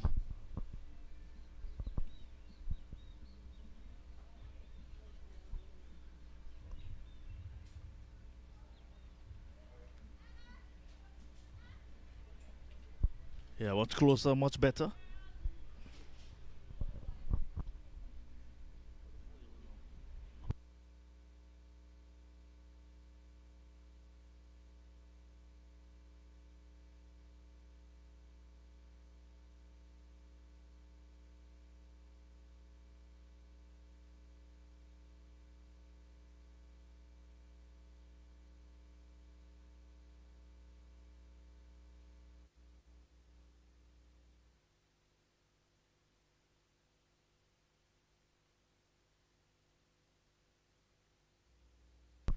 Almost scooping one back to the bowler.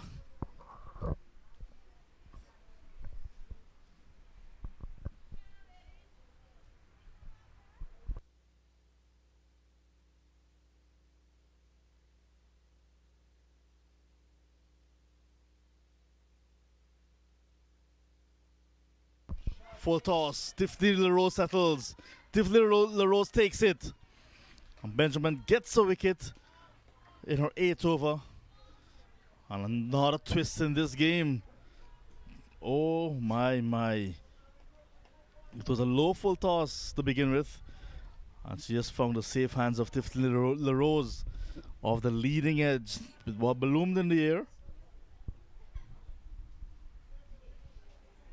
And another twist in this game.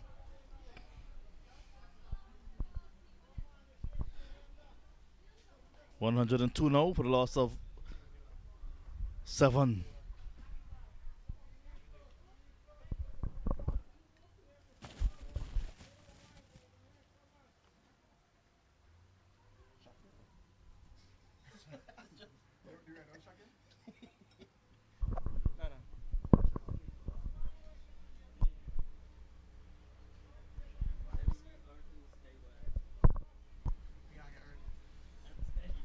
Three wickets to Fiona. That one was not the best delivery, it's a full toss, but still managed to pick up a wicket. I know some persons in cricket say the full toss is the hardest delivery to face in cricket, especially given the fact you do not expect a full toss. So 1 2 for 7. Still 4 runs away, 3 wickets in hand.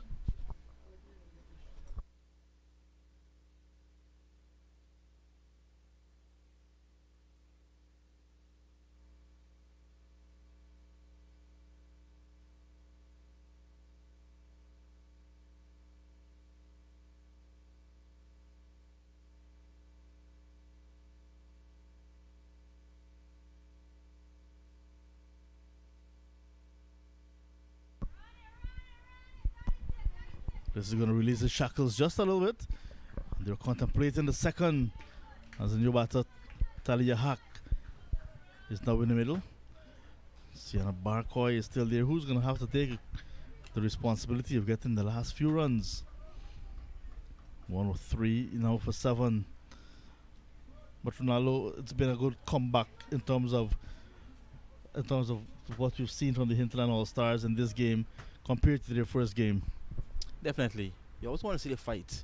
A lot of persons would have counted them out from the start of the tournament. But to see this type of performance from them in the first game and today's performance, you can see the improvement already. You know, just by spending time together and spending time out in the middle. So, very good to see a no ball. And that, I think, might be it. 2 to get. Free hit coming up. Look at the skipper. She's disappointed, but I think she should still raise her head. They've done well to at least test this Demerara team. 2 to get.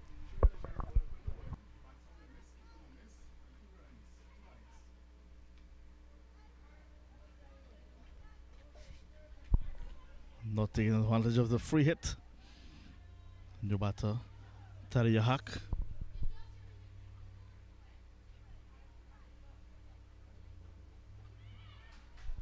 Quick single, run out is the call. And that is ball just lobbed back by Wilson. So scores are level now. It means that Demerara put themselves in a position where they cannot lose the game. They can end in a tie or they're going to go on to win.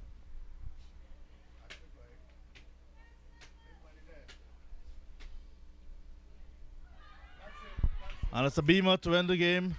And that is victory by 3 wickets for Demerara women over the Hinterland All-Stars. Hinterland All-Stars going to their 2nd consecutive defeat, whereas Demerara getting their first win in 2 games, keeping their campaign alive. The top 2 teams in this 4-team contest will go on to play the final after one round of round-robin matches. So congratulations, Demerara women, bouncing back from a very hard defeat to the hands of 𝒏𝒏, coming back to the winning ways now against the Hinterland All-Stars. This is the reply, 106 for 7 in the 31st over. 28 extras top score in this game, and it'll be you'll have to maybe can have a look at the way especially 𝒏𝒂𝒎𝒆𝒏 bowled.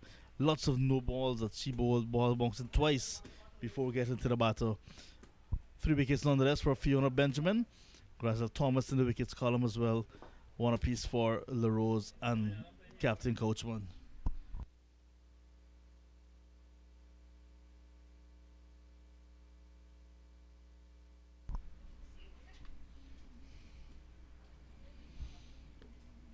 Good partnership to begin with. 36 for the first wicket, and that laid the foundation, you can see, nicely for the run chase. For sure, and even the efforts of Benjamin with the 3-wicket haul couldn't drag the Hinterland women back into contention. In the end, going down by 3 wickets to Demerara. Barkoi at 20 really solidified the Demerara's position early on. This is what's happening at LBI currently. 𝒏𝒏 women batting first, 46 for 4. 12.5 overs completed. I believe that game has been reduced to 23 overs aside. So, not the start that 𝒏𝒏 wanted, but they're still going at a decent run rate. So, attention will turn now to LBI. We'll have a bit to hydrate, and then we might head across to LBI. So, see you there. Yes, once again, congrats to Demerara women, winning by 3 wickets over the Hinterland All-Stars. Hinterland All-Stars now can say out of the contest, losing 2-2. 𝒏𝒏 and Berbice locked in battle at LBI, like Ronaldo mentioned. And we will be back on Tuesday to present one of the other matches in the final round of this year's Guyana Cricket Board 1 Guyana Senior Women's Super 50 Inter-County Tournament. It's been a pleasure coming to you from Lusignan once again. We trust that you enjoyed what we have presented. I want to tell you to take good care of yourselves and each other. Until next time, it's goodbye.